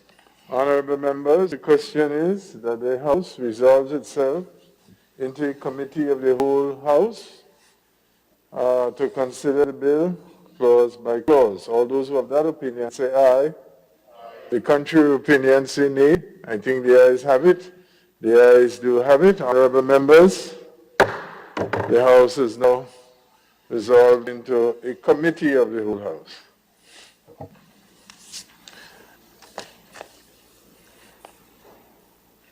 Clause 2, Amendment to Section 2 of Principal Act. Honorable members, the question is Clause 2, Amendment to Section 2 of the Principal Act forms part of the bill. Those who have that opinion say aye. To the contrary opinion say nay. I think the ayes have it. The ayes do have it.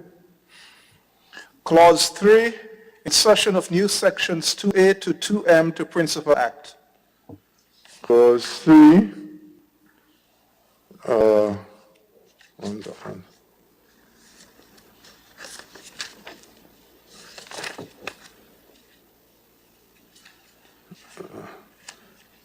Clause 3, the insertion of new section 2A to 2M to the Principal Act. All those who, to form part of the bill, those who have that opinion say aye.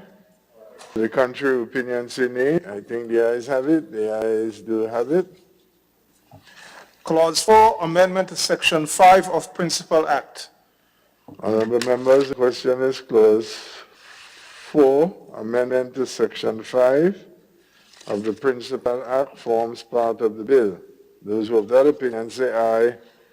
To the contrary opinion say nay. I think the ayes have it. The ayes do have it. Clause 5, Amendment to Section 6 of Principal Act. Honorable members, the question is Clause 5. Amendment to Section 6 of the Principal Act forms part of the bill. Those who have that opinion say aye. The contrary opinion say nay. I think the ayes have it. The ayes do have it. Clause 6, Amendment to Section 8 of Principal Act. Clause 6, Amendment to Section 8 of the Principal Act forms part of the bill. Those who have that opinion say aye. To the contrary opinion. Yeah, I'm just confirming an updated draft was forwarded. Clause 6, subsection 3, there was that wording correction.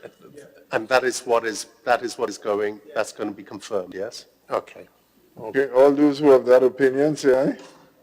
To the contrary say nay. I think the ayes have it. The ayes do have it. Clause 7, Insertion of new sections 10A to 10C to Principal Act. Honorable members, the question is that I have a Clause 7. question. Could I ask something? Sure. Yes, I just need a bit of clarity in terms of understanding. 10C subsection 10C, section 3. A certificate referred to in subsection 2 shall be admissible in evidence as proof of the matter stated in it without proof of the signature of commander of the police station. What is this? I'm trying to understand this. What we are trying to, without proof of the signature of the commander of the police station.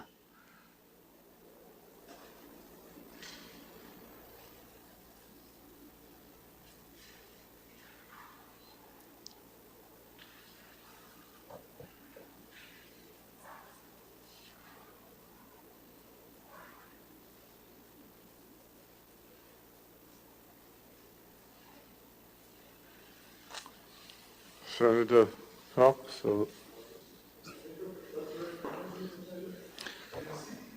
10C, 3, yeah. I just consider the part without proof. What does that, give me an example. I'm trying to follow that.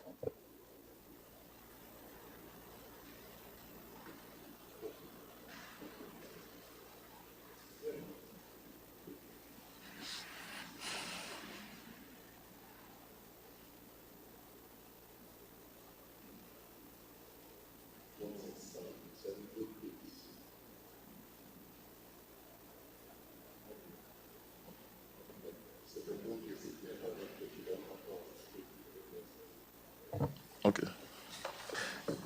Thank you. In terms of clarity, what this is saying basically is that the commander doesn't have to be in person to be seen as signing. That is what it basically means. So he doesn't have to be there in the court to sign in the presence. But once he signs, once the signature is there, it has been deemed as being signed by the commander. Okay. Yeah. All right? Okay. Thank you.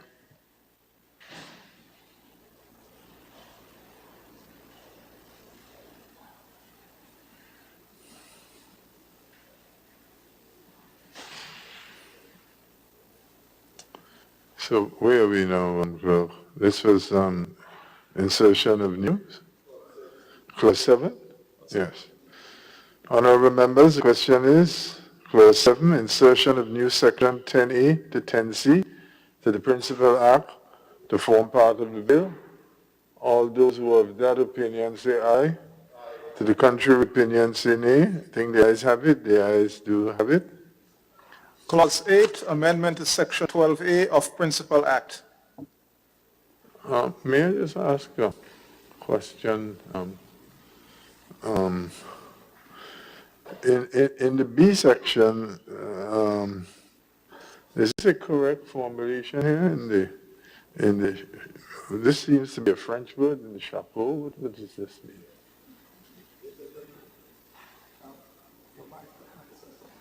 Yeah, it's a French word. Yeah. Just as reading strange to me.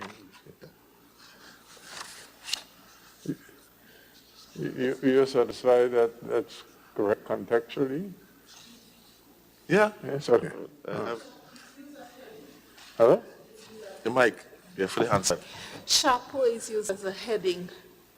So in where it says chapeau, in the chapeau, so it's in the section that it's speaking about. It's in the heading? Okay. Yeah. Okay, fine. All right. Yeah, We got everything is covered here, Mr. President. We have the French speakers, the interpreters, and all kind of thing.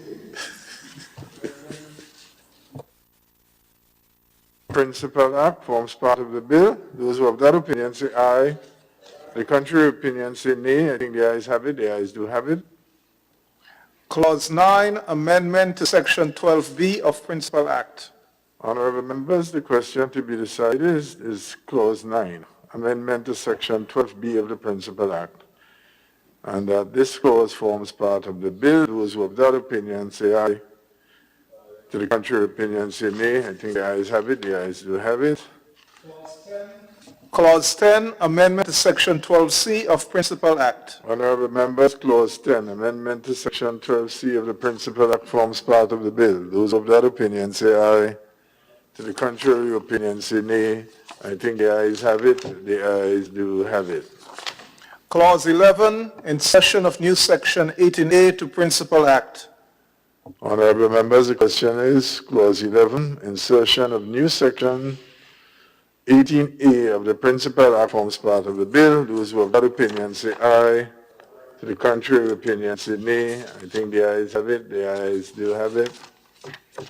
Clause 12, amendment of schedule to Principal Act. Honorable members, the question is Clause 12. Amendment of schedule to the Principal Act forms part of the bill. Those who have that opinion say aye.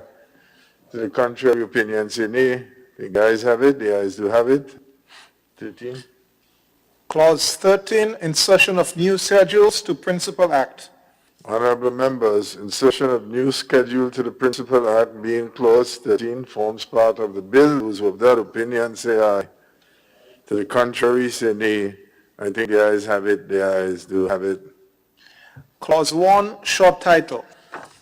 Honorable members, the question is Clause 1, short title, which may be cited as a period larceny amendment Act 2020 forms part of the bill. Those who have that opinion say aye.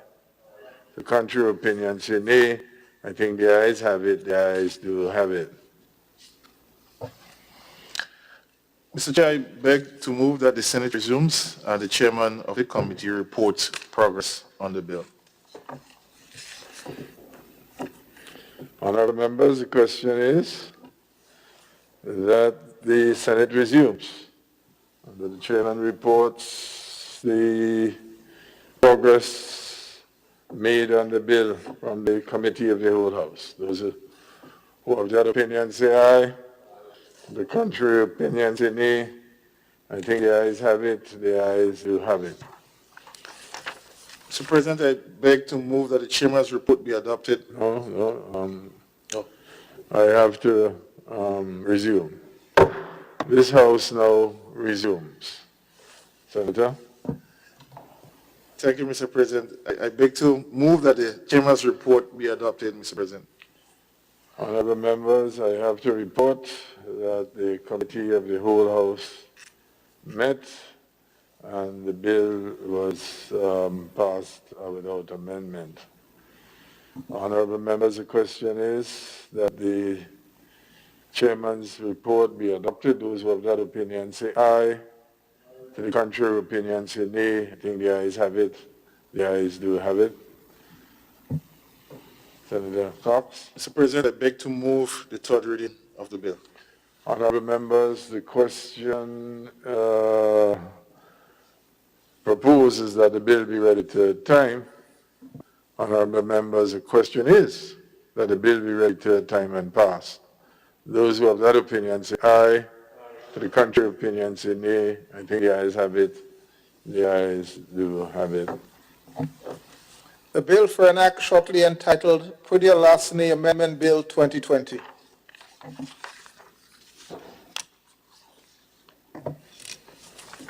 Item 16, public business. Item 17, adjournment. Honorable members, before we take the adjournment or get into that item, I just wish to convey a sad note, and that is our information technician, that is the gentleman who runs all of the laptops and handles all the IT business of this house. While he was on the job an hour and a half or two ago, we got word that his mother was rushed to hospital with a stroke. So he departed to rush to the hospital to see his mom. And we are just learning momentarily that she has passed. So I would wish to take the opportunity for us, because he's an integral part of Parliament, and we have a modern Parliament building with all of these facilities, and he's an important part of our parliamentary staff, So out of respect and as a mark of solidarity, I would just wish us to stand in a moment of silence and to have the clerk convey to him that the House conveys its deepest condolences and sympathies to him.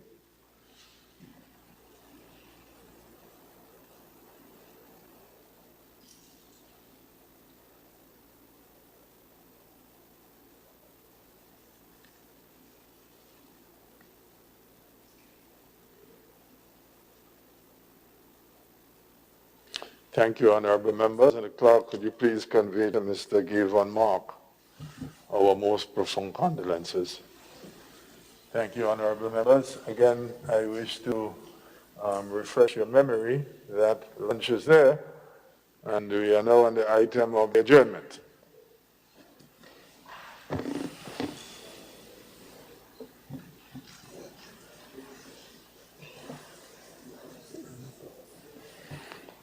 Okay, could someone move, Senator Lewis? Thank you very much, Mr. President. Yes, sure, I'll be short. But as a trade unionist, those who know us will know that lunch or eating has never been a factor when we have certain duties or so to perform. As a matter of fact, many times at the end of the day, we then realize that we didn't eat. I'm not saying that we should follow that, but that's, I just think it is important on the adjournment just to address two matters quickly. Before you go there, I also don't want us to engage in breaking the law. Because the law sets a framework for when workers must eat. And you can't work beyond 4 hours without having a meal break. So my memory tells me memory tells me I've gone past 4 hours. We took a decision. And that's in the labor code. So. I'm agreeing with this, but if we agree without being forced, I don't think that's an issue. And as leaders.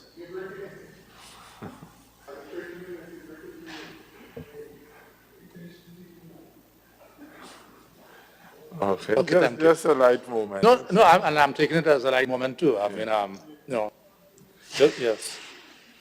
Just in relation to whatever changes has been made have been considered in relation to the Annandale waterfalls.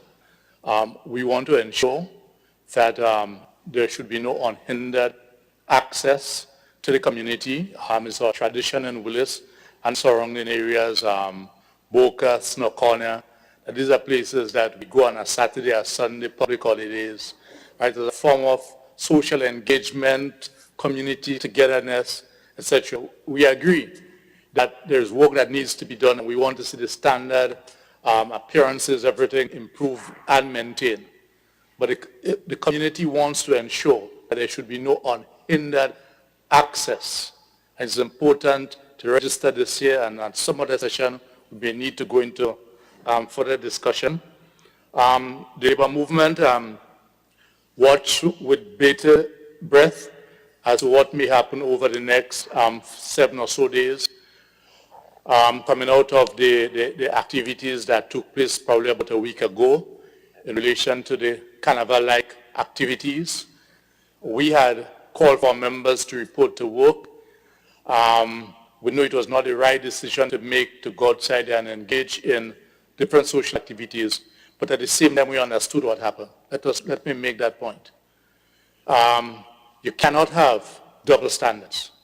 You cannot have, and I'm going to speak about it very openly now, because it cannot be used as encouragement by fellow workers and villagers to go out and socialize. That's before the activity. But you cannot have mini regattas. You cannot have government officials and others taking part in activities that bring people together, and then expect, as the people in charge of the state, to pass decree or to tell people you cannot go out and socialize. It was not the right thing to do. Do not get me wrong. You cannot do this. You cannot have business places like nightclubs in the south of the island, like the Bananas, for instance, on a Friday night, leading up to the weekend, having social activities. That is publicized and is known, and there's no condemnation. We cannot do these things. So whereas we understand And we call for workers to go to work and people on a whole to avoid socializing together, given the threat of COVID-19.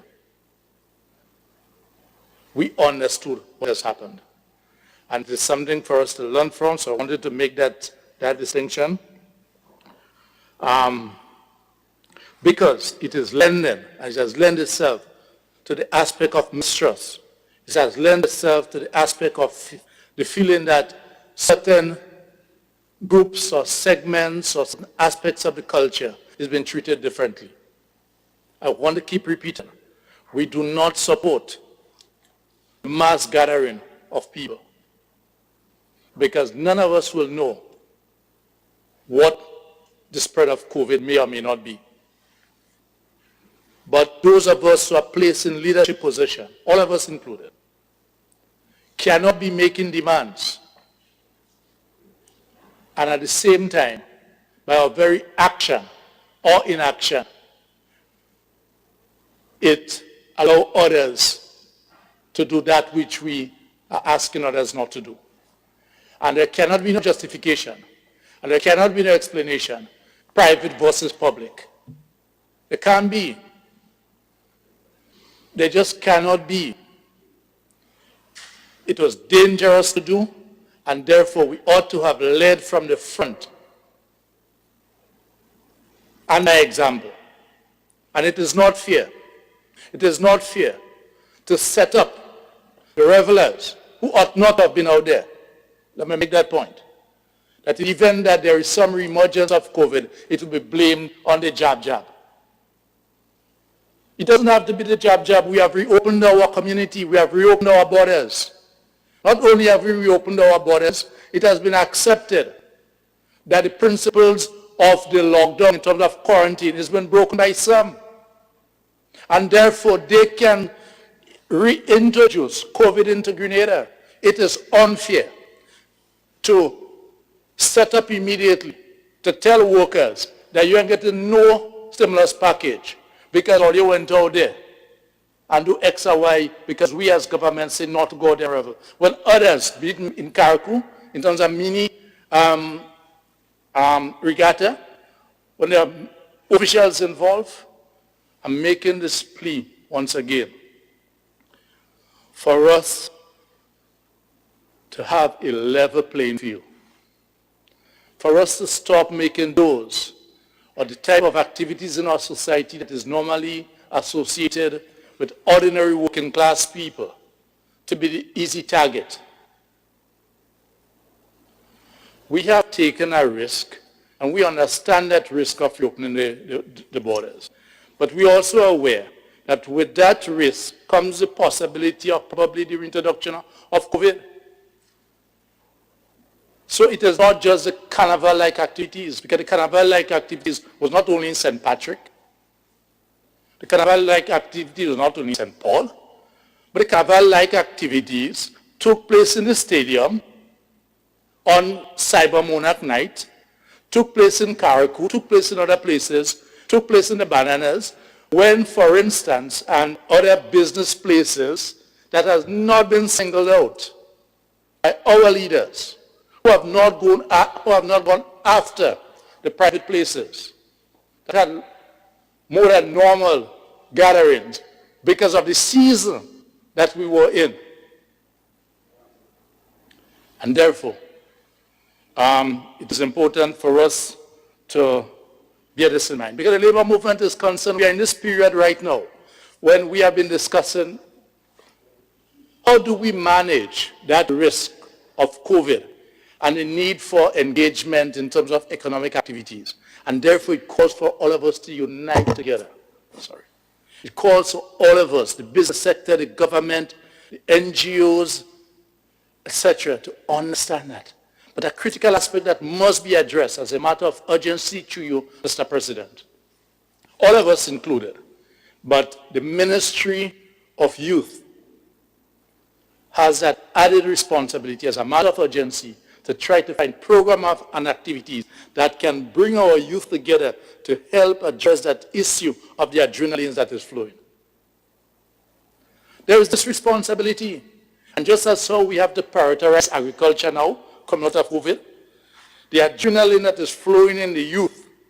Say what we want. We can make political statements, we can accuse, we can blame opposition parties, we can blame labor movement, we can blame the church. There is a reality outside there. There is a rebelliousness that didn't come about just because of the jab or the ban. It found its expression there, by and large. And given the threat that we are facing, and that is why for us in the labor movement, it was so dangerous to go outside and be involved in the activities that took place over the the period that is normally put aside for Carnival. It is so risky because at the end of the day, it is the same ordinary working class man and woman and children that will be impacted significantly. Already households are stretched because a number of people are without jobs and a reduction in income. But that is not theoretical enough for us to just turn a blind eye and say that we understand. Because in order to address the issue, colleagues, through you, Mr. President, there must be an acceptance of the reality that is taking place. And it is not just enough to blame people. It is enough for us to continue the education that is required, for us to accept as the leadership that errors were made. And it may not be that those errors were deliberately made that I want to give this class of the society a better opportunity or not. We are facing a situation that has confronted us for the very first time. And the least that we can do, or the best that we can do, as we chart our course going forward, is to be open and upfront and indicate, yes, errors were made. And at the same time, to make the request of all of us to be guided by the necessary protocol, health protocol, whatever behavior that is required to continue the fight against COVID. I use this opportunity in closing, from the labor movement point of view, to once again to call on all of us, to follow the necessary protocols. And do not allow leaders, politicians, to prevent the necessary protocols from being observed. So whether you are in St. Andrew, in Grenville, and it is normal for people who lines on the block at location A, or in St. George, who lines on location B, and we make interventions as politicians to say it is okay for people to gather, even when the health officials and police officers want to do their work. We must allow them to do their work to ensure that we are able to continue along the path that we are doing in this fight against COVID. I wish everyone all the very best. Thank you very much.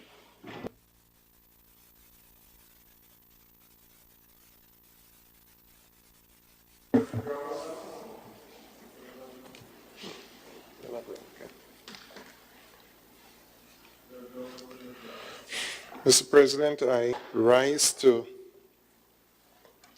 give some closing comments on this adjournment.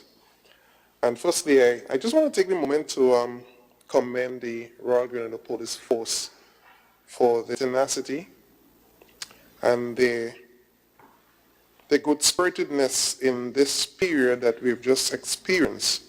And despite the fact that we have had persons violating rules and disregarding authority, and it was within the powers to apprehend on spot or after and so forth, but chose not to. And I want to commend them for that sort of decision that they would have taken. But at the same time, to speak to the exposure and the dangers that we would have seen creeping into the society as a result of persons flaunting laws and deciding to disregard authority. And I listened to my colleague, Senator on the other side, and I start questioning, why are we giving a handle to persons who decide to defy laws and flaunt authorities? Why are we giving them a handle and commending them and giving them an excuse? If you break the law, you break the law. Two wrongs don't make a right. Why are we shifting blame? I consider this to be spineless. If your members defy the laws, tell them they're wrong and stay there. Don't have to go and make an excuse and say others did it. You are encouraging them to get into unsavory acts, and they can, and who knows if they are infected. You have to be responsible enough and strong enough as a leader, if you are, to say to them, this is wrong, and don't make no excuse. It's unfortunate that we're degenerated into this level. As a leader, sir, you have to stand up to your members and tell them. But the posturing and this sort of playing around because it's a vote, come on. If it's wrong, and say it. Generally, I consider it to be not being honest, because you're speaking on both sides of your mouth. How can people really follow you when they don't know exactly what you're saying? You're wrong, but you're right. Come on, be genuine. And Mr. President, as it relates to the opening of the borders, and we have said it constantly that, and we've been advised, and we've been saying it, you cannot indefinitely keep your borders closed. And based on the state of small economies like ours, you need your borders to open because tourism plays a major role. And if I rightly remember, there was no saying that you go and play, we will not give you stimulus package. There was nothing saying that. This is wrong to sort of insinuate in this honorable chamber, honorable house, that the government made this as a threat to persons. You go and play, if you get this, there's a second wave, there'll be no stimulus package. We never said that. There is not an unending resource of resources to continue with stimulus package. And that's the point that was made. We are able to continue with this, but having to ask our creditors to forgo the payments, debt payments and so on. There is a critical issue. And we have to be man enough to say to the nation as it is. This is a critical period, extremely critical period, Mr. President. And if we do not manage this properly, it's going to be worse for all of us. But we have to say it. There should be no double talking, and to have people to believe that there is this unending resource that will be able to give stimulus package for a very long time. This is a wrong notion. The government would have said, or the Ministry of Finance would have said, the deficit right now, we're short by $181 million from what was budgeted. In terms of revenue receiving, probably we've lost between 40 to 50%. So you had a big shortfall. You have to continue the basic services of government, of the country. We have to look at this correctly. We cannot be misleading our people. And with all this tirade, is a whole set of misleading the nation to believe that the government has money and will refuse to give you if there is a second wave with COVID. That is a fallacy, and it is wrong. Mr. President, over 4 weeks ago, I was attending a regional meeting. As you know, all meetings have been done virtually. What this government had to propose to the public servants, 50% in cash, 50% in bonds. Thankfully, because of how we've been able to manage this country and this economy, we are not at that stage yet. But if this continues, who knows, we might get to that stage. So it's wrong to make people believe there is this unending resource that we could just continue to give stimulus package.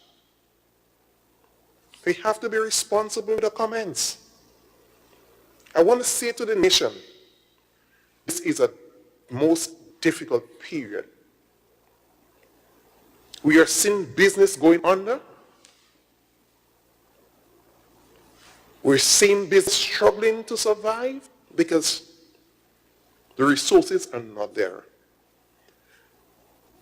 Don't believe that government not being able to receive resources, we will still be able to pay and to give stimulus packages.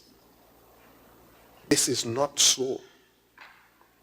So at this period, Mr. President, we all have to be responsible. Responsible with how we comment to the workers, responsible how we comment to our teachers, responsible how we comment to our students, and generally the entire nation. This is a serious period.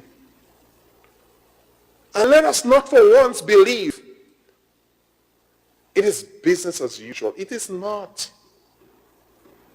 It is not. So government will have to continue to lead the way we have been. And to be very upfront with the nation and tell them as it is. Anything else will be a disservice to the people. And this, which I just heard, is a disservice to the workers of this country. We have to do better. I want to apologize on behalf of this member to the workers of this country that this is not business as usual. What you have heard is not sound doctrine, is not sound advice. We have to be measured with everything we do. Don't live lavishly. Everything you have, measure it, and let's try to conserve. The next few months could be very rocky. The next 12 months could be very rocky. So let's try to ensure that we conserve at this point in time. Grenada needs it. And Grenada needs its true leaders to stand up and say it as it is to our nation. I thank you, Mr. President.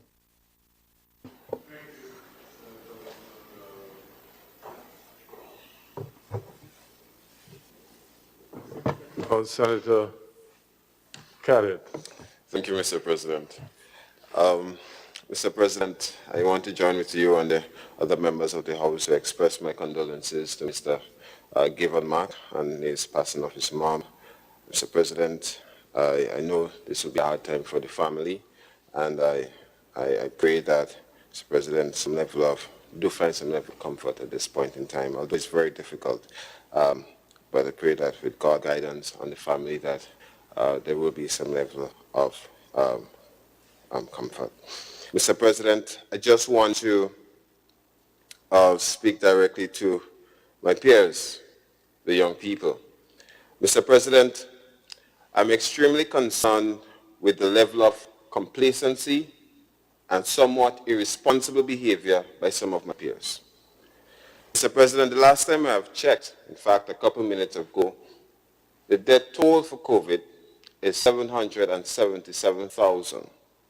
2 weeks ago, when we was here, I mentioned the death toll was 648,000. So within the space of 2 weeks, you notice an increase of 129,000. Mr. President, this is no joke. And when the Prime Minister said that this is no joke, he meant this is no joke.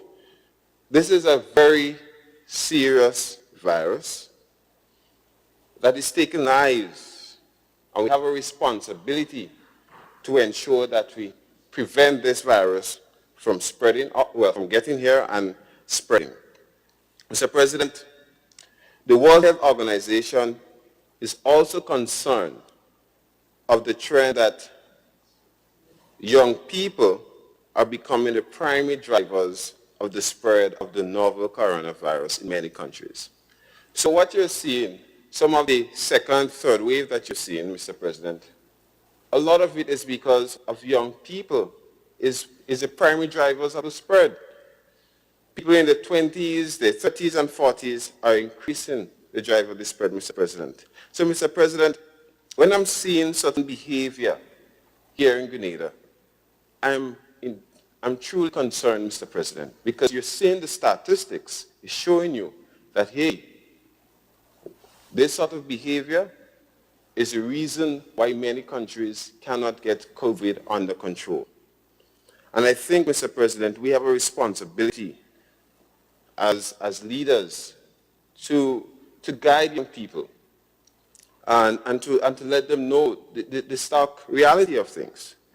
And I really want to, and I hope that many of them are listening, Mr. President, because, young people, growing up, I'm still a youth, I'm just 26, but, one of the fundamental questions a young person will ask themselves is, how can we be a part of what is happening locally, regionally, or globally?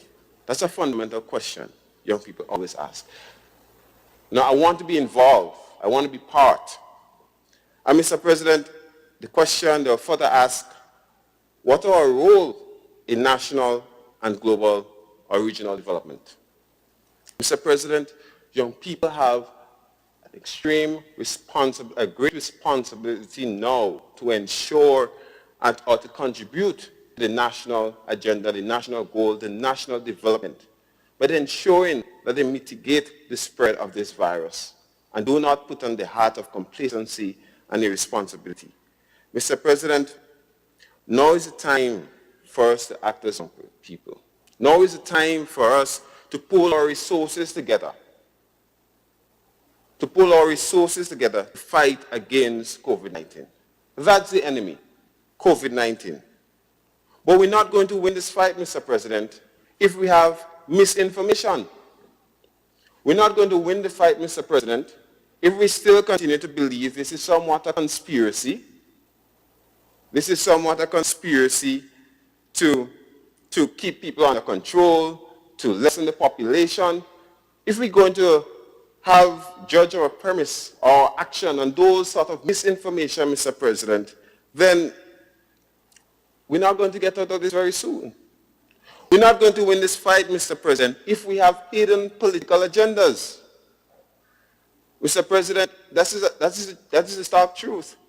I'm seeing people trying, there are genuine issues, we already know that, but then when it's have the undertone of politics and people wanting to use that opportunity to gain political support, in a time for crisis, trying to use the opportunity to get political support.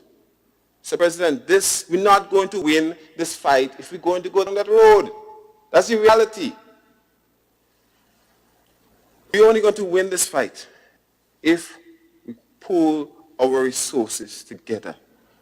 And we have to be very genuine in the effort to ensure that this fight is to ensure we mitigate against the spread of COVID-19. Mr. President, as a young person, one of the mistakes, and I know many of you young persons feel the same way, that you don't want to make is have that to propel this complacency behavior, and then this mistake haunt us years from now. Years from now, this mistake haunts us. And this mistake can result in us losing our loved ones. Totally ravage this economy. And this will not be very good for us. So, Mr. President, I've looked on the United Nations, saw they did a publication, and they highlighted 5 things, which I fully support, that young people can do in the fight against COVID-19. And I want to just go through these 5 things quickly. 1, And I believe we need to be very, that's part of being responsible, finding the right information. So the first thing you have to do is follow simple routine. Follow simple routine provided by the World Health Organization. And here, put it in the context locally, the Ministry of Health. Properly wash your hands more often. Avoid crowded spaces. Avoid shaking of hand. The wearing of your mask. Seek medical attention regularly. Point 2, educate your families, friends, and community. The spread of community awareness online and offline. A lot of us is using the social media platform, but some of us are not using it to inform our peers about the dangers of the virus. Some of us are not using it to inform our peers about how to mitigate against the spread.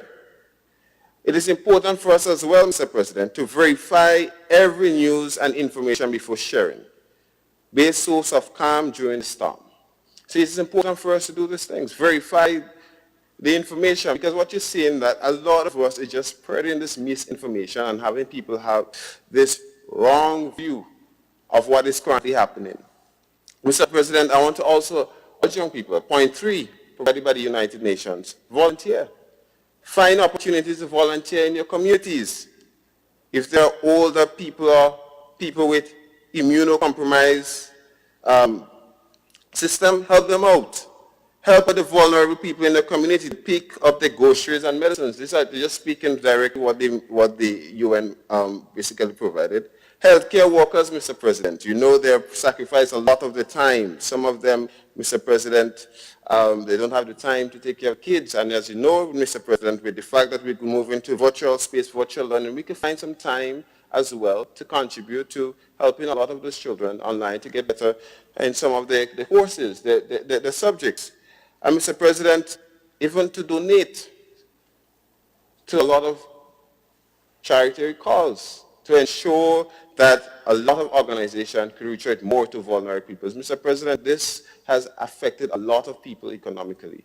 A couple of weeks ago, I've been doing distribution of hampers, and Mr. President, to be honest, it's still not enough because people are seriously affected. And we can play much more. We can be part of this more. We can continue to donate and continue to help more people in our community as relates to the difficulty that they're facing. And number 5, and I know many of them will like that, hold your government accountable.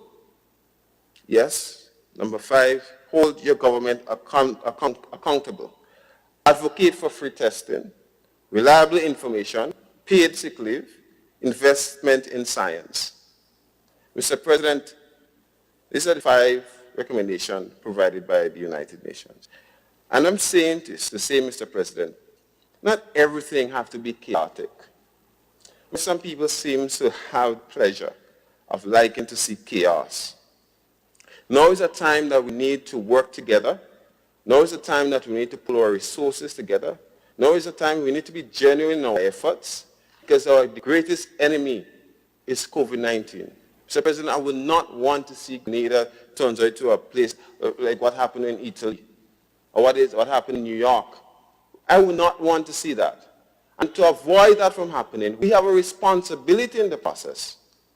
And if we're neglecting that responsibility for some maybe hidden political agendas or maybe to gain something out of this, Mr. President, that will not help in the process.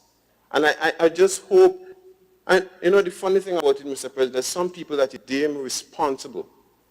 Some people that you probably have greatest respect for, using this opportunity to push more fire into chaos. I'm totally disappointed, Mr. President, because I think this is the time where we need to come together. I mean, come on, we're not even sure what the end of the year will be like. We're already hearing 40% in the decrease in our resources, $181 million, we are already short of that. Mr. President, this is not ordinary times. And ordinary times do not call for ordinary measures. We have to work together. And we have a responsibility, a key role as young people in the process. We always ask ourselves, we want to be part of national development. Now is the time to step forward, to be part of the national development. Now is not the time for politics. I'm very disappointed in the people that is using this opportunity for politics. And Mr. President, I just thought I should make that point because it's very concerning. And if we continue along this road, we may live to regret it. Thank you, Mr. President.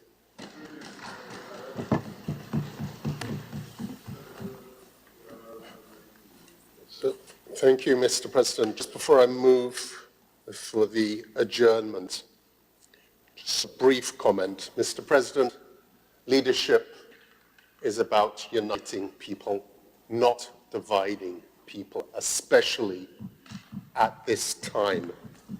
The member on the other side needs to stop blowing his dog whistle. There is no class division. There is one protocol. There is one set of regulations. There is one law. Mr. President, we need to work together. I think it was in the last sit-in, Senator Diali just summed it up. This is not a time to play politics with people's lives or the economy. Let's take the politics out of this.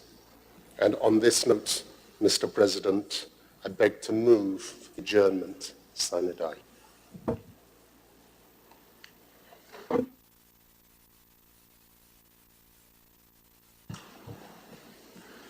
This House